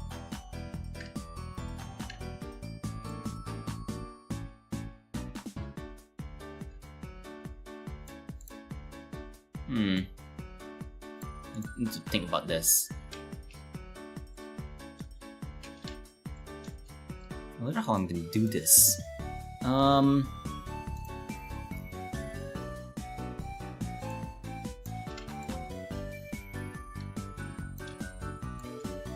Okay.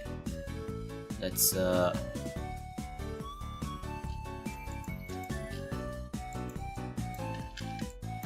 maybe I'll do it first and then see if it looks alright, then I can adjust it later. Okay, so I'm gonna do this first. Actually, this should be lit up, but light is going over there though. So this part should be lit up, and then like let's see. This part should be like there should be a shadow here because of the pillar, the pole. So I'm gonna like just quickly do this and do this. There we go. And also we'll do something like this. And like that. So it's gonna be empty. There we go.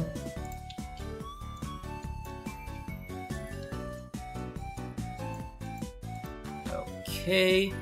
And then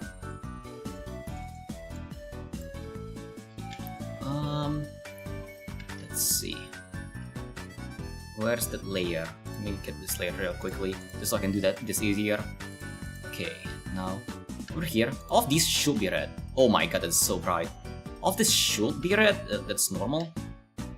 And then this part is like some extra reds because this part would be no, this part won't be actually. This part will not be. This part would follow this. This part would follow the bottom section. So it's gonna be like this. Let's remove this first. And okay, this one we can do that first, and then this one, yeah, that's all right. This. And then we want to remove this section. I'm pretty sure. I don't know if this will actually look good. Let's see. Let's try. Okay, so we do that, right? Now we want to go over here and then do this. There you go. Not good. Not good at all. I need to change that. What if I tone up this thing?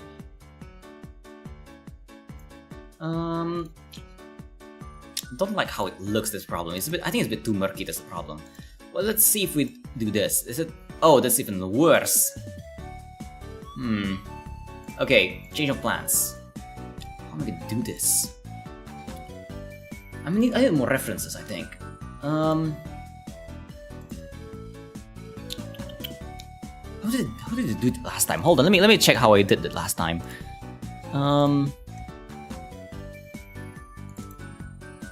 My previous picture. This one. Blip, blip, blip. This one is downloadable already, by the way, if you want to download it. Hey, this one has sharp shadows as well. This one works well though. I like the shadows on this one. I wonder why those ones doesn't work. Oh wait! Oh, I just realized why I messed up. Oh wait, I think I know where I messed up. Hold on, I did it in reverse. I'm pretty sure. Hold on, let me just double check that. Oopsies. Hold on, I think I did it in reverse. No, I did not do it in reverse. Why is it? Kinda sucks. Hold on. Let me change that. You mentioned to be able to get ink very light for the first time, so I won't erase the majority of it when getting rid of pencil marks. Ah. Yeah. Flip. Okay, I'll remove this first. I need to relearn how to do this actually. The light thing. So let's start with the basics. Light comes out from the window and it gets hit by this pillar.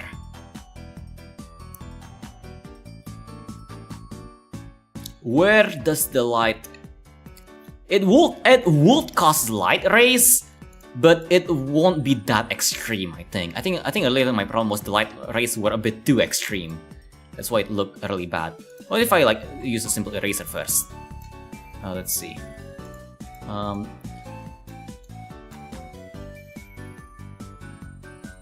That doesn't look that bad. What if I do this?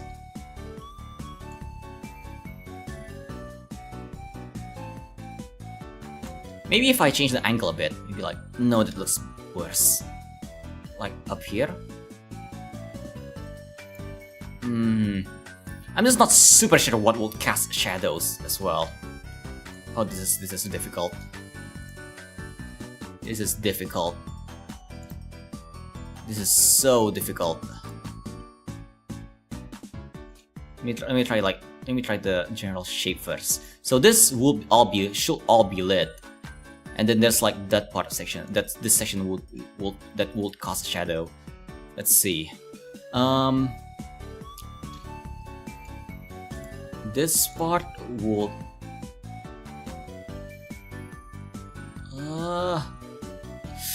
I think I need to have multiple layers for this. I really don't know.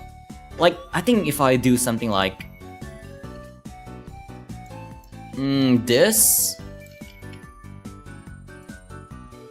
Maybe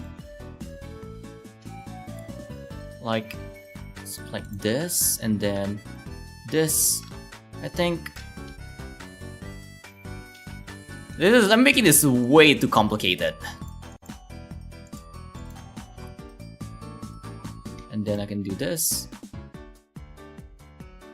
But that looks weird now. I need it to be from over here to here. Oh my god, this is needlessly complicated. Holy, but this is needlessly complicated.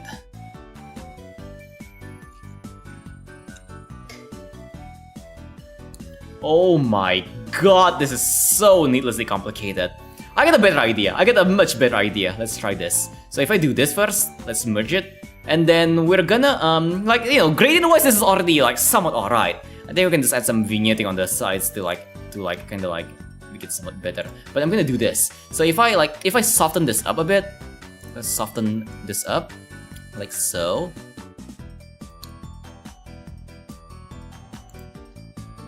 Now it's just, I don't like it though. Oh, maybe if I remove this first. Hold on, let's see. Maybe if I get this, and then remove this, there you go. Oh, it's super bright. Should be the evening, that's the problem. Evenings are this bright. Maybe if I just do this first, and then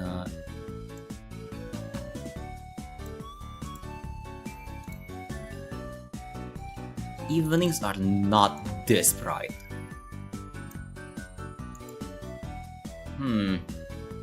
Let's see. Okay, now if I do this,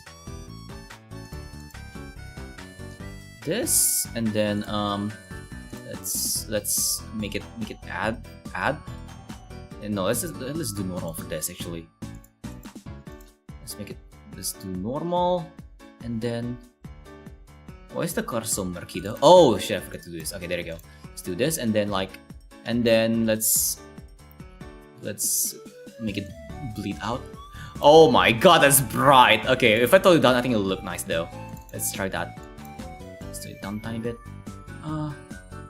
No. For some reason, I don't know why, but for some reason, having it look bright does make it look kind of nice with the contrast.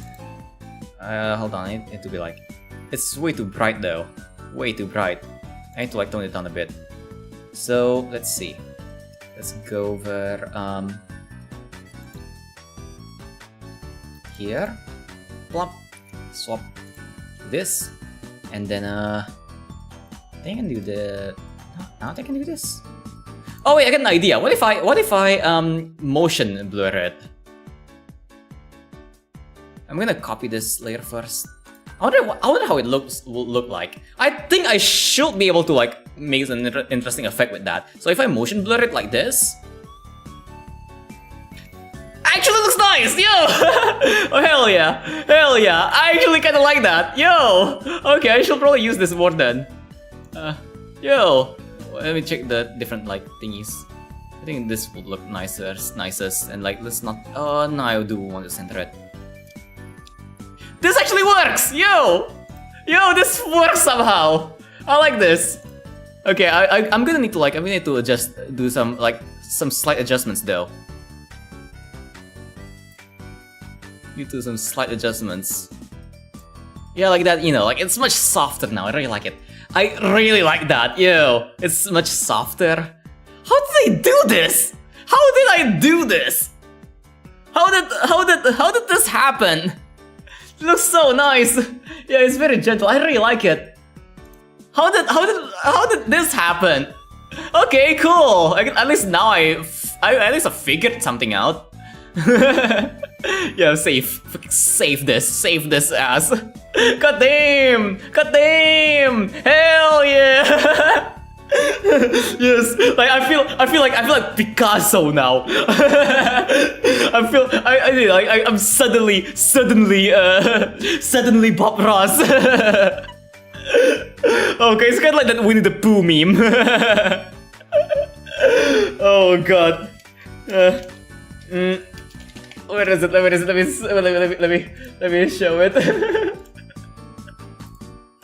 Let's see. Like, this is me right now. This is like, I'm like, yeah, this drawing is cool, but it's like, oh my god, hell yeah, I am amazing. It's a happy little accident, yeah. It's a happy little accident. Hell yeah, I have no idea how that happened, but I am all for it. Holy butt, that was amazing. Oh my god. Okay then, alright, let's add some let's have some of the highlights now. Let me take a sip first. Gotta take a sip after all of that awesomeness.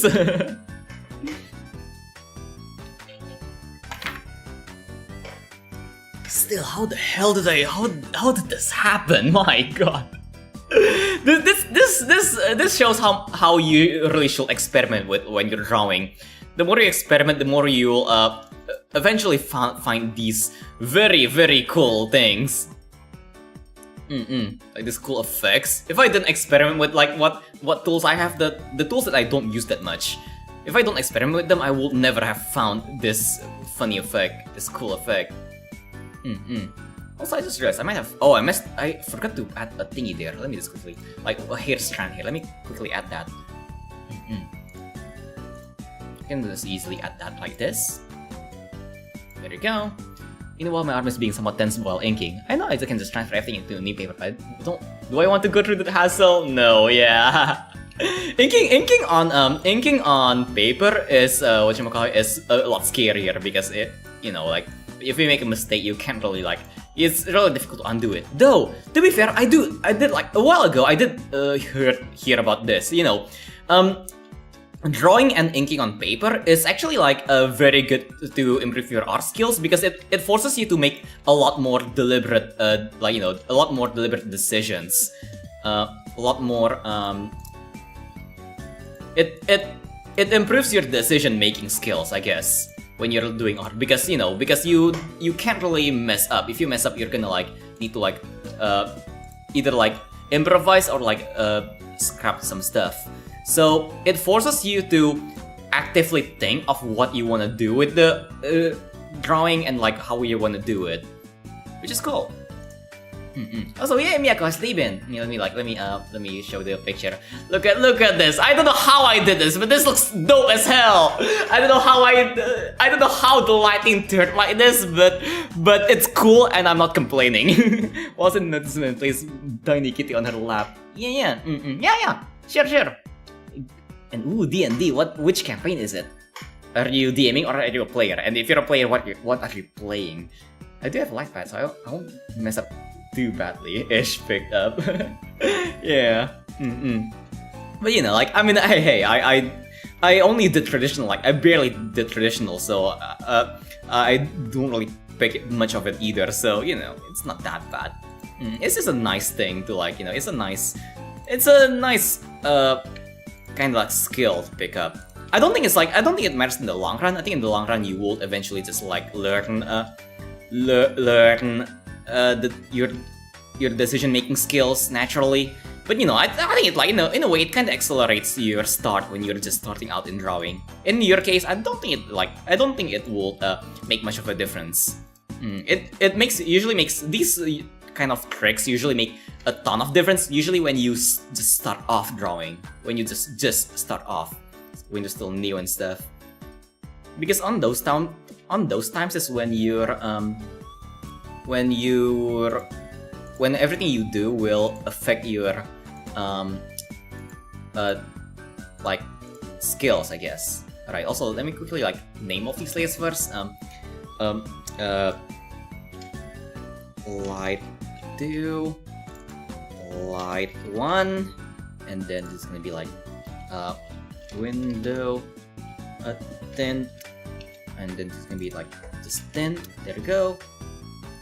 Okay, and then what layer is this? Oh, this is the glass layer. Glass.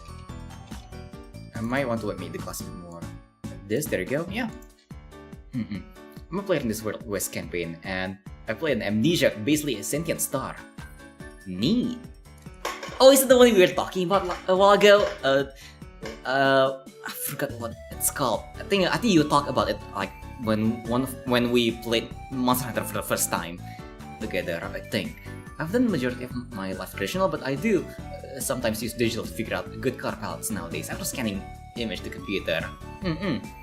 It is a lot easier to experiment with color palettes on digital because, you know, you don't need like a bunch of colors. Mixing colors can be a bit difficult on traditional. So yeah. So now I remember that I do need to install the drivers to my printer scanner. Yes. No bucket from Starbound. Haven't played Starbound much. Okay. Let's see, what I'm missing. I might want to soften this shadow on the side actually. I should do more of those. Or I can just do all of those in like soft shade layer. Okay, I'm gonna remove all these first just because I want to like soft shade them. Wait, what is like hold on, is this layer even? Did I accidentally remove that layer? Oh, I didn't. Okay, I guess this layer is empty, I'm just gonna remove it. But yeah, this layer is already pretty good though. Alright, let's do that. Let me remove this, and then that can stay. Alright. Okay, now then, let's actually start with the soft shades. Soft shades should be pretty basic. Actually, hold on. Well, before I do that though, I kind of wanna grab something to eat first because I'm like a tiny bit hungry. I'm gonna see what snacks I can grab. So let me just do that real quick. You know, when your tummy starts to rumble a tiny bit, make sure to like go grab something to eat. It means your tummy is screaming for something. So let me see if I can grab something to eat. Hold on, let me like and use the bathroom at the same time and fill up my bottle because my bottle is almost out of water. I just say bathroom break because yeah, why not? There you go. Let's make it bigger and yeah. All right. Okay, I'll be right back. Okay, and while do that, let me hold on. Where's Najrin? Let me have you on the thingy. There you go. Yeah, take over the stream for me. Okay, there you go. Good. Now be entertained while I be right back. Be right back. Boop.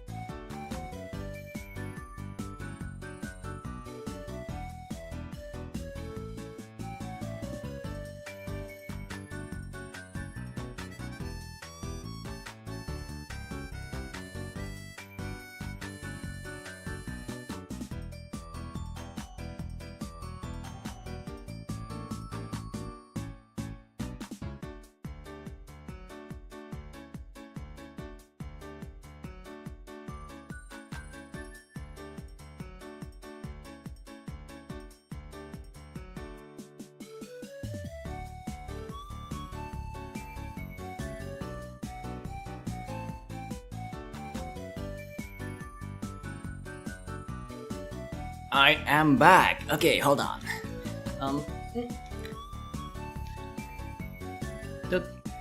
No, I'm making distracted. Papa, I get distraction. Oh my. The nose is you're putting it away. Oh my. Okay, hold on. Let me quickly do this. Let's move you over here. Plop, plop, plop. There you go. Back to where it belongs. Yeah, get some tiny things, treats. So I just realized I might need to end soon. I just realized that I might end in like the 5-hour mark, like in like somewhat like around 20 minutes, just because I need to wake up a bit early. So we can continue this next week or like next Saturday probably. Because I want to fill up Saturdays with art.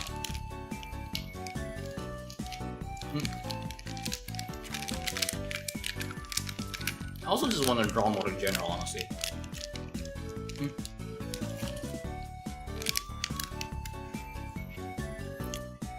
Okay. Let's see now. Where was I at? Oh yeah, I didn't want to do some cell shades. I mean soft shades. I think because I'm just like, I'm just gonna draw for like 20 more minutes. I'm gonna like focus on the easier soft shades first. Like for example, the environment ones. Let's see, soft shade, and then let's make it like, let's have it on multiply and lower it to like this, like so, and let's see this. Make it softer. Okay, I think that's soft enough. Yeah. See how that goes. Okay, I need this to be like a bit more intense, like so, and then over here as well. Oh, hold on, I think over here I need to do it like this. There we go, and then bottom side, like so. There you go. Now it gives like, it gives that like, nice curve, I guess you can say. Usually because because I don't know how to actually describe it. I think these kind of things are like much easier to like to learn when you just look at a lot of like your surroundings. Being an artist also means you kind of makes you look at your surroundings a lot more. Also, welcome back, not free. Are you ever going to do your company with chat? I mean, not with chat, but probably just with like, if any of you are interested, I do want to do more game nights on Discord. So I can play Little Company with you guys on Discord or any other games. Alright.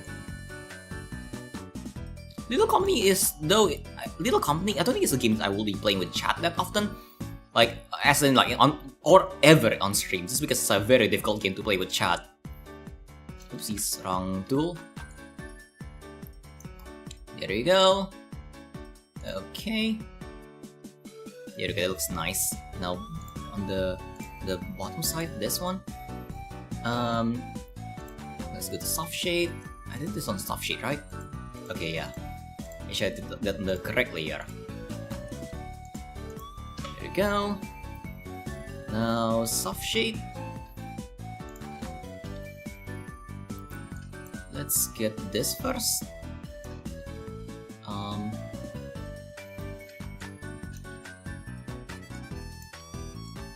Like so. And then I also do want to make this section like a bit darker because it's like closer to someone. This effect is called ambient occlusion, because when something is when you're very close to like a wall, there's like the shadow, sure, but there's also like less light also hits whatever it's like whatever you're close with, so it causes this tiny little soft aura of shadow. We call it ambient occlusion. That's what you see when you on the video game settings you usually see ambient occlusion. For those of you who notice that, it's actually when you get close to a wall and suddenly you see a shadow on the wall. That's ambient occlusion on video games. Let's keep it into drawing. Nah, too lazy.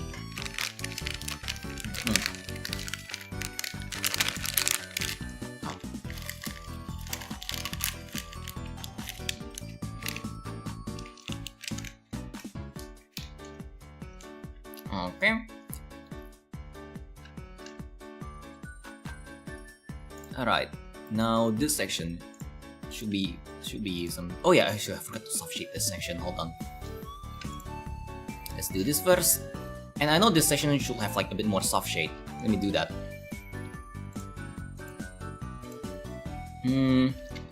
Over here, because you know, again, ambient occlusion. Hold on. Is this the right color? I think this is, yeah. Okay, make it this like a lot darker, and like so.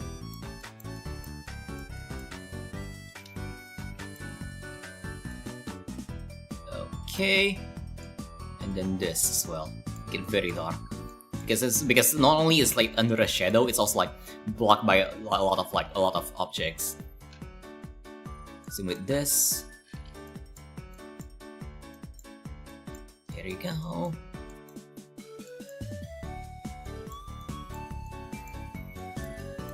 Okay, now this section. Let's grab this part first, the main part, and then this one should be simple. Let's grab the darker cell shade. Which one is it though? Oh, is this the same layer? Okay. I wonder if this is too dark. It may be too dark. Let me try grabbing the lighter one. This one should be dropping a grenade with a water gun. Actually sounds like fun art magic. I might try that.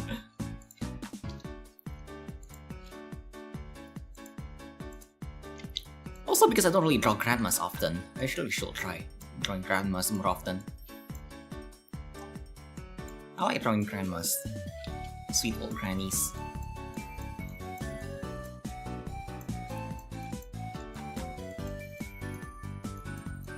Though I do also have like a different thing planned for like my next one though.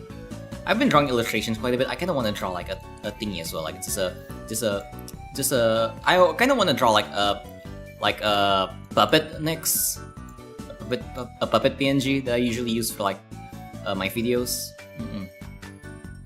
What do you mean? Who doesn't like grandmas? Grandmas are sweet and stuff. Unless they're one of those grandmas that are kind of assholes.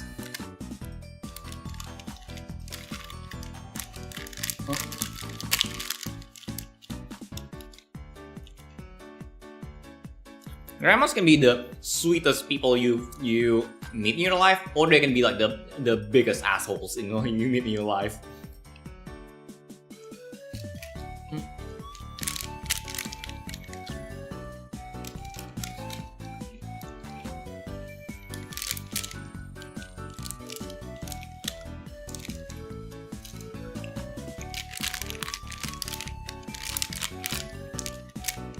The ones I've met though are generally pretty nice.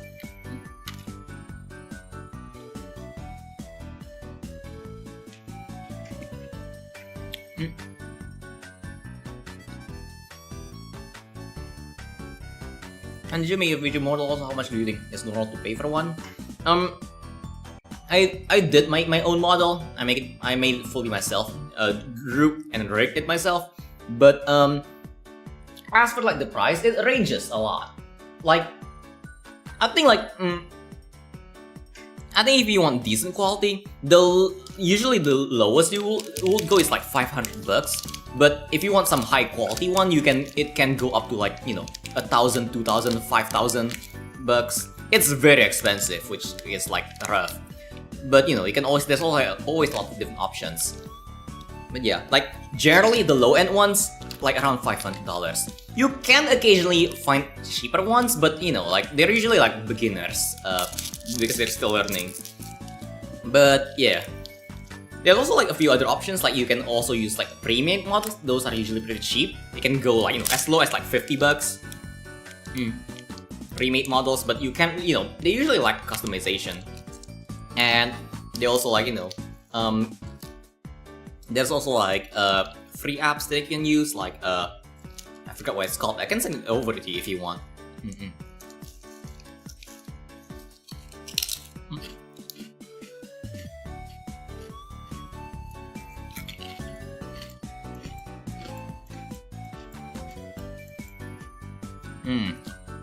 Oh, that's good. Just salty, but also good. I'm eating some rice crackers. They're very nice.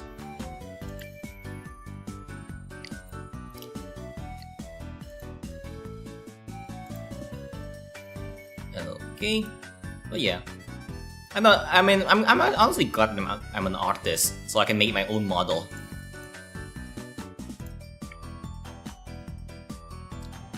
I think I'll buy one spaghetti job myself instead of going to college. Oh my, that's gonna be the worst investment you can get though. You can do.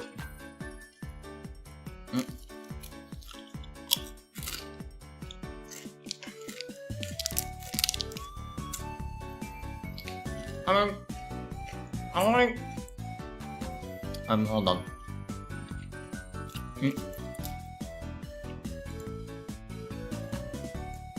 Honestly, in my opinion, investing on a feature model is like horrible. Feature models are a horrible investment. Because, you know, I mean, content in general is a horrible investment. Because the thing with content is that nothing is guaranteed when it comes to content creation. Like, you can have the best content in the world and you can get zero traction from it. The thing with oh, sorry about that. The thing with content creation is that it's kind of like waiting for a lightning strike. You never know when it's gonna happen or if it will even happen. So, like, if you want to do content creation, like, try to like keep it on budget and have a backup plan if it doesn't work out. And for me, I just do it for fun. Like, if I wasn't an artist, I probably wouldn't have been a Vtuber, honestly. I know, but hear me out. YouTube ad campaign and sponsoring channel can be cheaper to push, and it's a fun hobby. I mean, if you're willing, here's the thing: if you're willing to spending it as a hobby is alright. You know, like spending it as a hobby is alright, but it shouldn't be an investment, and you shouldn't be expecting to like make that money back. Make sure to, you know, and like make sure you put your money into something useful first. Like, you know, I mean, college, for example, is like a bit more useful, even though like there's other options. Like, make sure you use your spare money for it, like the money that you got, like your lunch money, for example. You accumulate your lunch money, and then like, if you want to spend it on a feature model, go ahead. But don't think of it as an investment. I guess you can say. I might want myself as well, but I'm lazy. I'd make it from traditional artwork. That would look dope actually for like lady. You can like make someone from traditional and then like scan it. That's gonna be really difficult, but if you can pull it off, god dang, that will be so cool. And welcome back, American person. Jeez. Yeah. Just make sure, you know, and yeah, for the not free, just make sure you do this. You make sure you think this through because it's a lot of money. Okay, that's like my advice. Like, you know, you can always try a lot of different stuff first. You can try to making your model in Vtuber. That's much cheaper. Like that's free. That's legit free. Vtuber is free. Other programs that can let you like make featured models is also free. Like that's that. I noticed that one program. I just forgot the name. You can ask me on DMs and I'll send it over. There's that one program that lets you make featured models, and then what else? There's also like if you want something that's like a bit more high quality, you can go for something a bit cheaper. Like a pre-made model is usually pretty cheap, and you know, and adoptables are also kind of cheap. There's a lot of VTubers that, yeah, this is actually one reason why I also tell you to think of your decision first. A lot of VTubers graduate.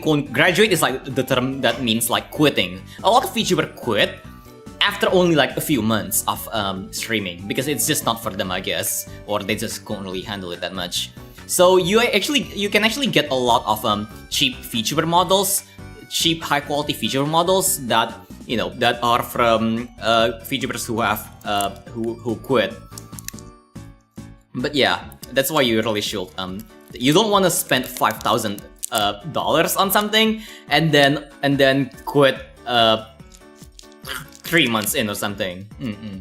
Yeah, oh, it wasn't a challenge. I mean, it will be a challenge. It will be a challenge. I guess. I'm not challenging you, but like, if you're up for the challenge, you go ahead.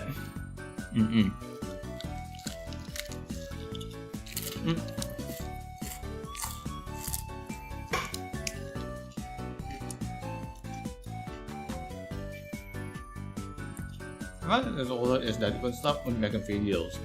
Yeah.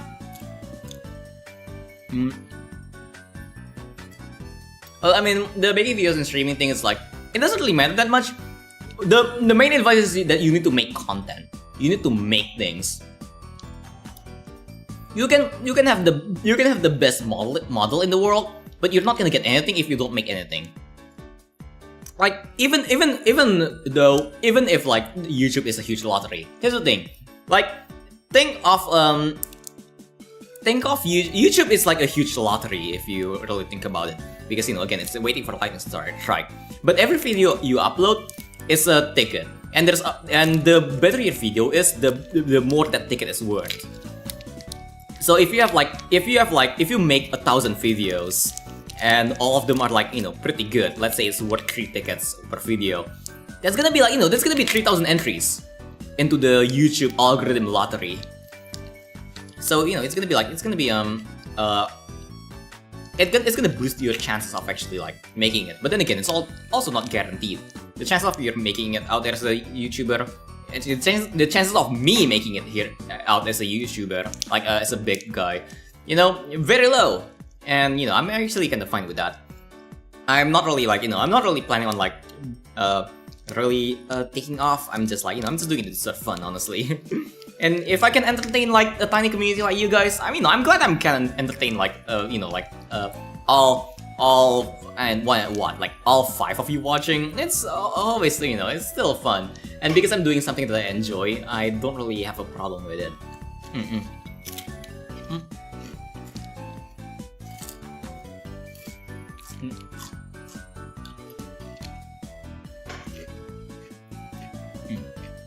Yeah.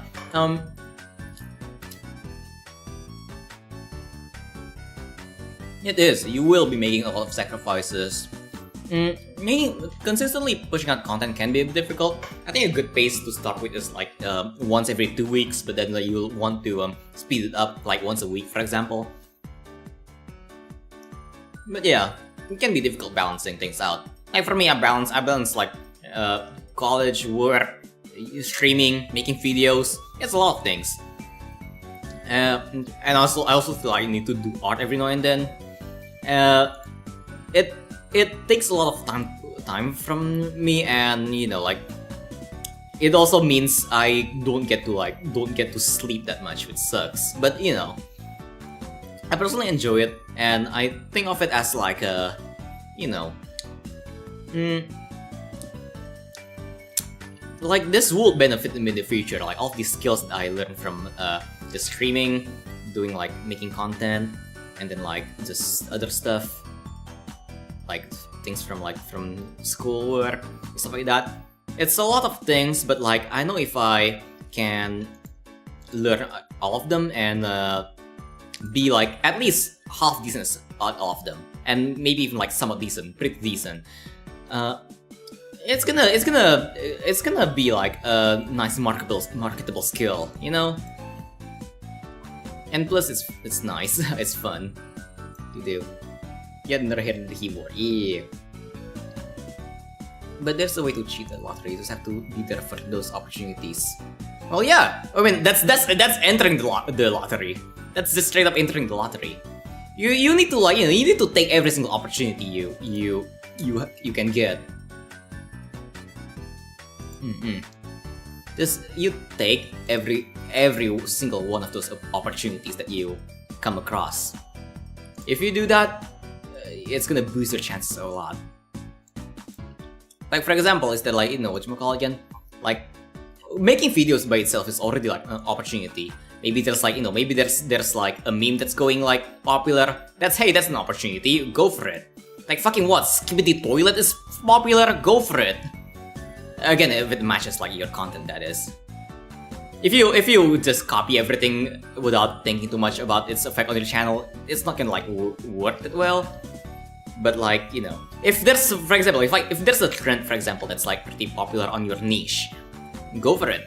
Fucking go for it.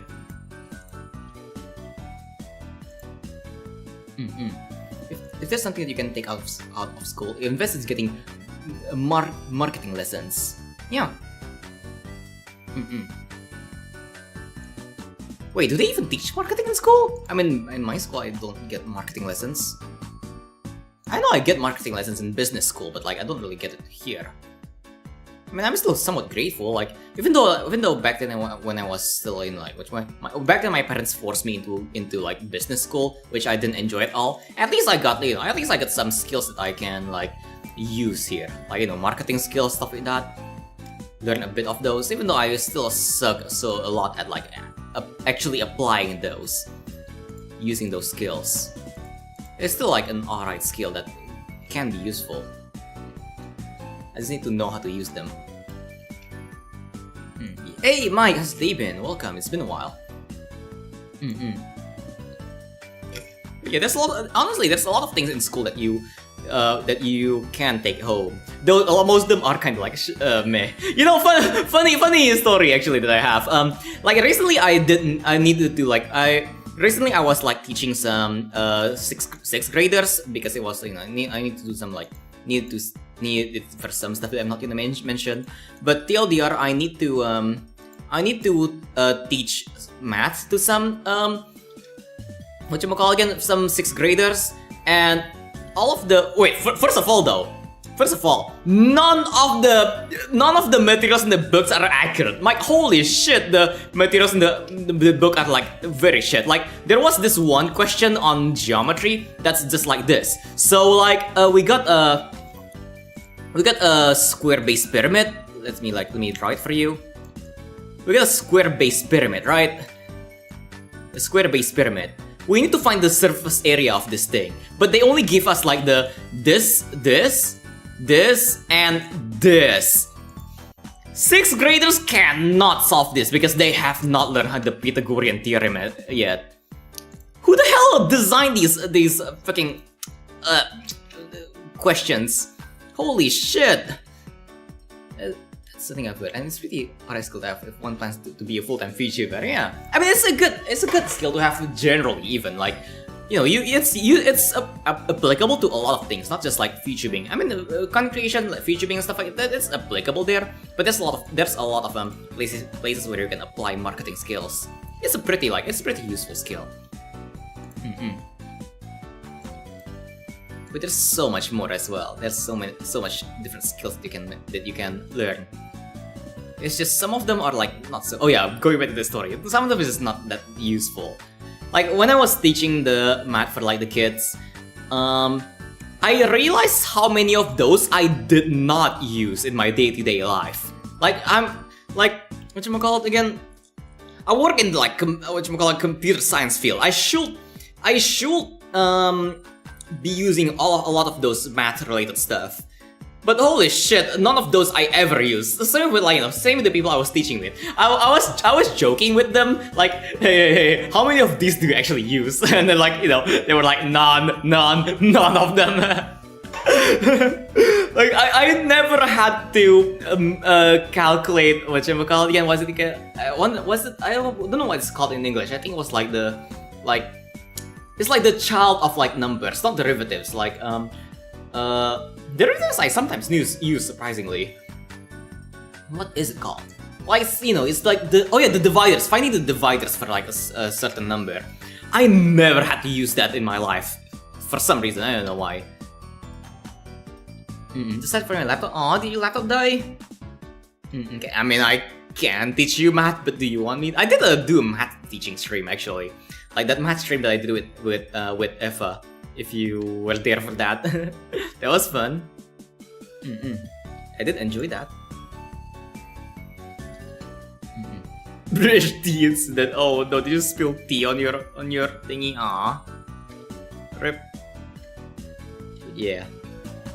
Okay, I'll probably just chat here. I think this is a good place to leave it off. I'm gonna chat a bit and then I'll be going. Yeah. But yeah. What's I even talking about? Like the lessons you can take from school? What else are like good things to take from school? Let's see. Physics are alright. Physics I do still use, but then again, it's because I work on video games. I don't think if you're going full computer science, like doing programs and stuff, I don't think you would need physics, honestly. Like, the only thing where I would need the physics related things I learned in school is because I need to like program physics video games. But like, but other than that, I really don't use it for much else. Except for like, I guess sometimes day-to-day stuff I do use some elementary school physics, things like simple machines, and then like thermodynamics I use quite a bit because I like making ice cream. Good classes. Mobile gaming is very uncomfortable. It is. I mean it sucks. Mobile gaming is like, I really don't like it. Cooking classes. Oh, if your school has cooking classes, that's amazing. That is a very useful one actually. I wish more schools do that actually.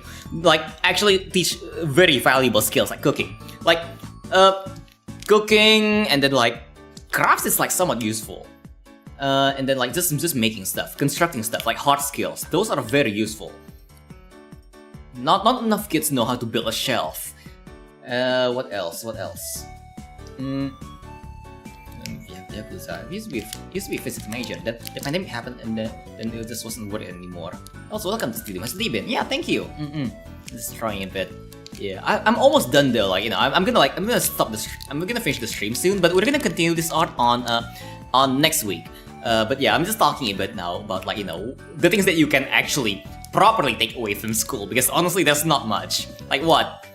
On from school you can take away like again, cooking lessons and like practical skills. There should be more practical skill lessons on school, honestly. Like for example, how to tie a tie. How do you tie a tie? And thank you for subscribing, Dusty. I do not know how to tie a tie. School should teach that. And then like talking skills, people skills. That's very important. School needs to teach people skills. And then PE is pretty nice. PE is like PE is like not the most important, but it's a nice thing to have because it's good to have your it's good to have people be aware of their own body, I guess, know how to take care of themselves. So physical education is pretty useful. Oh, finance. Oh, Zen. That's exactly. That's very good. Yeah. I don't know. High school has finance class. In high school, I have economy, but they don't teach any practical skills. But financing is a very important skill to learn. If you I guess for everyone here, like the skills that you should learn in school. Now, self-defense isn't really super important. You can just pepper spray, but I guess it's a nice one. I think it can be part of PE. Oh, first aid. Yeah, that's a good one. That's a really good one. First aid is also very important. I mean, a better attack maybe is stretch, but just general first aid. For example, if your friend gets hurt, or your family member gets hurt on a trip, you can administer first aid. I'm shocked that that's not something that they teach in school. It should be they should teach less of those culture shit, fucking what. I mean, math and physics is pretty important, but biology is very niche, honestly. Biology is the weird cousin of science. Biology is kind of meh. I think they should tone down on biology. History is also something that they should really tone down. Just teach the important stuff. Here's something that I really hate about history lessons, by the way. History lessons should be a lesson about learning from the mistakes of our past, not remembering dates. History lessons is always when is the Stone Age or stuff like that? What happened in the Copper Age or something? I don't know. It shouldn't be that. It should be learning from the mistakes of our ancestors. For example, back in I don't know, World War or something. What caused it, and why did it happen? What we can take away from it? Whatchamacallit again? What else? How do we prevent something like that from happening again? Or maybe something something Oh, actually, this is actually a good one. Like on the history lesson when I was young, I remember like we learned about old tribes, like I don't know, Aztecs or something. We really don't need to like learn about when they were like a thing or like what they are doing. We should be learning about why they fall and how we can learn from their mistakes. Like I still remember like I read a bit more into it. Like they fell because, if I recall correctly, I don't think it's like Aztecs. I forgot what it's actually called. But like they fell because of a lack of training in like future leaders. Because so eventually when their current leaders are dead, no one is like competent enough to replace them. So and the kingdom just ended up like, or like a tribe kingdom, whatever. I don't actually know what they are. Just eventually fell because, again, lack of leadership. That's something we should learn. Not like the dates. Yeah. Basic medicine. And yeah. And how to communicate. Like talking skills. People skills are so important. People skills are very important to learn. How you talk to people. How to be nice. More people need to learn that. How to be a nice person. Yeah. Took Spanish in high school, which can be more still America. I mean, yeah, like language is pretty decent. Language is can be important. I think the most important language to learn if you're not native English is English, because it allows for like a lot more. It opens a lot of doors for you when it comes to like opportunities. But if you're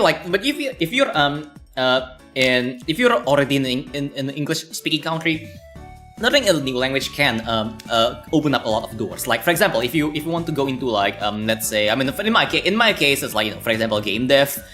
You do like learning some languages that are in big game dev countries are pretty useful. Like for example, Japan, China. Those two countries, I mean, I guess English, but like everyone learns English. Oh god. Those languages are very good to learn if you want to get into the game dev industry. But it's different for a lot of different industries. Like for example, if you want to go into like culinary arts, like fancy culinary and stuff like that, you should learn something like, you know, French, Italian. That will open up a lot of doors for you. And make connections and stuff. Makes it easier to make connections. But yeah, let's read a bit more. Was definitely not fun taking culture geography. Yeah, I can teach that. I'm a nice dude. Try to be. My cousin once asked me why the dude was fat and on the straight when he was 6 or 7. Oh god. Maybe take a bite. That reminds me of something. When I was still young, there was this one time where my cousin. It's so stupid. So we were, I forgot where we were at, like a waterfall or a beach. I think we were at the beach. So we were at the beach and then we just finished playing in the beach. So we want to like shower just to like, you know, get all the sand and like the salty water out. We showered and then my cousin, me and my cousins are very, very naughty children.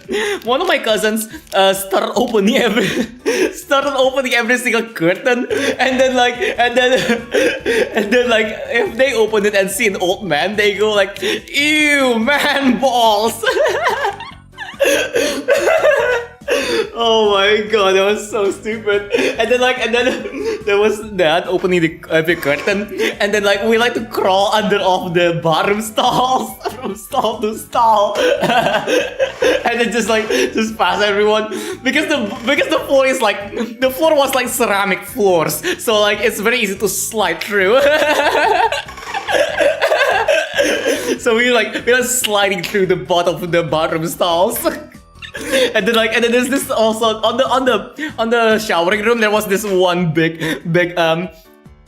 communal showering place, and then like on the middle is like a big empty space that's just ceramic tiles, and me and my cousins like to we cover our entire body in soap, and then we run towards the big corridor, and then like we slide down, you know how like gold like on the football, when when soccer, football, something players celebrate, they kneel down and slide on the grass. We kind of did that.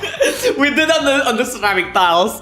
We got on our knees and slid forward and yelled goal. Oh god! And we will slide so far away because we were covered in soap and it was a ceramic tile. So we will slide like 50 meters away. It was so much fun. Oh god. The non-English school really needs to teaching better English grammar. I mean, honestly though, here's the thing. Grammar isn't as important as like they make it out to be. The thing with English, like language studies in general, is that it's not about whether you're good at it. It's whether about can you communicate, can you relay information with it. If you can relay information properly, then you're already you're already alright at that language. You don't need to be amazing at it. You just need to be able to talk to people. Yeah, in English, we actually have some licenses that people need to renew at biannually or so, like emergency license to show that your knowledge during emergency is still valid and you've proven help. Oh, that's cool. It includes first aid and what to do in risky situations and how to put out a fire, for example. Huh, I didn't know that's like a thing over there. That's cool. Yo, that'll be super useful. Do you appreciate all the grammar and the waiver on? Oh my god, it's very English indeed. Very English. I do have a cousin that studies math way more than English, so he once sent me Ronaldo or goat seal. I have no idea what that is.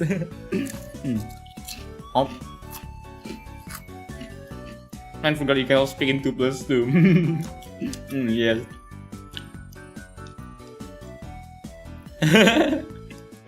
Oh dear. But yeah, like the thing with language studies is that, I mean, grammar is overrated, honestly. Grammar is overrated.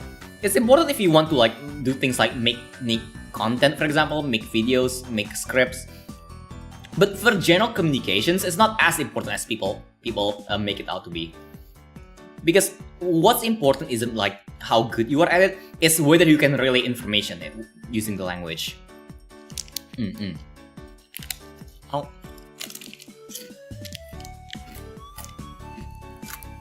Oh. Like there are a lot of people who are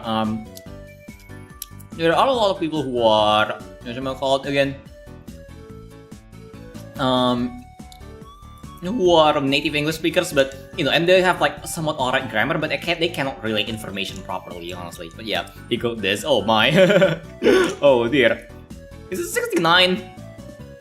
Square 3.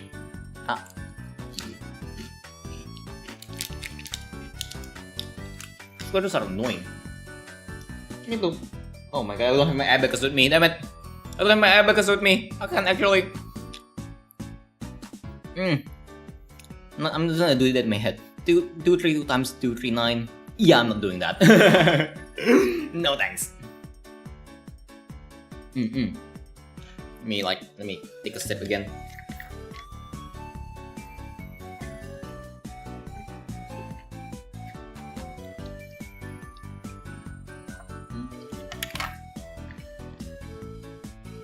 Alright.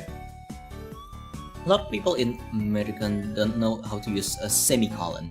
I mean, yeah, I fair. Semicolons are very complicated. Semicolons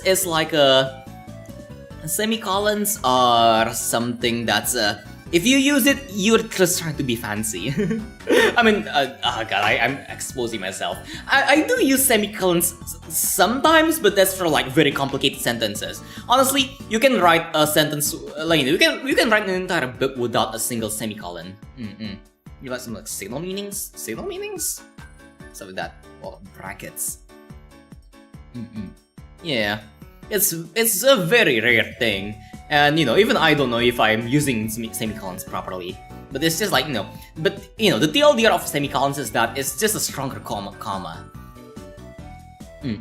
It's not really that, it's not the most useful, like, I guess like, what's it called again?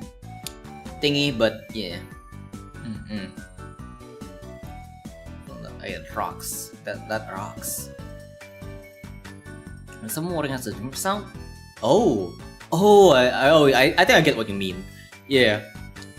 That is like pretty useful. Like, though I mean I guess it also depends a lot on where you live, that is. Like if you live in a like place with a lot of earthquakes, for example, you do need to like know the earthquake signals, like how it's like. I mean, over here it's not really that much of a problem. Over here, when there's an earthquake, my phone just rings. It's like it's very convenient now. Like, I don't know if it's the same for you guys though. Like, if there's an earthquake, phone just goes ham. Like earthquake and shit. Go evacuate or something. But yeah. It depends from place to place, but I think it will be useful if you live like in the ring of fire, especially. But yeah, I'll probably wrap it up here. Thanks for coming, everyone. I'll be continuing this art on next week, probably on the Saturday, because I'm thinking of like cutting the DST, and I'll be back on Tuesday with a different game probably. Like usually I will do Everhood because I want to finish Everhood, but I do want to do this one game that a developer whose game I've played a bit sent over to me. If any of you remember Ezra Stanson or something, I can't remember. I don't actually know how to pronounce their name. I'm sorry, like Ezra Stanson or something. I don't know. But they're the one who made like the survey game. I forgot what it's called. And Be Honest, which is another survey game. I really like those games. So I want to check out the new game that he made. I think it's a lot different from what his previous games though. Like I from what I've seen, it's kind of like Jump King or like Getting Over It, but like with some with a bit more of a dark art style. Like not really horror, but more like dark, kind of like Hollow Knight kind of. The art style is very reminiscent of Hollow Knight, but I will be checking it out. But yeah. So yeah, have a nice day, everyone. Remember to stay hydrated. Remember to well, again, be nice. Be a nice person. It takes nothing to be a nice person, but yet so little people do it. I don't know. I guess being edgy is like the cool thing or something. I don't know. Kids these days. But yeah, thanks for coming, everyone. And yeah, stay cool. Be nice. Be nice. Yeah. When I have so many solutions to so many types of stress, so I typically to fix the stress. Stay frosty or something, yeah, I don't know. Bye bye, have a nice day. Boop.